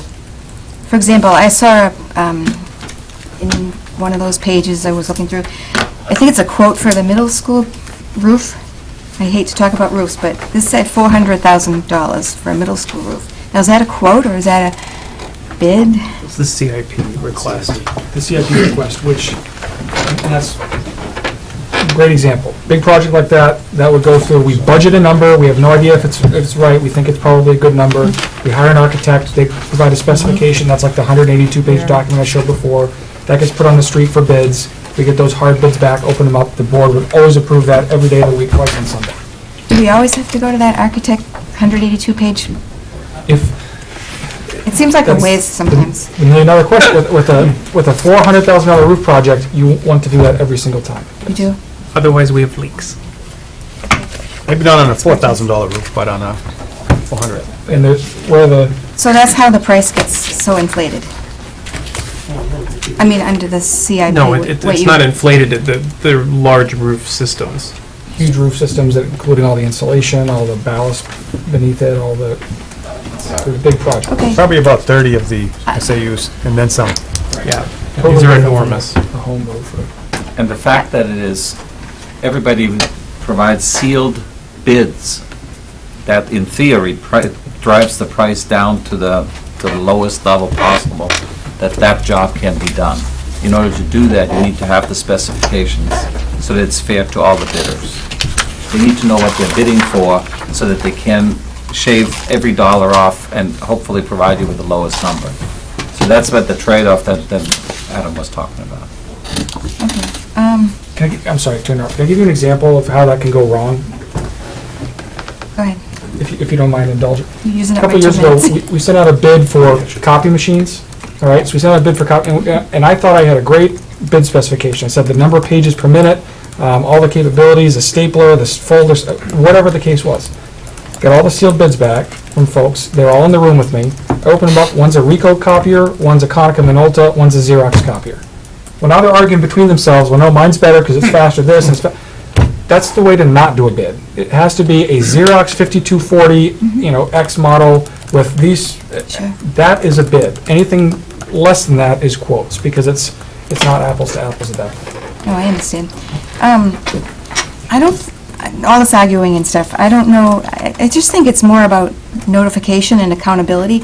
I don't think everything you want have to approve, because you never get any sleep. But I think, obviously, if there's a lot of things that, the big, whatever, the purchase orders, whatever number you decide on, if there tends to be a trend, like, you think there's wasting money, overspending, I think the board should be aware of all this so that they can discuss it. Just so, I just think the taxpayers don't know any of this. It's just, we want a little more accountability, basically. That's it. Thanks. Okay, I have Bruce Anderson next. Thank you. I know it's late, so I'll be brief. But when I came on the school board and I kept it, I'll get this book. It's called Becoming a Better Board Member. And it's a really nice book, and it outlines all the responsibilities that a school board has at hand. I'm not going to read the 3 or 4 pages of the outline. I'll hit the highlights. You have policy making, planning, goal setting, and appraisal of those goals, financial resources, which you guys like a lot, staffing and evaluation, instruction, which I haven't heard much about, facilities, which you have a lot to do on, student issues, communications with various constituencies, advocacy, adjudication and investigation, establishing procedures for board operations, negotiating contracts, setting a school calendar, establishing and maintaining effective board superintendent relations, and communicating with some other, town and city boards. You have a lot of things to do, and you're spending a lot of time in this. And I'm trying to put into perspective where you should draw these numbers. So, just for kicks, I did a little math, okay?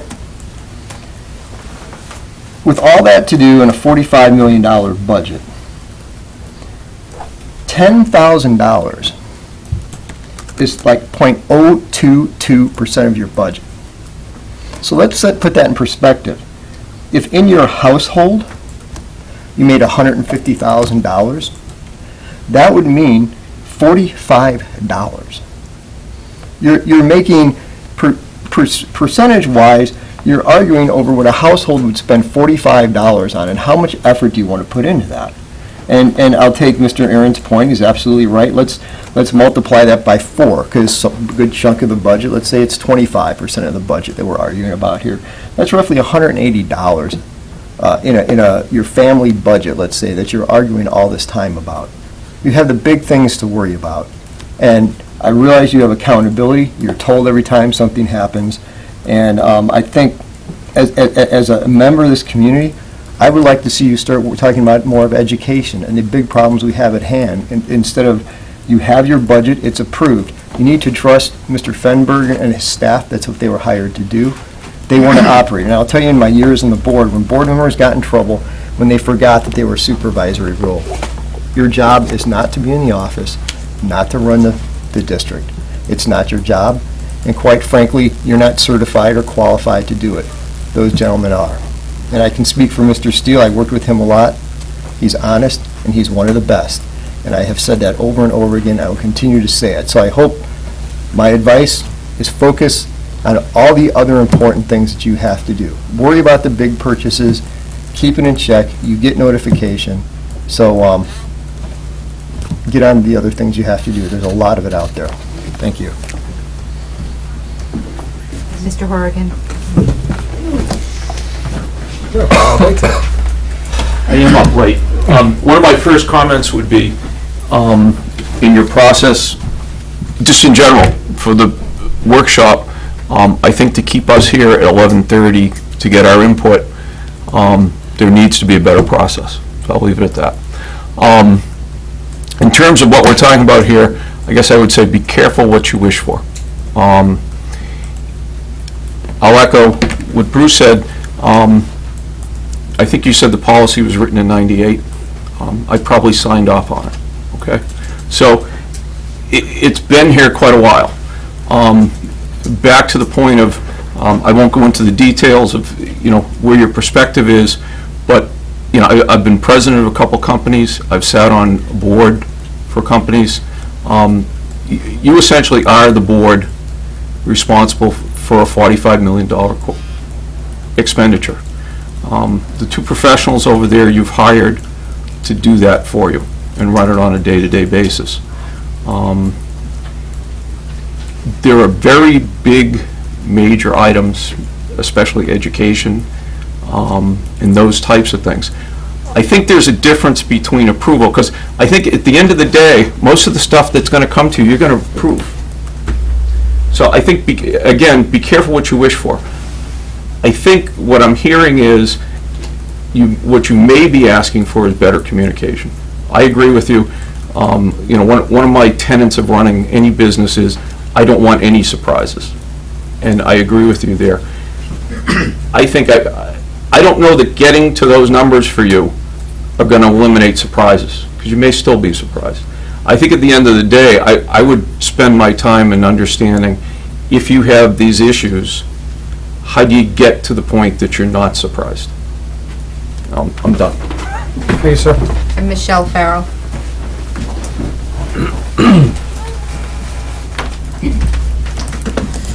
Michelle Farrell. I actually wanted to talk a little bit about the letter, which I know Dr. Ricart talked about. In the letter that was in the newspaper, it said, Mr. Steele's proposal would vastly increase his spending authority as a business administrator. And when I read this in the paper, I was very concerned. I'm like, that doesn't sound like the Mr. Steele that I worked with. So instead of shouting at the TV, I decided to come down. And when I sat here and I listened to Mr. Steele, he talked about how he took a 4-line policy and made it pages long. And it spelled out what those pieces are. This is not a man that's looking to increase his authority. He actually put a limit on it. So now we have this derogatory letter that's in the Windham Independent that said something wrong about our business administrator. I want to know who's writing the letter that says this is not accurate. This is not what took place here. And I'm very upset that we have someone that I've worked closely with that has always communicated to us. He always lets us know what's going on. I'm not surprised about the sod. I knew about the sod, so I'm not sure why that's a surprise to other people. So you talk about accountability. In every board packet, it says exactly what was spent. It's up to you whether you want to go and look at it and figure it out. If you don't want to figure it out, that's your problem, not Mr. Steele's. So I'd just like to know who's reading the letter that's talking about this is not accurate. I want to clarify, Mr. Steele. We're going to hold off, Mr. Ivan. We've got a process. You can wait till the end. Beth Valentine.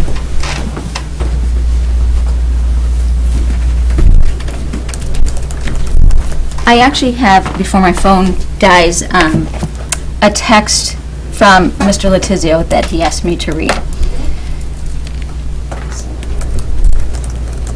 I apologize for that. I know.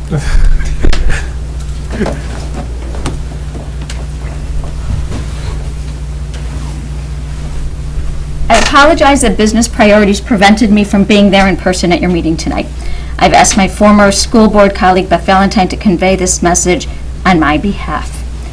The most important accomplishments of the Windham School Board, as well as all other elected boards in our town, happen when members focus on the big picture, provide a vision to our professional leaders, then get out of their way and allow them to do their jobs, holding them accountable to deliver results.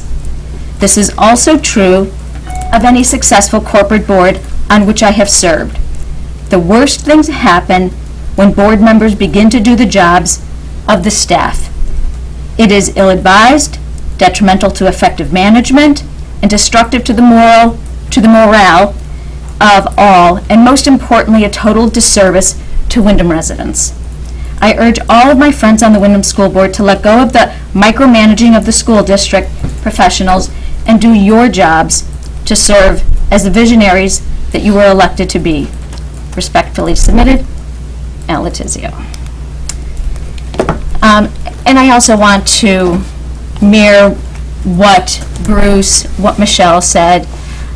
God bless you, Mr. Fennenberg, Mr. Steele. I've seen really poor business administrators over the course of many years. Mr. Steele is absolutely one of the best. The two of them combined is an incredible combination. We really need to let them do their job. You need to do your job. If you are uncomfortable delegating, you are in the wrong role. You shouldn't be doing that. You should be applying for a business administrator's job, hopefully somewhere else. There were lots of analogies to corporations by people that spoke earlier. I truly appreciate all of their insight. I think it's always really good to look at some alignment. But what is the fundamental difference? They work 365 days a year. How many days do you people work? I know, as board members, how many days, because I know you work a lot. How many days, how many meetings do you have? 26, and you're running a $45 million company. I beg you, please stay focused on what you're supposed to do. And that is set the vision, set the policy. I applaud Mr. Steele, who has done a far better job, quite frankly, than the previous administrators in that, as Michelle mentioned, he just defined his job. He's setting policy. That's actually your job. Quite frankly, what my big takeaway tonight was that we're spending $240,000 more on landscaping. Really? Really? And we're talking all of this time about $5,000 and $10,000 when someone voted to spend $240,000 more on landscaping, cutting grass. Mr. Fennenberg's staff is trying to teach children in closets.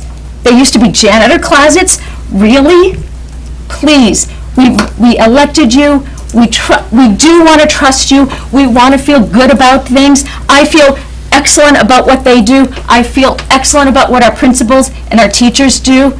And I feel great about what you guys mostly do. Please, do not micromanage. You're going down the wrong path. And I know it's not everybody. Thank you.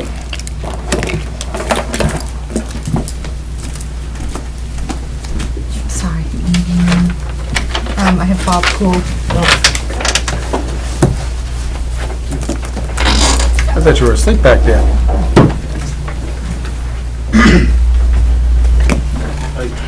Bob Cool, Morrison Road. I have some questions on the one or two policies. In DJ policy, it says here the business administrator will be solely responsible for the final approval of all purchases. Now, this was revised November of 1999. So, it's been approximately 15 years, and I believe we're on our 5th business administrator since then. Before we were in the SAU 28, if something happened to the business administrator, whether it was in Pelham or Windham, they became incapacitated or left, we went to the other town to cover for the business administrator. There was one time several years ago where we didn't have a business administrator and nothing got done for a couple of weeks until one was appointed. It came in.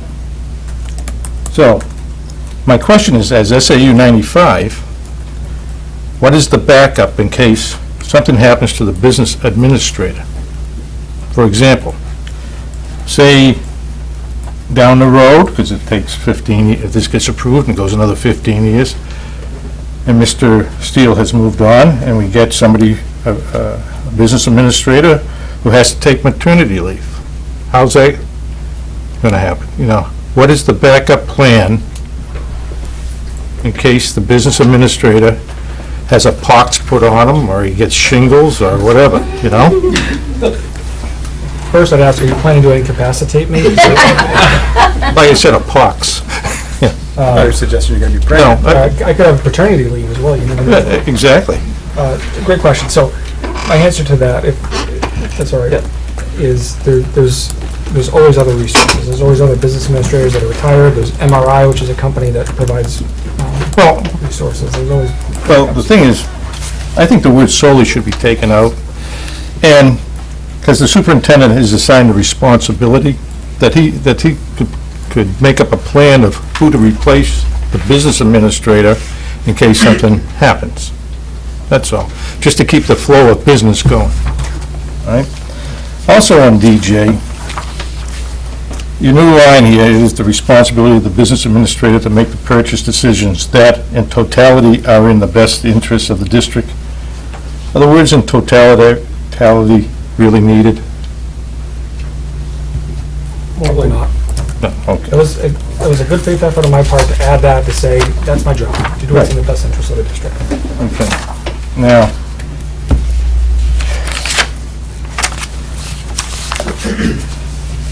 I used to be employed by the school district, and I think the lowering of these, and operated under the purchasing policy that's in effect now. You people realize what happens in 4 weeks? School opens, which means every school is being cleaned right now, upgraded, more furniture. But not only the 4 schools here, but every school in New Hampshire, every school in New England is going through this process. And every school needs something right away. We came up short on something. They need something right away. So, for $5,000, say, you're going to have to wait a couple of weeks to approve it, and then try to get it out to the school from a vendor within 2 or 3 weeks. It's not going to happen. Now, I know, when it comes to school furniture, the best time to buy is in the fall. But nobody is going to buy in the fall because they've already spent all their money for their furniture during the summer cleaning. And people can't see in the future. You know, I think, I happen to agree with Mr. Jonas that the money set right now is probably right. The business administrator has to do his job. He has the overall day-to-day operations going. He knows what happens. He has to pre-plan for the future. And being so petty as to checking over $5,000 or $5,000 to $10,000 is really, to me, petty and is detrimental to the smooth running of the district.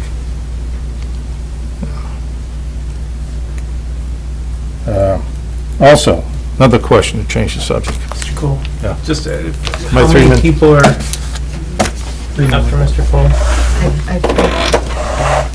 Okay, one last question. Does this policy do away with petty cash? No. Okay. Elaine Johnson.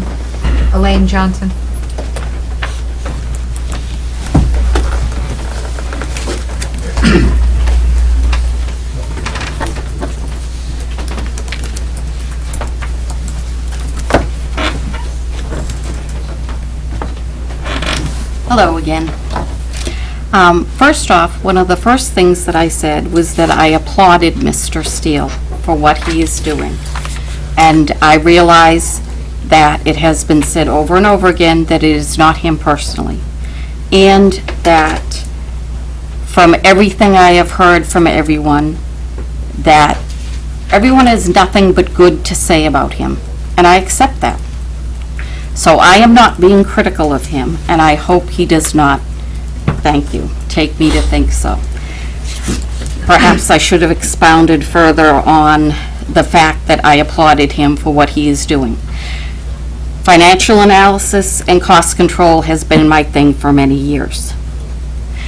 As he said, we're going through a paradigm shift here because of these changes, and it causes, any change causes stress. And this is what you're seeing with the discussions here. But it has to be done.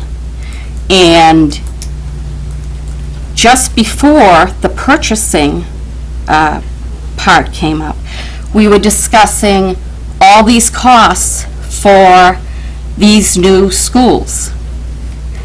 The taxpayers here are stressed. They are worried about their money. As a general overall economic conditions, many people are struggling. And personally, my belief is that general economics are going to get worse, not better. And people, individual taxpayers, will be stressed more about their tax rates. So even though many people have said, don't go to this level of detail, $5,000, fine. Go to 10, whatever. I think what people, taxpayers who are struggling, want from you is some sort of acknowledgement that that you are paying attention to things for $35,000 or $50,000. And the way people talk here of throwing around these numbers like they're nothing, they're not. They're not.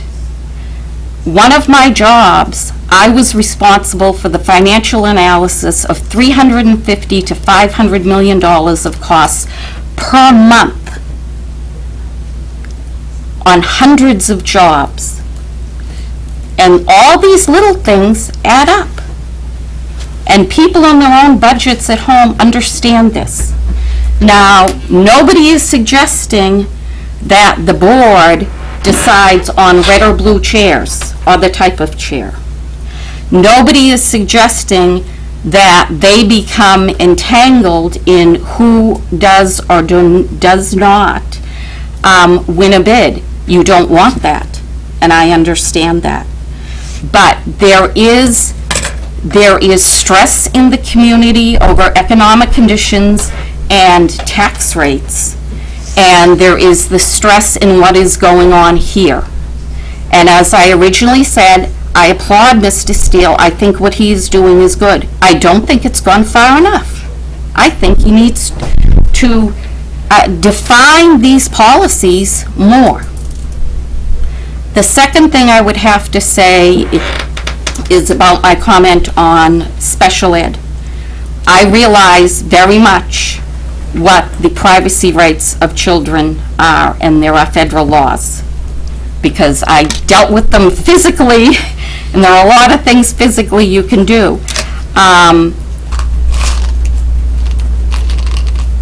In a prior place that I lived in another state, there was a town, a family in that town, and they had 7 children. They all had genetic blindness. They were all special ed students in one family. No town can say, oh, well, we don't have many special ed. The makeup of towns change over time. I know, and I don't want to know, the specifics of the children that need special ed. But mainly, I worked off of the letter Mr. Steele wrote to the superintendent. And it basically was, I now understand, an unfinished product. That was not clear to me previously. And it seemed as though special ed was just this big hole that you threw money into, and if a couple of families with multiple children with special needs came in, it was just a bottomless pit of money. And now I understand that there are budgets for it and so forth. These things need to be clarified to the taxpayers. And as this process continues, I think as the paradigm does shift, that there does need to be an understanding on the board's part of the stress of the taxpayer and their economic condition. And yes, it's a $45 million corporation, school system, and you meet 26 times a year. I don't know what needs to be changed. Perhaps that's part of the paradigm shift. It may not be what you want to hear, but maybe for that amount of money, you need to meet more often. Just a suggestion. I don't know. Mrs. Johnson, you've gone for 6 minutes. Thank you very much. That's basically it. No, that's it. That's all I have to say of those 2 issues. And I just want to say that in anything of change, there is stress. And I was not criticizing Mr. Steele. I was reading the letter from the Windham Independent. Thank you. Thank you. Chris Baker.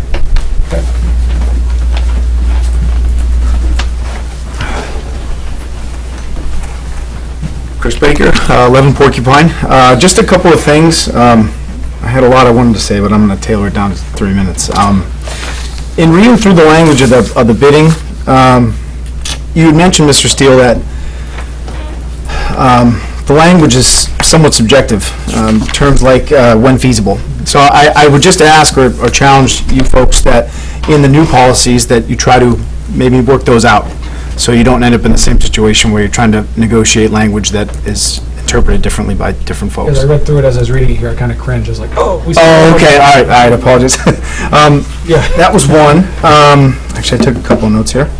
I also want to say I think it's a good thing that you have taken the time to clearly define all the different parts of the policies. I think that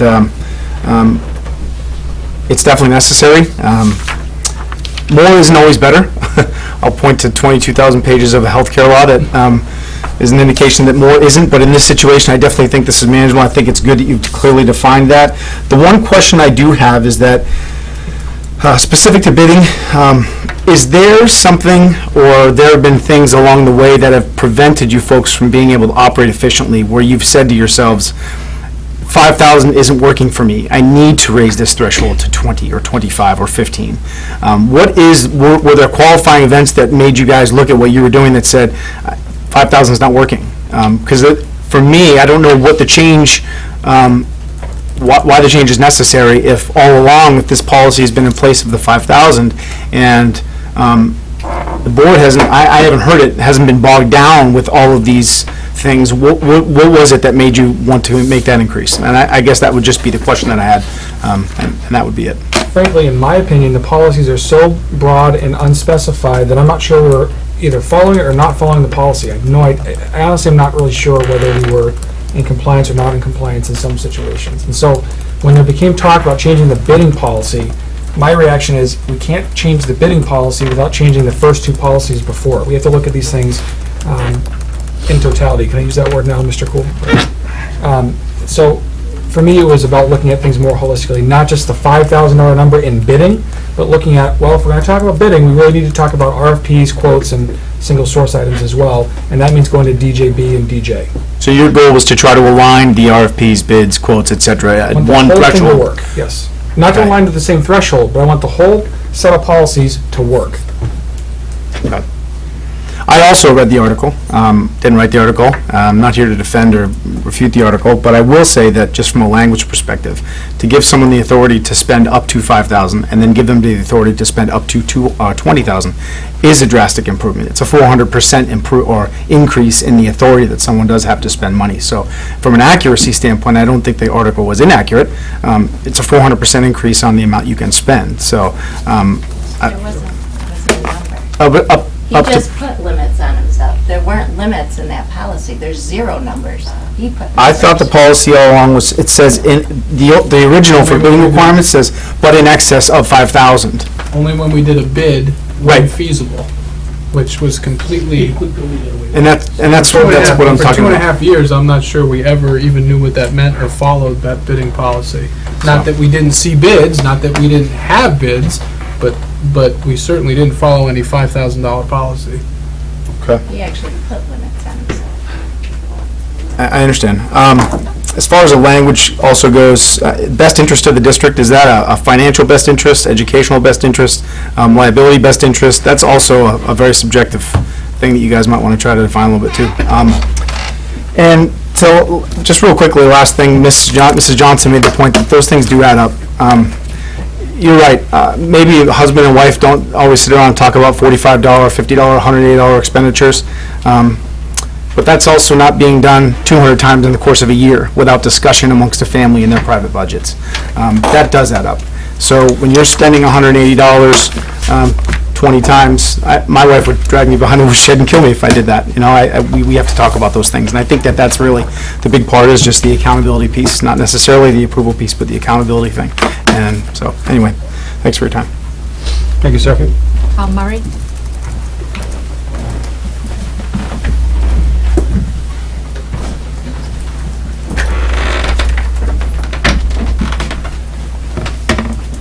Good evening, ladies and gentlemen. Tom Murray, 29 West Shore Road. I've listened to a lot of back and forth tonight, and I've heard a lot of good things, and I've heard a lot of concerning things. I'd like to start by starting. Thank you. Thank you for being the good steward of my tax dollar. And the people that I see in the audience cringe when I make that statement. I know there's some opposition to that. Let me explain why I feel the way that I feel. 3 minutes, good. I have 5 children in the district. The reason why I'm up here tonight, the reason why I give all my time to the facility committee, why I'm involved in the charter school, it's all about my children. What I wouldn't do for my kids. When we looking at these policies, they're fiscal policies. And as a CEO of a multi-million-dollar corporation, you know, and I manage probably close to that $10 million that we're talking about. And I can't think what I would do if my project manager wasn't going out and getting 3 bids, quotes, I don't care how you paraphrase it, it's pricing. It's pricing. And my answer to that is a facility manager. A facility manager, a facility manager, a facility manager. We're in desperate need of one. And I'll tell you why I feel the way that I feel. I feel as though there's being money left on the table. That money can go towards the education of my children. I feel like my children are missing opportunities in the district. Had that financial money been available to them. And I think Adam has the best interest at heart. I wholeheartedly believe that. And I would hope that any position that would come either after, they would feel the same way and have the same passion for the education they're delivering to this community or any other community for that matter. Do I feel like we're wasting money? Yes, I do. I don't just make that statement. I feel that way for reasons. What are my reasons? Okay. The portables. I'm new to this school board. I probably came up here for the first, I did come up here for the first time in November this past year. And I've been to probably the majority of the meetings ever since. When I was asked to go investigate the portables as to cost $832,000, and I did a legitimate thermal imaging camera, PowerPoint presentation, all for free, mind you, as an engineer, as a professional, and to the courtesy of the town that I reside in. And I did not feel that welcome feeling by the board, or the majority of the board. As a matter of fact, I felt like I was being shot down for doing something, and I felt very strongly like this $832,000 number was a number that was supposed to get a result, okay? When I did my own independent number, and I came up with $246,000, and I'm a company that does very high-end stuff for corporate America, Fortune 500s, Russell 2000 companies, high-end stuff, and I am not a cheap contractor. I'm a strictly commercial contractor. I build educational facilities, I build labs, class 1,000, class 10,000 laboratories. The point was that why is there such that huge discrepancy? So that's strike one for me, okay? But then I go on further and I said, you know what? You know, the policy is the problem that I have, because when I look at it, and there's 282 purchase orders that are over $5,000, why didn't every one of those go to bid? Why? That's crazy not to send every purchase when it comes to a facility issue, hence the word facility manager. Again, facility manager. Because a facility manager will have that innate knowledge. Mike, to your point, okay, you brought up fire protection. Well, if I get a set of contract documents, okay, this big, I'm going to give a price for exactly that. And if it's not in that document, what's that? It's a change order, okay? And that drives the cost, because when people look, and I'm a contractor and I bid stuff too, Mike, and when I bid stuff, okay, I look at that, I weigh it out. Yeah, that's a lot more expensive than just me doing it my way, okay? And I understand that, okay? But a facility manager is going to have that innate knowledge to sit there and go, okay, I'm building an FM200 system. Mike, how much does that cost this way? How much is it cost if I just have you go ahead and design it and do it your way? And then I ask 2 other people to do the same thing. And as a facility manager, I have that innate knowledge to go, oh, gee, that guy didn't have a pre-action valve in his. Let me call him up. Hey, do you have this? Similar to the analogy that Ken made earlier in regards to the roofs. Real simple. 5-minute conversations, 3 roofers, $350 a square. Probably in the neighborhood of $7,000. I know this is a small number, but guys, when you look at all the money that we're leaving on the table that can be used for my kids, I'm sorry, I have an issue with that. I have a concern with that. Because that's taking away from my child's education. Mr. Dorian, you were on strike 2 and you're way over your time, so I'm just wondering if you could wrap up with strike 3? Strike 3? I can keep going. Sorry, I have issues. I'm just saying in the order of fairness to everyone else. Understood, sir. The issue is that you had the portables. Then you went ahead and then you had the roofing issue. And then we want to talk about roofing. Like the portables was more over that. You spent $56,000 to get a number. Really? Really? What are you guys doing? And I can't imagine what you spent to get a roof inspect. Really, guys? Really? Come on. I bet you I could pay for that facility manager for the whole year for what you guys spend or you throw away to Bennett, Page and Stone or Trident or whoever else you guys get in here. It's just foolish. It's foolish. It's foolish, and I would like to see it change. I would like to see it change for the benefit of not only my children, but all the other students that go to this district. We need more fiscal responsibility. We need more people like Ken. Thank you, Ken, and I appreciate what you do. Is there anyone else? Yes, Laura Bellavia.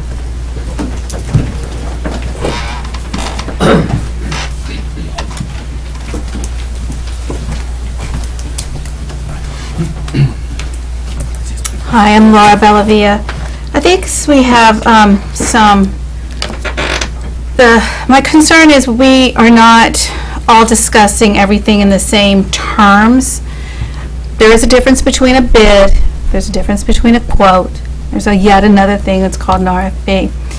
And when Mike said, and I'm sorry, Jerry, but when Jerry proposed some numbers for a bid and a quote and some thresholds, and Mike said that's backwards, it absolutely was backwards.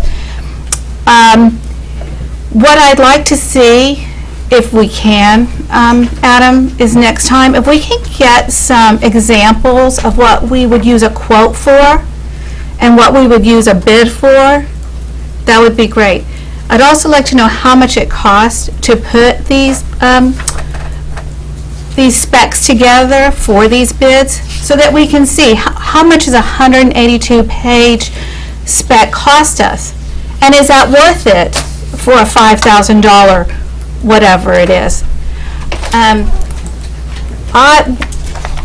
I prepared actually some things. I'm not going to go over everything, but when I found out what this was all about, I went and looked at some other districts and pulled out all of their policies. And I think somebody mentioned it earlier, it's been many hours ago, that they're all over the board. But we have Pelham's policy, I have Milford's policy, I have Hudson's policy, Londonderry, Salem's, and we can look at all of these. But what I'm finding is $5,000, I didn't find that in any of these policies. So I do agree there needs to be a change. I'm not sure how Mr. Steele came up with his $25,000 number for his bids. I don't believe he's suggesting that for quotes. I don't know, because we haven't actually defined our numbers for quotes. But let me just give you the top and I'll give you the bottom of what I found just rather quickly. Salem looks for competitive bids for items in excess of $15,000. More than $3,000 but less than $15,000, they go with quotes. Okay? So that's where you had that backwards. I was just going off. Right. Okay. So, and then it goes on to say, and it leaves the, it gives the business administrator the ability to carry out all of that. Pelham is more in line with what I think, and this is modeled quite very much after Pelham's because I recognized it. And they're up to $10,000. They also use terms like best interest, $20,000 for quotes, $20,000 and above will need quotes or bid documents, and that needs $20,000 and above. I think goes to the board approval. Okay. So I've got all kinds of, we can do this any which way. Superintendent in Milford can have up to $20,000 to approve bids. And then there's one more thing that there's a little bit of things I see here. We're also talking about a single purchase of $10,000 or $15,000 or a total purchase. I didn't hear any discussion about us defining that. Or are we buying, $15,000, $1,000 items? I know where I work, which is St. Anselm College, we do have an absolute, capital threshold, and so we need to probably iron that out. And then the last thing is all of these things we're talking about, I assuming, are in the budget. If it's a $20,000 or $25,000 item that's out of the budget and over the budget, I would like to see where maybe that is, where the approval for that lies. And I think those, I'm not as concerned about things that are in the budget up to what Mr. Steele is proposing, $20,000. It's the things that are out of the budget. We've already approved the budget. The town has approved the budget. We've hashed over that budget, I don't know, 10 ways to Sunday before it finally gets approved or not approved. We go to the default. So we know what's in the budget. It's what's not in the budget, I think, is where we really need to focus our approvals on. And, you know, come up with a number there. So that's my piece. Thank you. I have Daniel. By the way, good morning, everybody. Since it's a rather advanced hour, I've decided to do something unusual and actually stay within the 3 minutes. Again, my name is Daniel Popovich Miller. I live on Clark Farm Road, and I've started my timer now. $10,000. It's like $45 for this budget, right? Big deal. Well, if it's such a small amount, I absolutely will volunteer to take a $8,000 cut on my property taxes because it's not a big deal to the town, right? It's just me. I mean, you won't notice it, you won't mind it. Of course you will. For the very simple reason why this is a damn relevant thing, because we're not talking about one roof. For crying out loud, of course it's not $2,000. We're talking about the fact that if it happens for one roof, where else does it happen? This is the problem that we're dealing with here. Of course, that any one anecdote is not meaningful by itself. Sure, I can come up with stories about everything. The job of this board and the job of the administration is to determine whether this is a consistent problem. A policy that has 5 pages will do just as well as a policy that has 14 pages. Both of them can be messed with in every possible way. You want 3 bids for every contract? Whoop-de-doo. I have 2 friends who will bid with me, and we are all certified contractors. By the way, I'm talking about stuff that happened not in Windham. I have no such knowledge, but which is trivial to set up. My point is that you are not looking for a procedure that is the shield and covers everything. There is no such thing. Everything needs to be checked. Trust, absolutely, but verify. The whole point of internal control is that while we trust every one individual person, you cannot put trust by design into that one person because Adam happens to be a great guy. I don't know him much. I believe that everybody that expressed good things about him must, there must be something to it. I don't care. There still needs to be verification, consistency, okay? And the point is that the job of the board at the end of the day to supervise is to figure out the proper procedures and to work with the administration to make sure for themselves that those things are checked, that we're not throwing money away. I don't care if we approve the budget. If we approve the $20 million budget and we could have done it with 19, well, I have a problem with us spending to the budget. In the same time, if we approve a $20 million budget and we really need 21, I'm sure the voters, if given the proper information, documented and whatnot, will understand that. But what I don't want to see ever is us being left out, not being given clear reasons as to why those changes are needed. I still don't quite understand for sure why we need to go to the amounts that are required. I listened to everything, I'm still awake, I'm pretty sure of it. I'm not quite sure. The first point in every discussion when you require a new policy is to make a very clear and compelling case why. We are still kind of jumping over it and going to what the specifics of the plan are. And I'm running out of time, so I'll wish you a happy day today, and I'm sure we'll continue this discussion soon. Thank you. Thank you, sir. One last person, I have Rich Amari. There'll be more.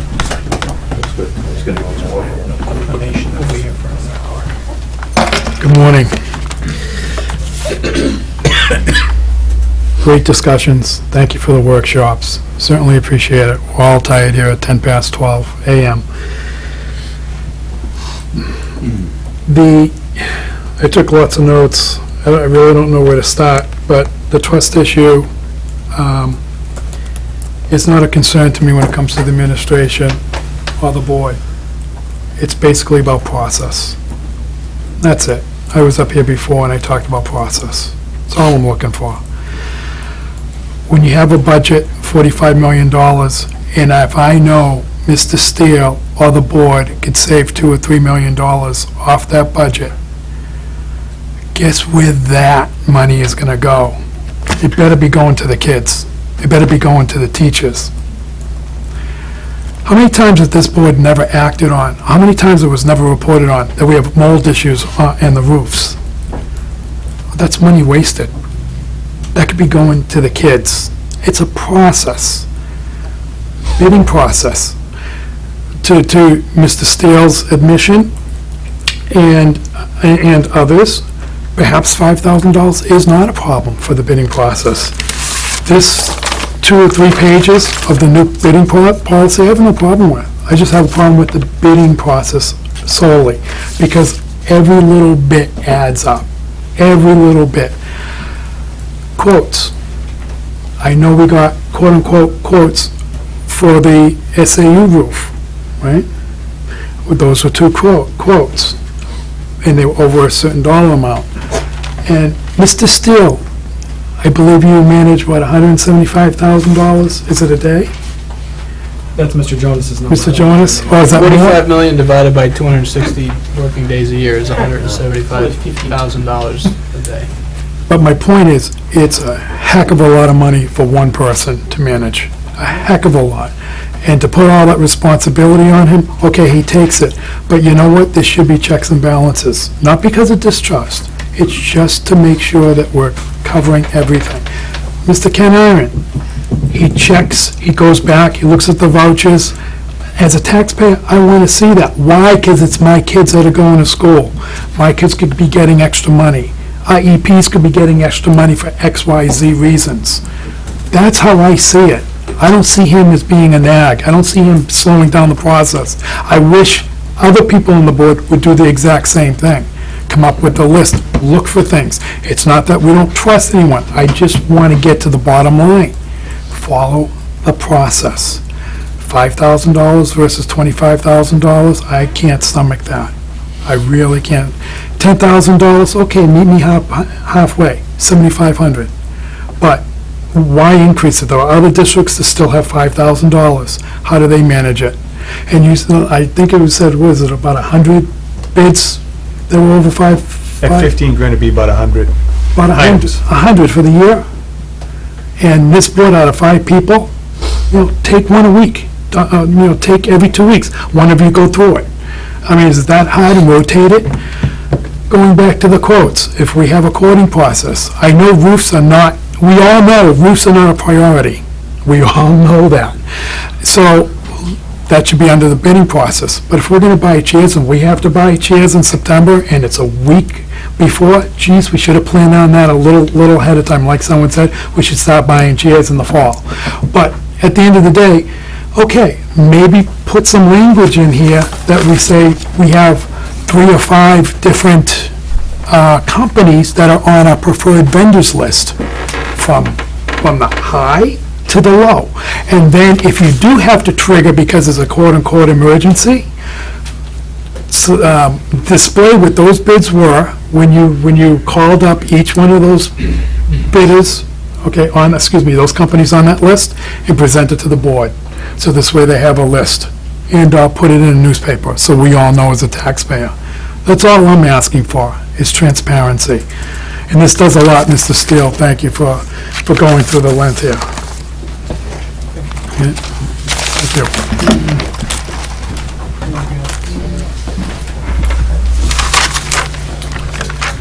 It's like, just in terms of finishing up, does anybody briefly have anything on the board? I think we're all in the same position. Then there were 2 things not related to this that you wanted to just thinking ahead. Yep. Quickly. Real quick, I just want to make sure for our discussions, when the charter schools comes up, I believe it's August 5th is our next meeting. Yep. You're going to do some sort of Public hearing. financial analysis. We were talking about, I know I talked to the superintendent about it. I don't know how, is that going to be on that meeting? No, it'll be for the workshop on the 19th. Okay. And the other thing, and I know I kind of called in this morning, we're doing the agenda for next week. I'd kind of like to get, I think we all received a specific letter in reference to the IAs.